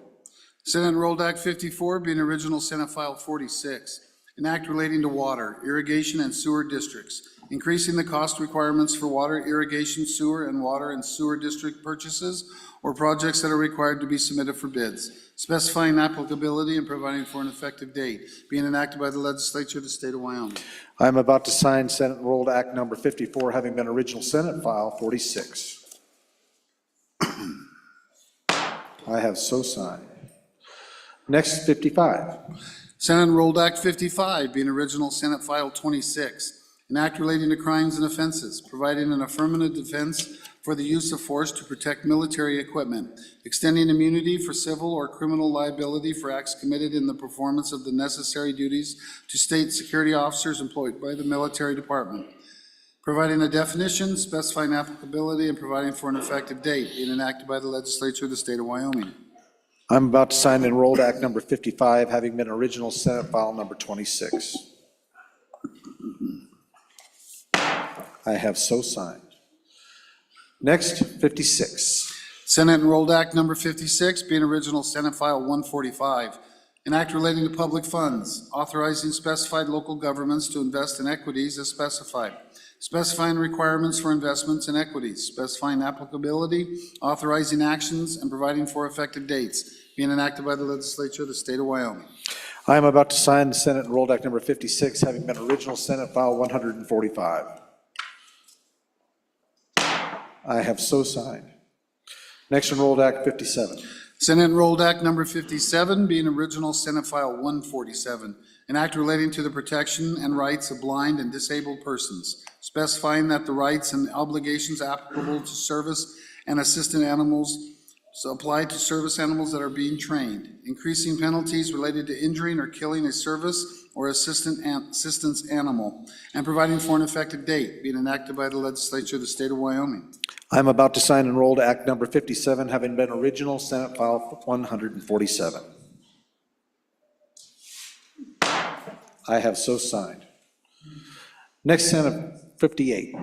Senate Enrolled Act number 58, being original Senate File 132, an act relating to defense forces and affairs, prohibiting the use and operation of unmanned aircraft systems over critical infrastructure and critical systems, specifying the exceptions, providing and amending penalties, authorizing the use of the Wyoming National Guard, providing definitions, making conforming amendments, providing duties for the Attorney General, and providing for an effective date, being enacted by the legislature of the state of Wyoming. I'm about to sign Enrolled Act number 58, having been original Senate File 132.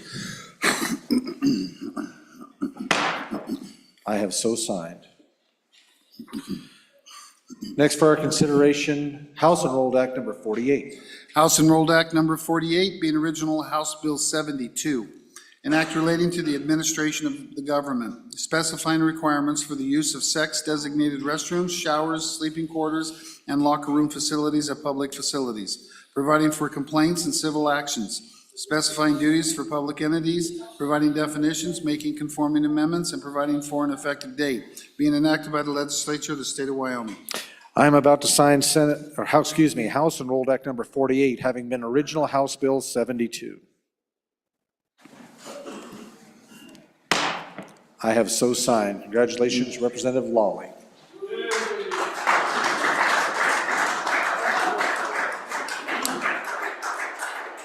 Next Enrolled Act 49.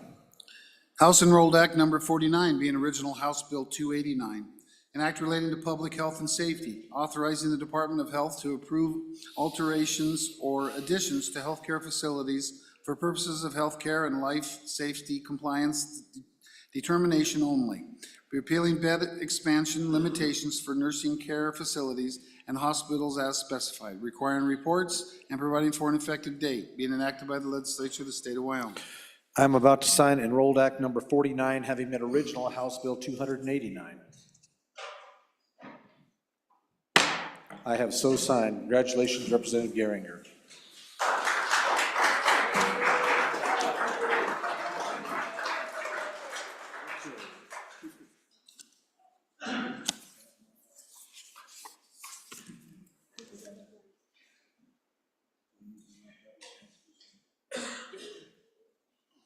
Standing committee report.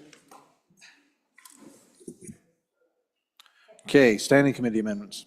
The standing committee reports. Senate File 91, sponsored by Select Tribal.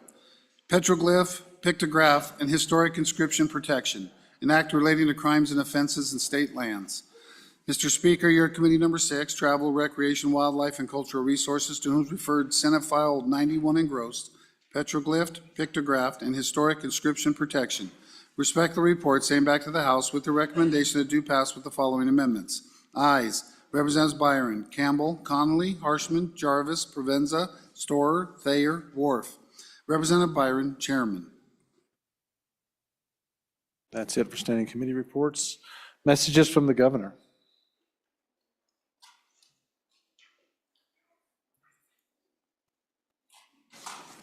February 27th, the Honorable Chip Nyman, Speaker of the House, regarding no signature of House Enrolled Act 24, House being original House Bill 172, repeal gun-free zones and preemption amendments. Suspend further reading. Sincerely, Mark Gordon, Governor. February 27th, the Honorable Bo Beitman, President of the Senate, regarding no signature of Senate Enrolled Act 21 being original Senate File 168, Budget Reserve Account, repeal. Suspend further reading. Sincerely, Mark Gordon, Governor. February 27th, the Honorable Bo Beitman, President of the Senate, regarding no signature of Senate Enrolled Act 23, Senate File 77. Compelled speech is not free speech. Suspend further reading. Sincerely, Mark Gordon, Governor. Okay, messages from the Senate. Message number 389. Mr. Speaker, the Senate did concur on House amendments to the bill listed below by the vote indicated. Senate File 26, Protection of Military Equipment. Ayes 28, noes 1, excused 2. Message 390. Mr. Speaker, the Senate did concur on House amendments to the bill listed below by the vote indicated. Senate File 62, Restrooms in Publicly Funded Schools. Ayes 26, noes 3, excused 2. Message 391. Mr. Speaker, Senate File 86, Alternative Teaching Certificate. The Senate failed to concur on House amendments to the bill listed above by the vote indicated. Ayes 1, noes 27, excused 3. Message 392. Mr. Speaker, the Senate did concur on House amendments to the bill listed below by the vote indicated. Senate File 46, Water and Sewer Districts Bid Requirements. Ayes 26, noes 2, excused 3. Message 395. Mr. Speaker, Senate File 74, Immunity for Drug Overdose Reporting. The Senate failed to concur on House amendments to the bill listed above by the vote indicated. Ayes 3, noes 26, excused 2. Message 396. Mr. Speaker, the Senate appointed Senate conferees to meet with the Like Committee number 1 from the House on amendments to Senate File 74. The Senate conferees are Senator Crum, Chairman, Senator Hutchings, Senator Steinmetz. Message 397. Mr. Speaker, the Senate did concur on House amendments to the bill listed below by the vote indicated. Senate File 145, Local Governments, Investments and Equities. Ayes 27, noes 2, excused 2. Message 398. Mr. Speaker, the Senate did concur on House amendments to the bill listed below by the vote indicated. Senate File 132, Protecting Critical Infrastructure and Systems from Drones. Ayes 25, noes 4, excused 2. Message 399. Mr. Speaker, Senate File 127, Administrative Rules, Legislative Review. The Senate adopted the Joint Conference Committee number 1 report on the bill listed above by the vote indicated. Ayes 26, noes 3, excused 2. Message 400. Mr. Speaker, the Senate did concur on House amendments to the bill listed below by the vote indicated. Senate File 147, Service Dogs, Training and Crimes. Ayes 28, noes 1, excused 2. Message 401. Mr. Speaker, the Senate appointed Senate conferees to meet with the Light Committee Number 1 from the House on amendments to Senate File 86. The Senate conferees are Senator Larson, Chairman, Senator McEwen, Senator Olson. Message 402. Mr. Speaker, House Bill 18, Career Technical Education Funding. The House bill listed above passed on third reading in an amended form as follows by the vote indicated. Ayes 29, excused 2. The Senate respectfully asks the House to concur by adopting the listed amendments. Message 403. Mr. Speaker, the bill listed below passed the Senate on third reading by the vote indicated. House Bill 289, Certificate of Need, Repeal 3. Ayes 24, noes 5, excused 2. Message 404. Mr. Speaker, House Bill 311, Exemption for Transported Fuel and Power Sales Amendments. The House bill listed above passed on third reading in an amended form as follows by the vote indicated. Ayes 28, noes 1, excused 2. The Senate respectfully asks the House to concur by adopting the listed amendments. Message 405. Mr. Speaker, Senate File 103, Terminating and Defunding Diversity, Equity, and Inclusion. The Senate failed to concur on House amendments to the bill listed above by the vote indicated. Ayes 1, noes 28, excused 2. Message 406. Mr. Speaker, the Senate appointed Senate conferees to meet with the Light Committee Number 1 from the House on amendments to Senate File 103. The Senate conferees are Senator Steinmetz, Chairman, Senator Hicks, Senator Hutchings. Sincerely, Ellen Thompson, Senate Chief Clerk.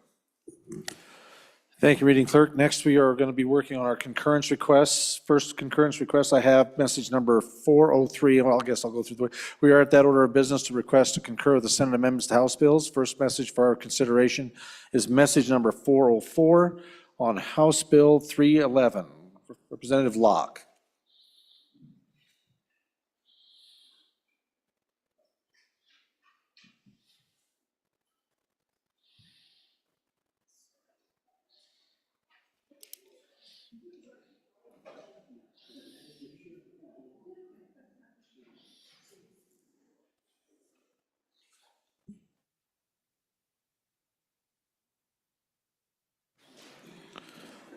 Representative Locke, please. Thank you, proceed. Mr. Chairman. And I move message number 404, which is a message for concurrence for House Bill 311.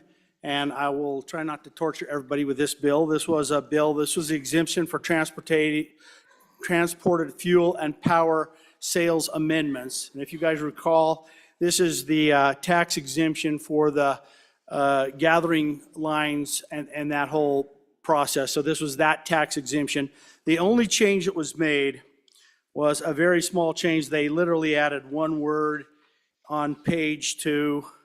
I know I won't try not to waste too much energy on this. I think you all know this bill.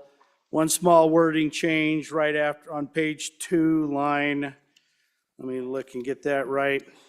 On line 22, they inserted right after customer sales, they inserted delivery. It was believed that that did some clarification, very minor issue, really no adverse impact on the bill. So I ask for your aye vote for concurrence, and I think this one's good to go. Any discussion on the concurrence? Seeing none, question being called, we are voting on a motion to concur with Senate amendments to House Bill 311. A majority of the elected members is required. Chief Clerk will please call the roll.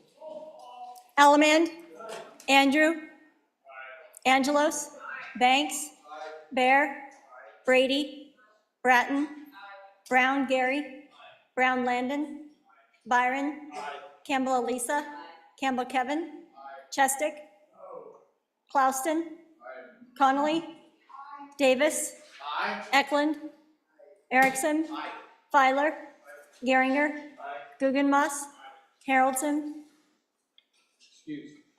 Harshman, Heiner, Heft, Jarvis, Johnson, Kelly, Knapp, Larson Lloyd, Larson JT, Lawley, Lean, Locke. Lucas. McCann. Nicholas. Ottman. Pendergraft. Posey. Provenza. Riggins. Rodriguez-Williams.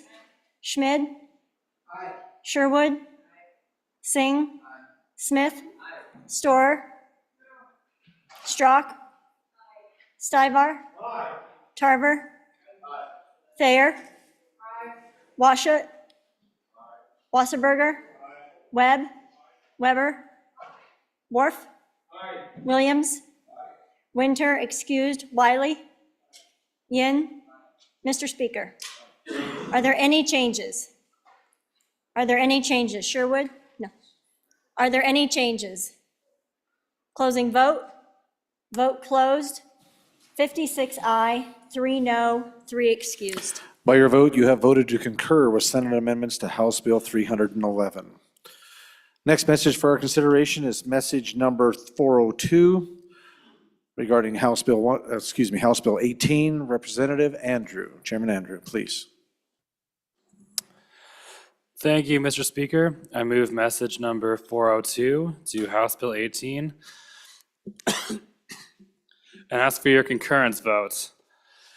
Mr. Speaker, if you remember, we had two bills that were very closely related. One was House Bill 18 and the other was House Bill 235. And House Bill 18 was a bill that slightly increased the funding for CTE supplies and materials to small schools. And House Bill 235 was a bill that actually created a categorical block grant out of what was in the block grant model, a categorical grant out of what was in the block grant model for those funds for CTE supplies and materials. And so what the House did was stick the effects of House Bill 18 into 235. What the Senate did is they put the effects of House Bill 235 into House Bill 18. So both of these bills passed unanimously out of the House. So I think we can get done what we wanted to by concurring with this message. Thank you.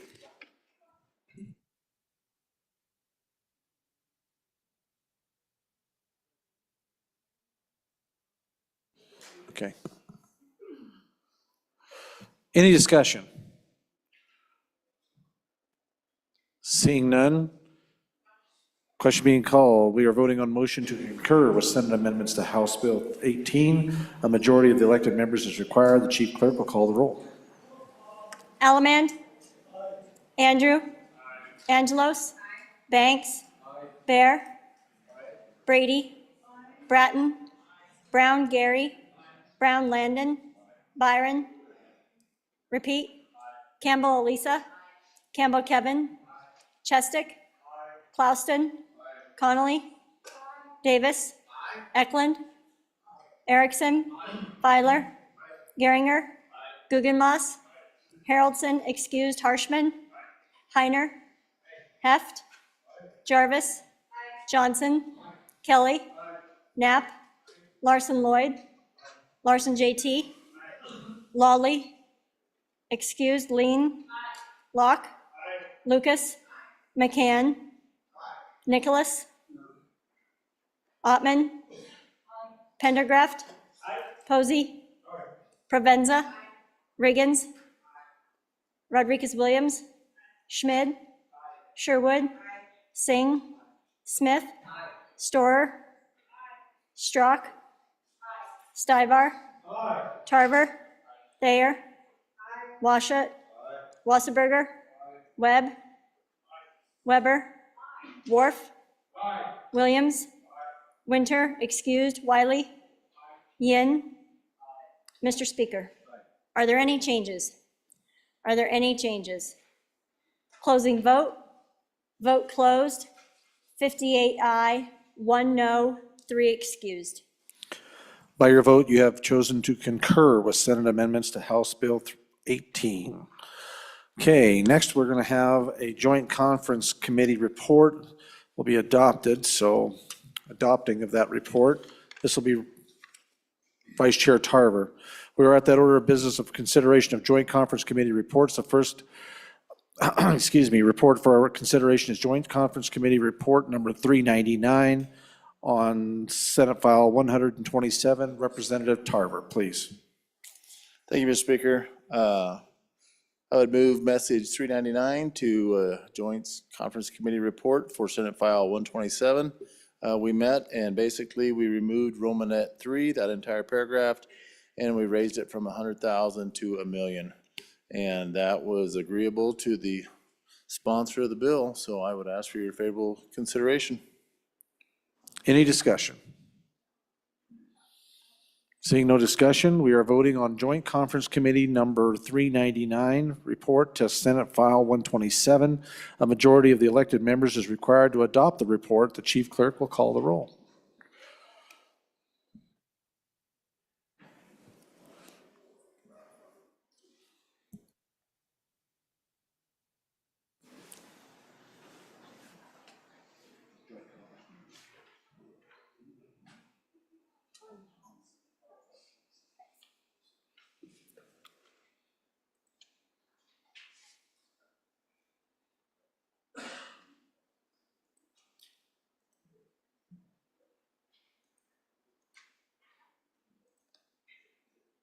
Allemand. Andrew. Angelos. Banks. Bear. Brady. Bratton. Brown Gary. Brown Landon. Byron. Campbell Elisa. Campbell Kevin. Chestick. Clauston. Connolly. Davis. Eklund. Erickson. Feiler. Geringer. Excused. Guggenmoss. Haroldson. Excused. Harshman. Heiner. Heft. Jarvis. Johnson. Kelly. Knapp. Larson Lloyd. Larson JT. Lawley. Excused. Lean. Locke. Lucas. McCann. Nicholas. Ottman. Pendergraft. Posey. Provenza. Riggins. Rodriguez Williams. Schmid. Sherwood. Singh. Smith. Storer. Strock. Stivar. Tarver. Thayer. Washut. Wasserberger. Webb. Repeat. Weber. Worf. Williams. Winter. Excused. Wiley. Yin. Mr. Speaker, are there any changes? Are there any changes? Lucas? Are there any changes? Closing vote. Vote closed. 54 aye, 4 no, 4 excused. By your vote, you have adopted the Joint Conference Committee Report number 399 on Senate File 127. Okay, next, ladies and gentlemen, we've got some concurrences here.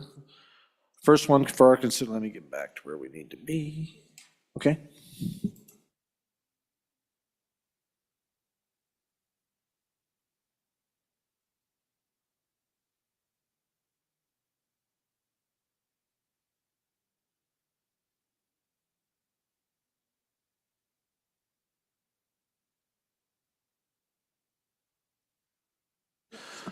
We're going to have a quick, I need Chairman Locke and Chairman Andrew. Please come to the dais. We have to get some things straightened out here. We have a couple messages from the Senate that have just come over, so we'll need you two gentlemen to get those things in order. While I have the reading clerk, please read our messages from the Senate. Message number 407. Mr. Speaker, the Senate adopted the Committee of the Whole report failing the bill listed below by the vote indicated. House Joint Resolution 2, Foreign Adversaries, Prohibited Property Ownership. Ayes 9, noes 19, 3 excused. The bill has been indefinitely postponed. Message number 408. Mr. Speaker, Senate File 69, Homeowners Property Tax Exemption. The Senate adopted the Joint Conference Committee number 1 report on the bill listed above by the vote indicated. Ayes 26, noes 3, excused 2. Message 409. Mr. Speaker, House Bill 199, Wyoming Freedom Scholarship Act. The Senate adopted the Joint Conference Committee Number 1 report on the bill listed above by the vote indicated. Ayes 21, noes 8, excused 2. Thank you, reading clerk.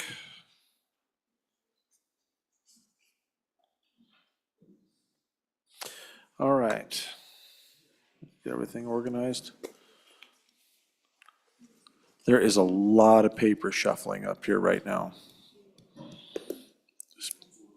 We will be patient here briefly, and we'll be underway again.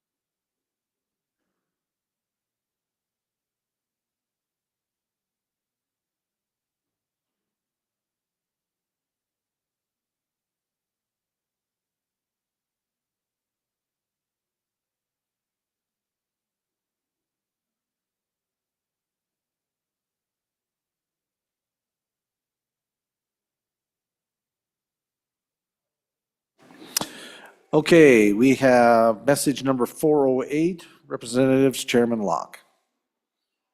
Thank you, Mr. Speaker. I move message 408 on Senate File 69. And this is from the Joint Conference Committee. And let me just, rather than go through this bill, you've all fought over this bill enough, I think, so let me just summarize what this bill now does. So it's a 25% exemption, beginning immediately in 2025 and ongoing.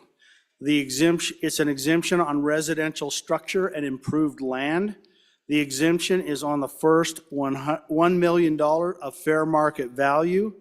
The exemption is not available if the homeowner has received the long-term homeowner exemption. Beginning in the second year, so in 2026 and ongoing, the exemption applies to owner-occupied property where the owner resides in the property for 8 months. And there is a consideration for deployed military members as well as part of that. So if you're deployed and you don't live there 8 months, there's a consideration for that.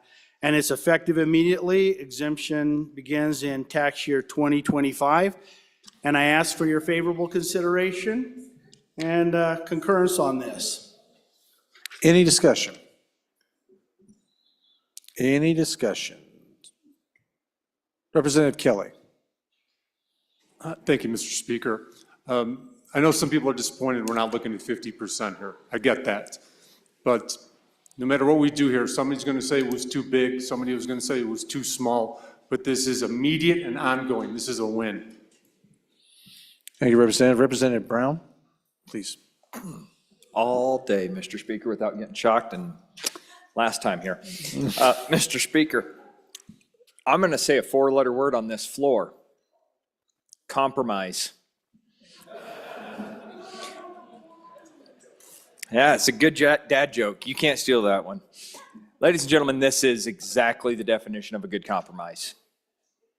Everybody's walking into the room, wanting to walk away with everything, and everybody walks away just a little upset because they only got something. I am going to be voting aye on this. I want it to be very clear, I don't like that we are shortchanging our local governments. That's a tough pill to swallow. But we're also not doing it at a 50% rate.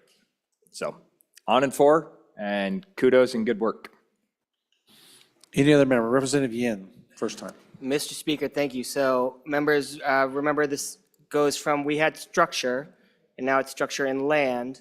it is actually increasing the amount of paying from the permanent 25% that we had in our version of the bill to a higher percentage of actual revenue lost to our local districts. So especially those special districts, I think those are the ones that I'm most concerned about, where they don't have that much wiggle room to absorb a shock like this. I'm going to be voting no on this. I will still support House Bill 153. I think that's the better structure, frankly, than this weird exemption. We should be doing it within the structure of our property taxes as classes, not doing it in our broad exemption category. So I'll be voting no, but I'll vote aye on other bills. Thank you, Representative. Representative Lean, for your first time. Thank you, Mr. Speaker. The first year is only structure and land for everybody. The second year is homeowner occupied and there forward. So the local municipalities this year will take a larger cut for everyone, but then next year that will balance out. So it's only owner occupied homes. Representative Byron, Chairman Byron. Thank you, Mr. Speaker. I'm going to encourage an aye vote on this, folks. We put a lot of work on this. As somebody that sat on the Revenue Committee last session, we went round and around, and I think a lot of great work got done. What I want to challenge the body to do is, as you drive around the state, as you visit with your people, as you talk to your special districts, ask them how this affects them. In 10 short months, we're going to be back here, and we're going to be working on a budget. And at that time, when we finally feel how much this could potentially or will hurt our special districts, go ahead and bring amendments to the budget to try to help those folks out, because that's who loses in this deal. Our people win. We've been asking for it for a long time in my neck of the woods. It just took the state a while to get on board. Please vote aye. Representative Wharf, for your first time, sir. Thank you, Mr. Speaker. I also rise in support and urge the body's concurrence. I want to thank those that worked to get us over this hurdle. I know it's hard. We got hung up. Our tenders got caught in the fence a little bit. And we had to readjust, but we got up and over that fence, and I applaud their efforts, their stick-to-itiveness. And yeah, it's not perfect, but I do think we're moving forward, and I look forward to actually looking at other ways that we can kind of meet the needs of the people at our communities. But aye for the concurrence and aye on the bill.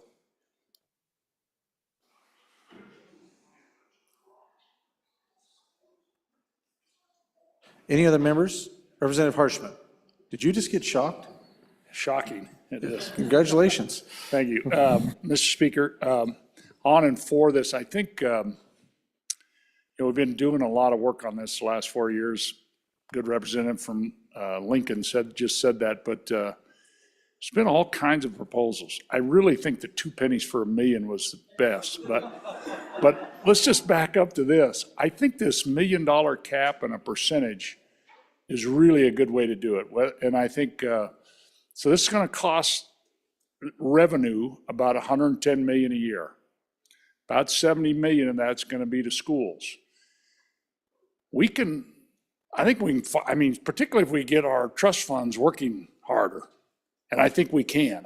We have got really conservative outlook on our trust funds. We're carrying $2.5 billion in unrealized capital gains. You could push a button right there, and you go out and tell your constituents, hey, we can't give you a $100 million tax break, but we can keep $2.5 billion in unrealized gains. That's a hard thing to and I get it. I'm trying to look at the big picture in today's people and tomorrow's people and intergenerational equity. And so I'm not faulting anybody, but I think we've got areas to do this without raising taxes on industry and without raising taxes on ourselves. And I think this, it's going to be 97% of the homes will be fully 25%. It's only about 2.5% that have over $1 million value in about 4 counties. There's counties that don't have $1 million homes. So I think it's a elegant solution. We'll keep working this thing as we move forward, and we're going to make some adjustments on some other bills out there. But so anyway, urge your support. Thank you, Mr. Speaker. Thank you, Representative. Representative Majority Leader Heiner. Thank you, Mr. Speaker. I want to give a shout out to all the people that participated in this. And it's not only this legislature, but it's the ones prior in the 67th. We've worked for multiple years on this. Last year, after working a long session and debating this bill, we went home and we didn't have anything. And we had to answer the taxpayers. And it was hard. It was hard to tell them that we didn't have anything that we told them we came here to Cheyenne to do. This year, I hope we can come home with something in a way to be able to present to them that will materially affect their lives. They've asked us for help. And it wasn't any one person that got this to the point where we can vote on it tonight. And it's not only in this chamber that's done that. I want to shout out to the other chamber. They worked just as hard as we did on this. And it's by coming together and compromise, that four little word we heard about, it's working together for a common cause. And that's what being a legislator is all about, is being yoked together, pulling in the same direction. And I want to give a shout out to our revenue committee. They worked hard during the interim. And they have steered us to the point where we can finally come to a resolution with one bill that we can place on the governor's desk tomorrow. It'll actually be on his desk tomorrow. So thank you, members of the 68th. You've worked hard, you deserve this, but more than that, the people of Wyoming have looked forward to this day for a couple of years. Thank you. Thank you, Representative. Representative Schmid. Thank you, Mr. Speaker. This is a tough one. I've been on the phone all day, text, emails with constituents back home. They don't see this bill as a solution or very conservative. My constituency in Sublette County has seen doubles property tax bills, some more than doubled. They've told me they've had enough. They're looking for a long-term solution. They don't see this as a long-term solution. They see it as another Band-Aid.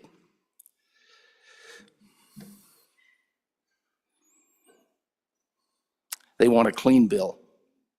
No caps, no backfills, no sunsets, no gimmicks. They're looking for a 50% across the board bill. And if that's not possible, they've asked me to wait for the opportunity of the ballot initiative here in 26. I'm representing them, so I'll be a no on this. Thank you. Thank you, Representative Schmid. Any others? Discussion on the concurrence? Representative Brady, please. Thank you, Mr. Speaker. I appreciate them getting back to us on the concurrence. I just want to reiterate that I've always been for 50%, and I'm going to continue fighting for that. For now, I'm going to head and agree with the concurrence, but I just want everybody back home and in here to know that I'm going to keep fighting for 50%. Thank you. Thank you, Representative Brandy. Any others for their first time? Seeing none? Any discussion? Chairman Locke? Thank you, Mr. Speaker. And in full disclosure, the one component I missed was the no backfill, and I'm sorry I missed that. I didn't mean to do that to everyone. That being said, please vote aye on this. I know we would all love to put more in everybody's pocket, but at the end of the day, I think it at least puts something back there, and thank you all for your aye vote. I really appreciate it. Please vote aye for concurrence. Members, we are voting to concur with the Senate amendments to Senate file, or to House amendments actually, to Senate File 69. A majority of the elected members is required. The chief clerk will call the roll. Allemand? Andrew? Angelos? Banks? Bear? Brady? Bratton? Brown, Gary? Brown, Landon? Byron? Campbell, Elisa? Campbell, Kevin? Chestick? Clouston? Connolly? Davis? Eklund? Erickson. Feiler. Geringer, excused. Guggenmoss. Haroldson, excused. Harshman. Heiner. Heft. Jarvis. Johnson. Kelly. Knapp. Larson Lloyd. Larson JT. Lawley. Excused. Lean. Locke. Lucas. McCann. Nicholas. Excused. Ottman. Pendergraft. Posey. Provenza. Riggins. Rodriguez Williams. Schmid. Sherwood. Singh. Smith. Storer. Strock. Stivar. Tarver. Thayer. Washut. Wasserberger. Webb. Weber. Worf. Williams. Winter, excused. Wiley. Yin. Mr. Speaker, are there any changes? Campbell, Elisa, aye to no. Further changes? Further changes? Closing vote. Vote closed. 49 aye, 7 no, 6 excused. By your vote, you have voted to concur with Senate amendments to Senate File 69.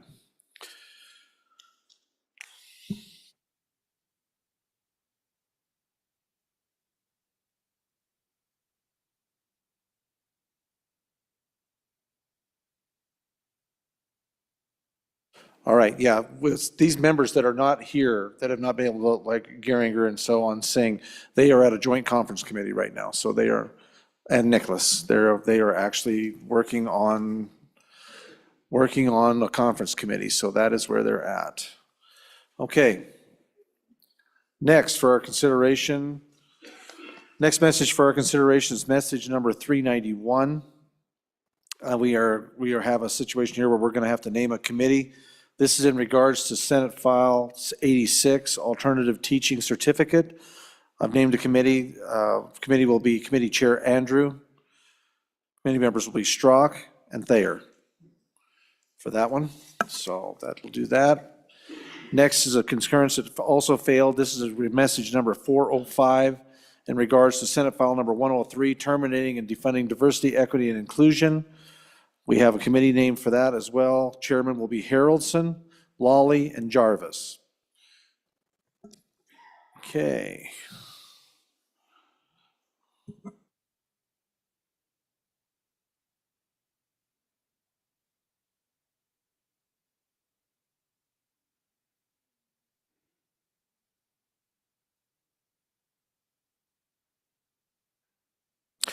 Another concurrence that we are going to be we're on here, sending a committee. This is in regards to message number 395 to Senate File 74, Immunity for Drug Overdose Reporting. We have a committee name for it as well. Chairman will be Larson Lloyd with McCann and Heft. Will be representing the House in that concurrence, in that message. Okay. Anything? I believe Tarver already, did you do yours, Representative Tarver? I believe you did. Yep, that one's been taken care of, so we're good there. We've got the adoption of the Joint Conference Committee, it's done. We are done with enrolled acts. Holy sailors, that clears the deck. Huh? 199? We already adopted it. I hope you did.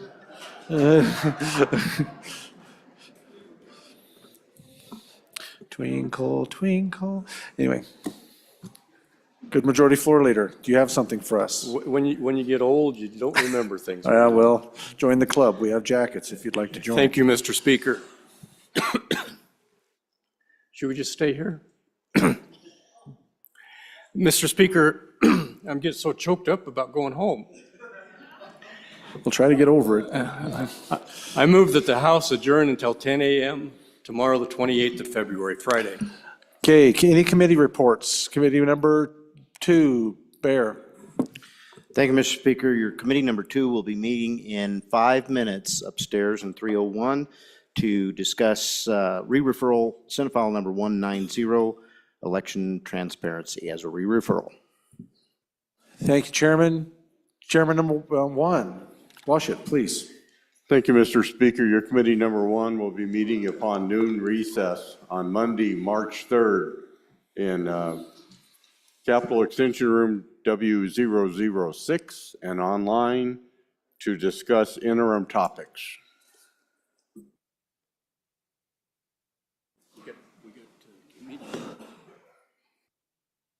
Okay, committee number 7, Corpse.